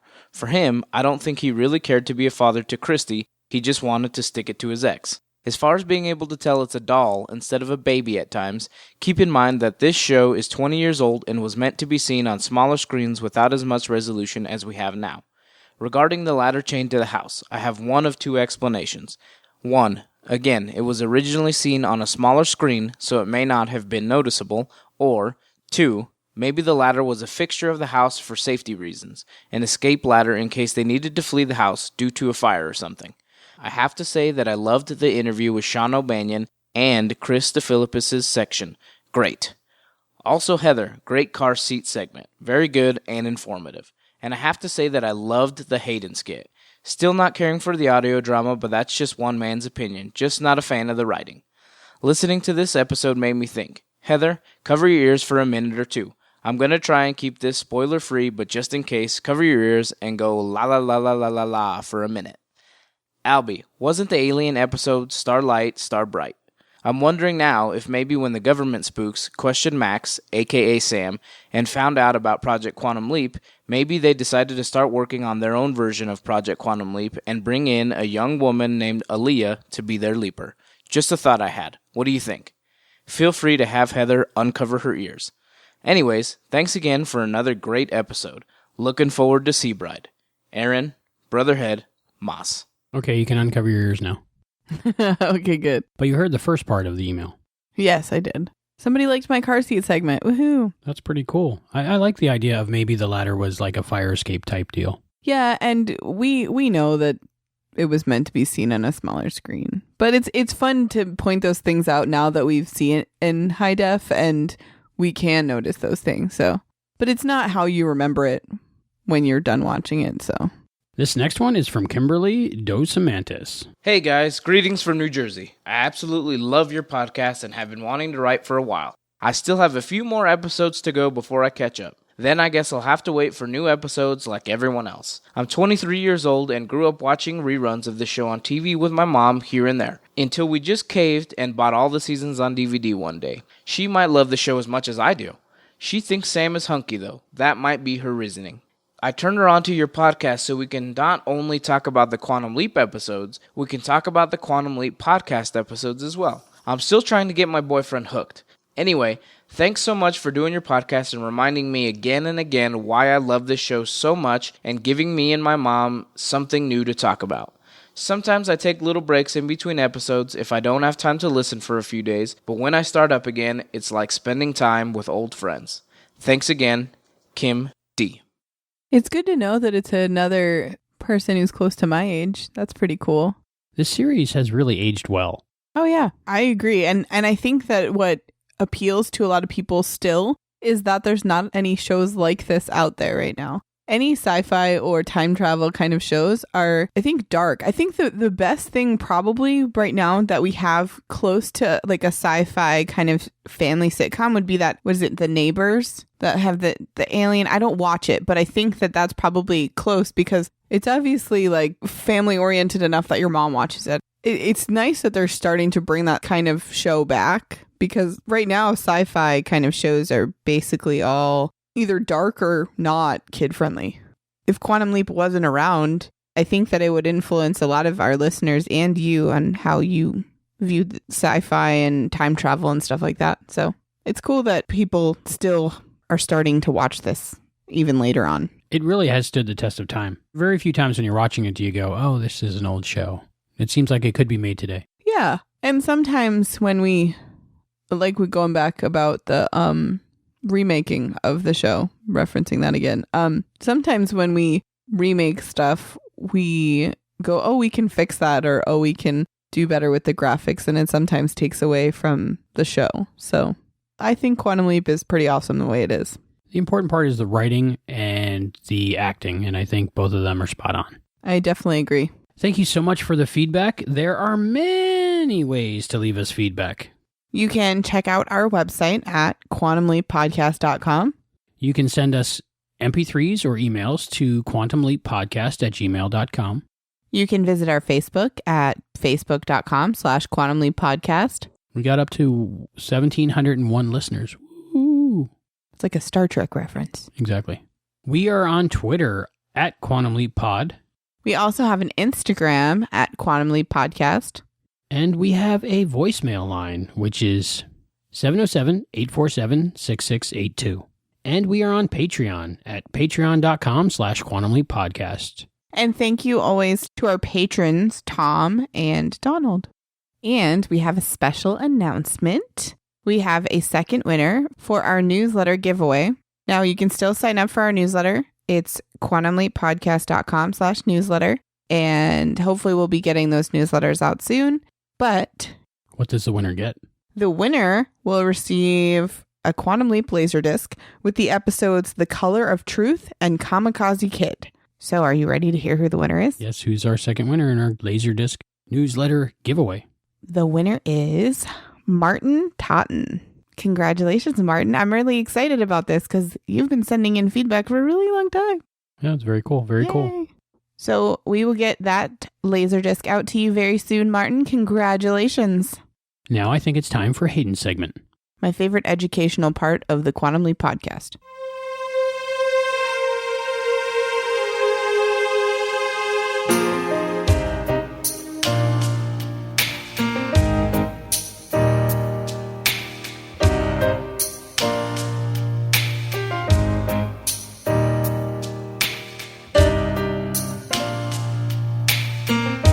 In the 21st century, one of the largest markets in the world is the video game market. And these days, it seems that every new movie and television series that is released has a video game to go with it. So it's a real shame that Quantum Leap originally aired in the late 1980s and early 1990s, when the video game industry was still relatively new. Because the premise of the show, Quantum Leap, to inhabit the life of anyone who has lived in Sam's own lifetime, and to try and put right what once went wrong, gives infinite possibilities for a Quantum Leap video game. So in this segment, I'll be talking about the Quantum Leap video game that might have been. First and foremost, a great video game needs a great narrative. Nobody will play a game that's boring. Thankfully, with the theoretical possibility of Sam being able to be anyone and do anything, it means that it should be relatively easy for talented writers to come up with a good story for the game. I would think that the game developers would prefer to come up with short stories or missions, each of which could count as a different leap. One would hope, though, that there's an overarching story, maybe even at the project itself, to make the overall story flow.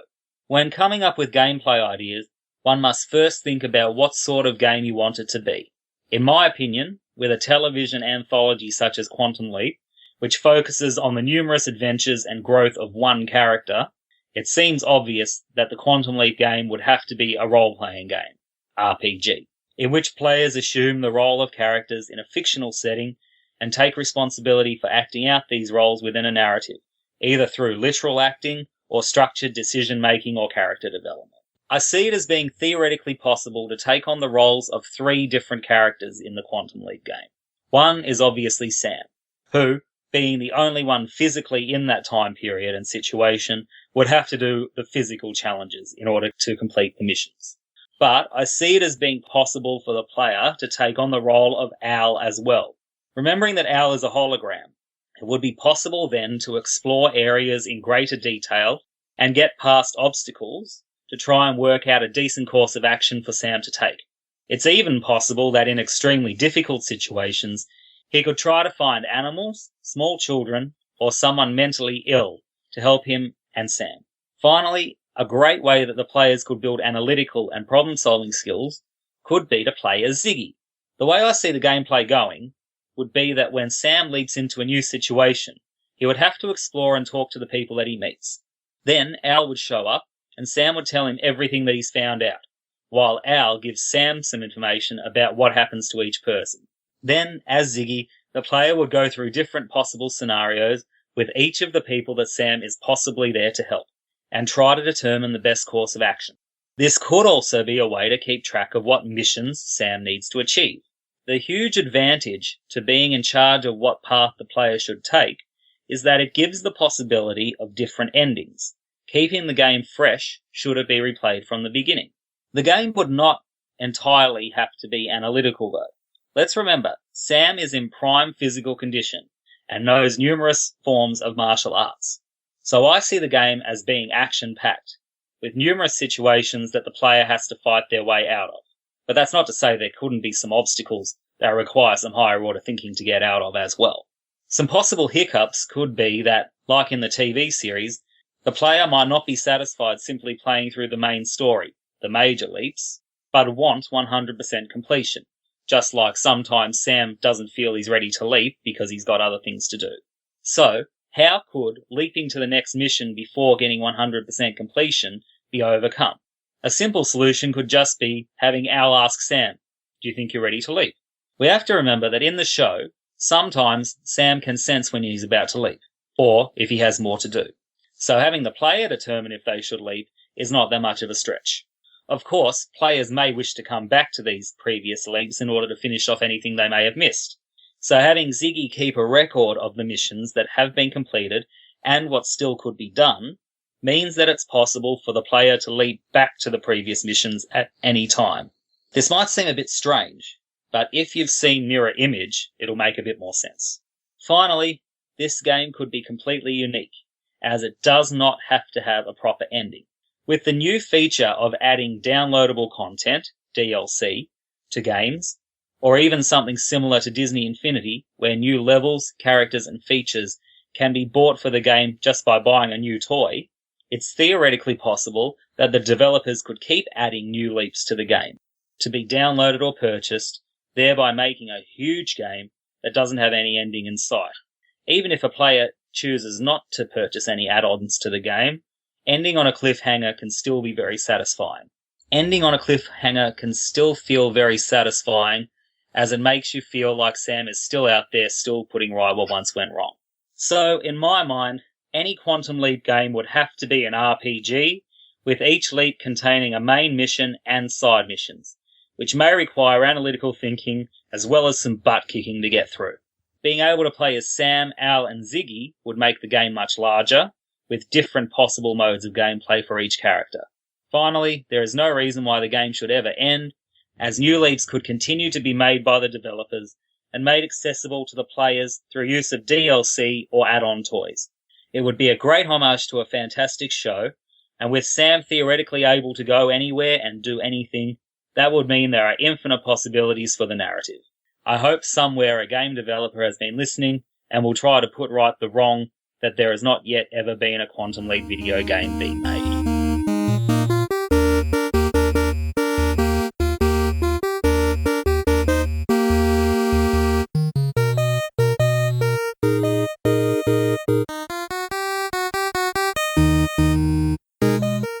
That was a great segment from Hayden. There should be a Quantum Leap video game. There was a Back to the Future video game, which I really enjoyed. That came out a little while ago. But I think people would buy a Quantum Leap video game. I know there's that app, but I don't think it counts because it's not really like actual Quantum Leap. Yeah, not official. I would want something with the voices of. You would want one of those storybook ones where you like choose your own adventure. Those are my favorite kind of video games. Yeah. Watch 10 minutes of video and then pick right or left. Mm-hmm. Or the YouTube playthroughs. Yeah, I just watch them play the video games. Maybe that's where Rennie gets it. I'm surprised. But yeah, I like games like that, like Star Trek Borg, and there was a X-Files one where you just pretty much choose your own adventure. Any more than that, it gets too complicated for me. But that would be great. I might even, if it was like a button mashing game with Quantum Leap, I don't think it would be. Like Mortal Kombat, where you're like, just push all the buttons together. I don't think I'd like that if it was Quantum Leap and fighting. I think the only thing you could do would be like a story type of game. Nice story. They have so many of those now. I'm sure it'll eventually happen because they have those for cartoons, and I'm sure if the right person gets bored and wants to create something like that, maybe one of our listeners should get on that. I'm sure we have many talented listeners who could create a Quantum Leap video game and present the idea. All they have to do is contact the right person at Universal that is interested in doing more Quantum Leap projects. There might be someone. You don't know. Okay. Heather, do you have any news? I don't really have any news, but did everyone else see that David Feldman got an autographed Scott Bakula photo? For his birthday. Can we all just be a little bit jealous for a second? And it wasn't like from eBay or anything. Scott Bakula sent it to him. Yeah, freaking cool, man. I'm so jealous. My birthday's coming up in months and months.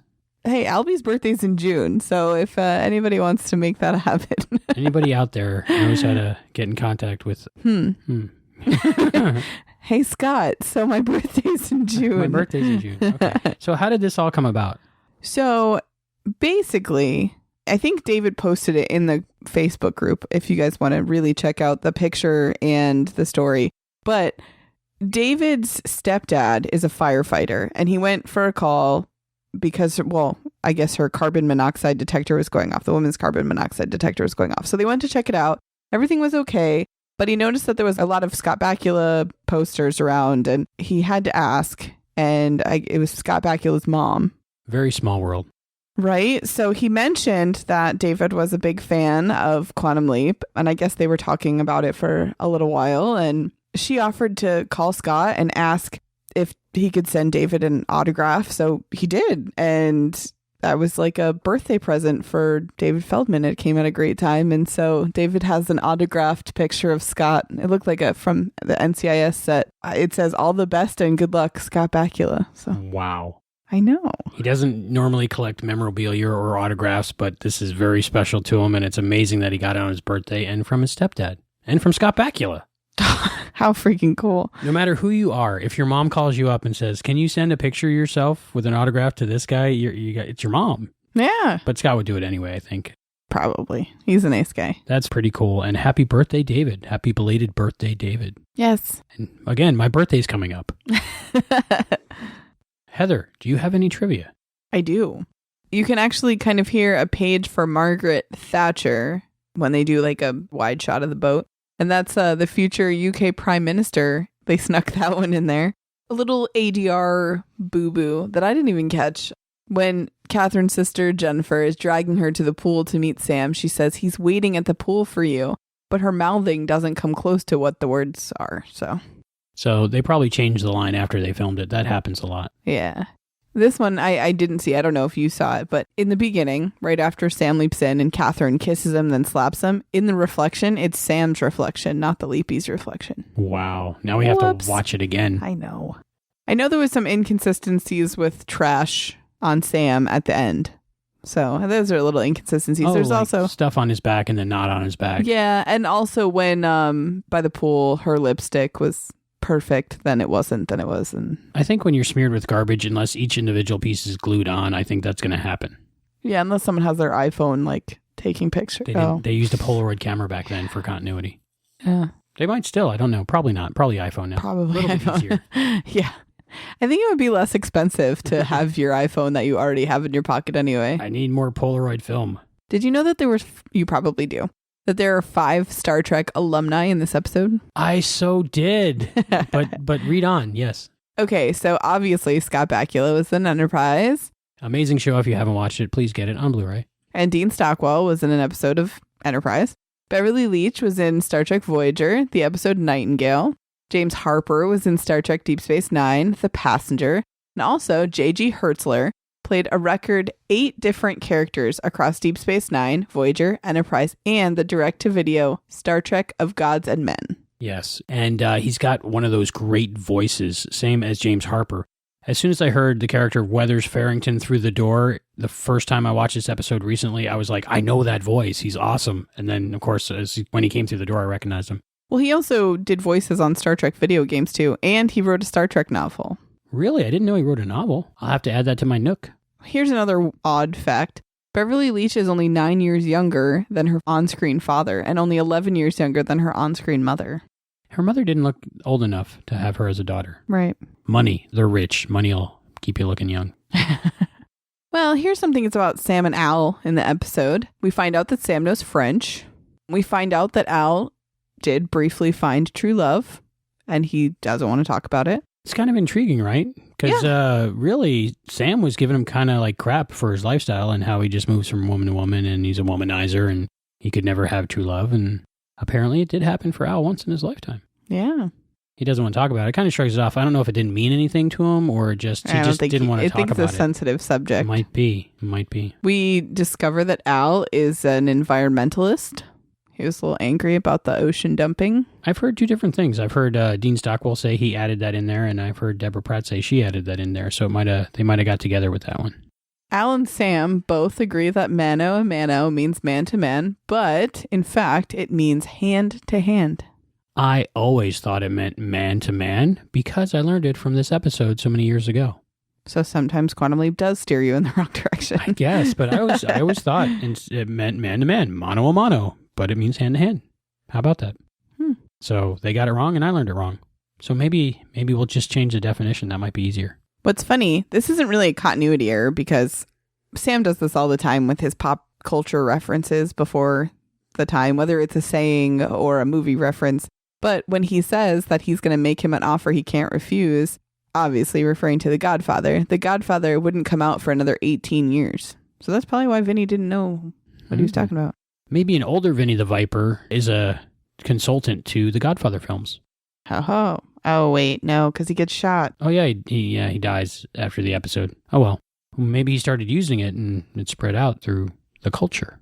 Yeah, he did have a couple years to say it. I'm going to make you an offer you can't refuse. Heather, Albie, in the next episode of the Quantum Leap podcast, there's a woman or a dude in tights. I think they're hose. Are they hose tights? What are they? Hose for bros? Is that a thing? If it's not, somebody just took it. I don't know, but if it's not a thing, it should be a thing. Yeah. In the next episode of the Quantum Leap podcast, we talk about the final episode of season 2 of Quantum Leap. Can you believe it? We're all the way to the end of season 2. Wow. We are 2/5 done. 2/5. We're 2/5 done. Is that a fraction? I'm not sure. Yes. Okay. Is it a proper way to say a fraction? Yeah. Okay. Or we're 40% done. It's just funny. You're like, we're 2/5 of the way there. We are. We're getting there. Are we there yet? No. How far are we? 2/5. 2/5. Are we there yet? No. We're only 2/5 of the way there. I wouldn't even comprehend that. So what does that mean? In the next episode of Quantum Leap, Sam leaps into either a very ugly woman or a man dressed like a woman. And I can't say anything more because you haven't seen that episode. Are you looking forward to MIA, Heather? I am. Get it? Because I am is MIA. Oh, cool. Dude, yeah, I get it. I'm really excited to watch this episode. And for everyone who has seen the episode before, Heather will be watching it with the original music.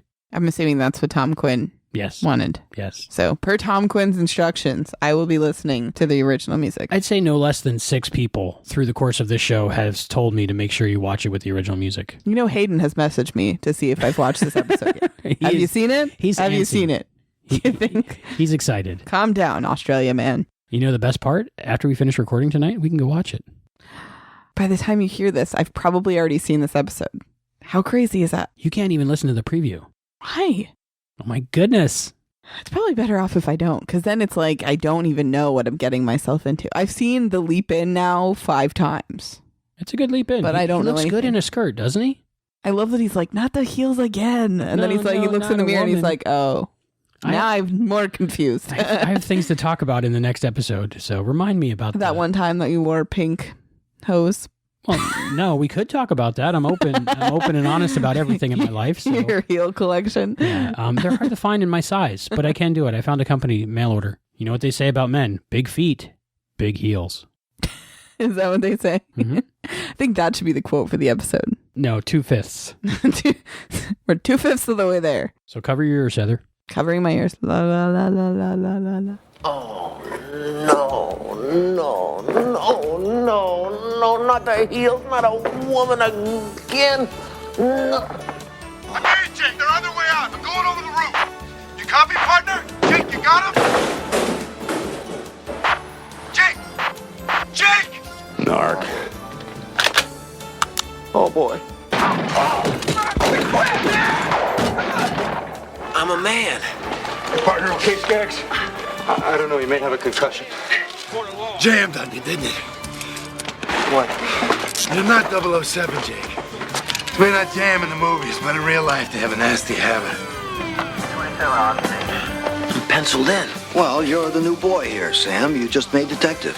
And that's your partner, Sergeant Roger Skaggs. He's a heck of an undercover detective. As a matter of fact, his arrest record is the best in San Diego. What am I here to do?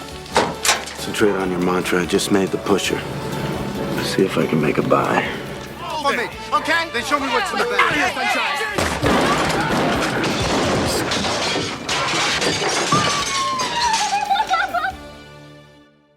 So I'm very excited that in the next episode of the Quantum Leap podcast, we are talking about MIA, and we have a special interview with Susan Dial. Awesome.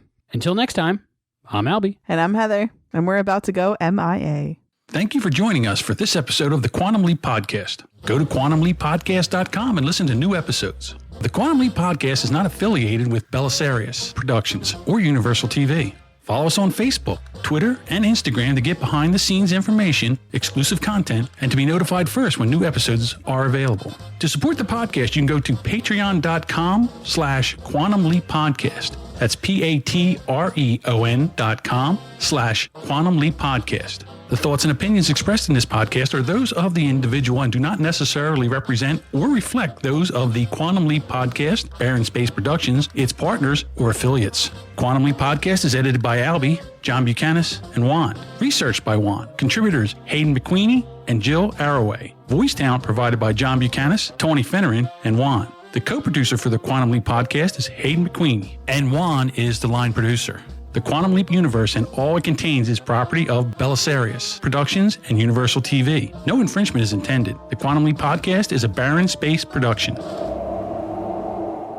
You are listening to the Quantum Leap Podcast. This is episode 29, Sea Bride. Your voice gets so deep when you do that. It's my radio voice. It's my internet audio voice. It's my podcast voice. You're in a world. In a world where you leap into a cruise ship. Someone smacks you, kisses you, and then you get punched out by her dad. Testy things for you. Okay.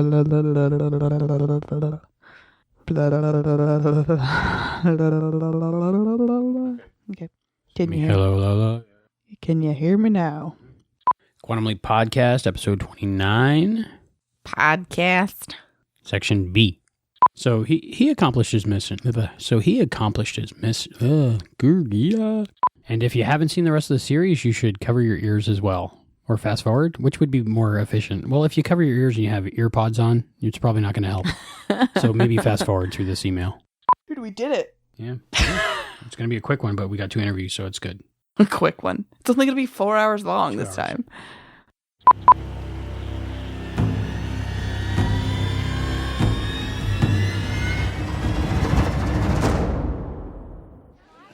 I don't speak French. I just speak with a French accent.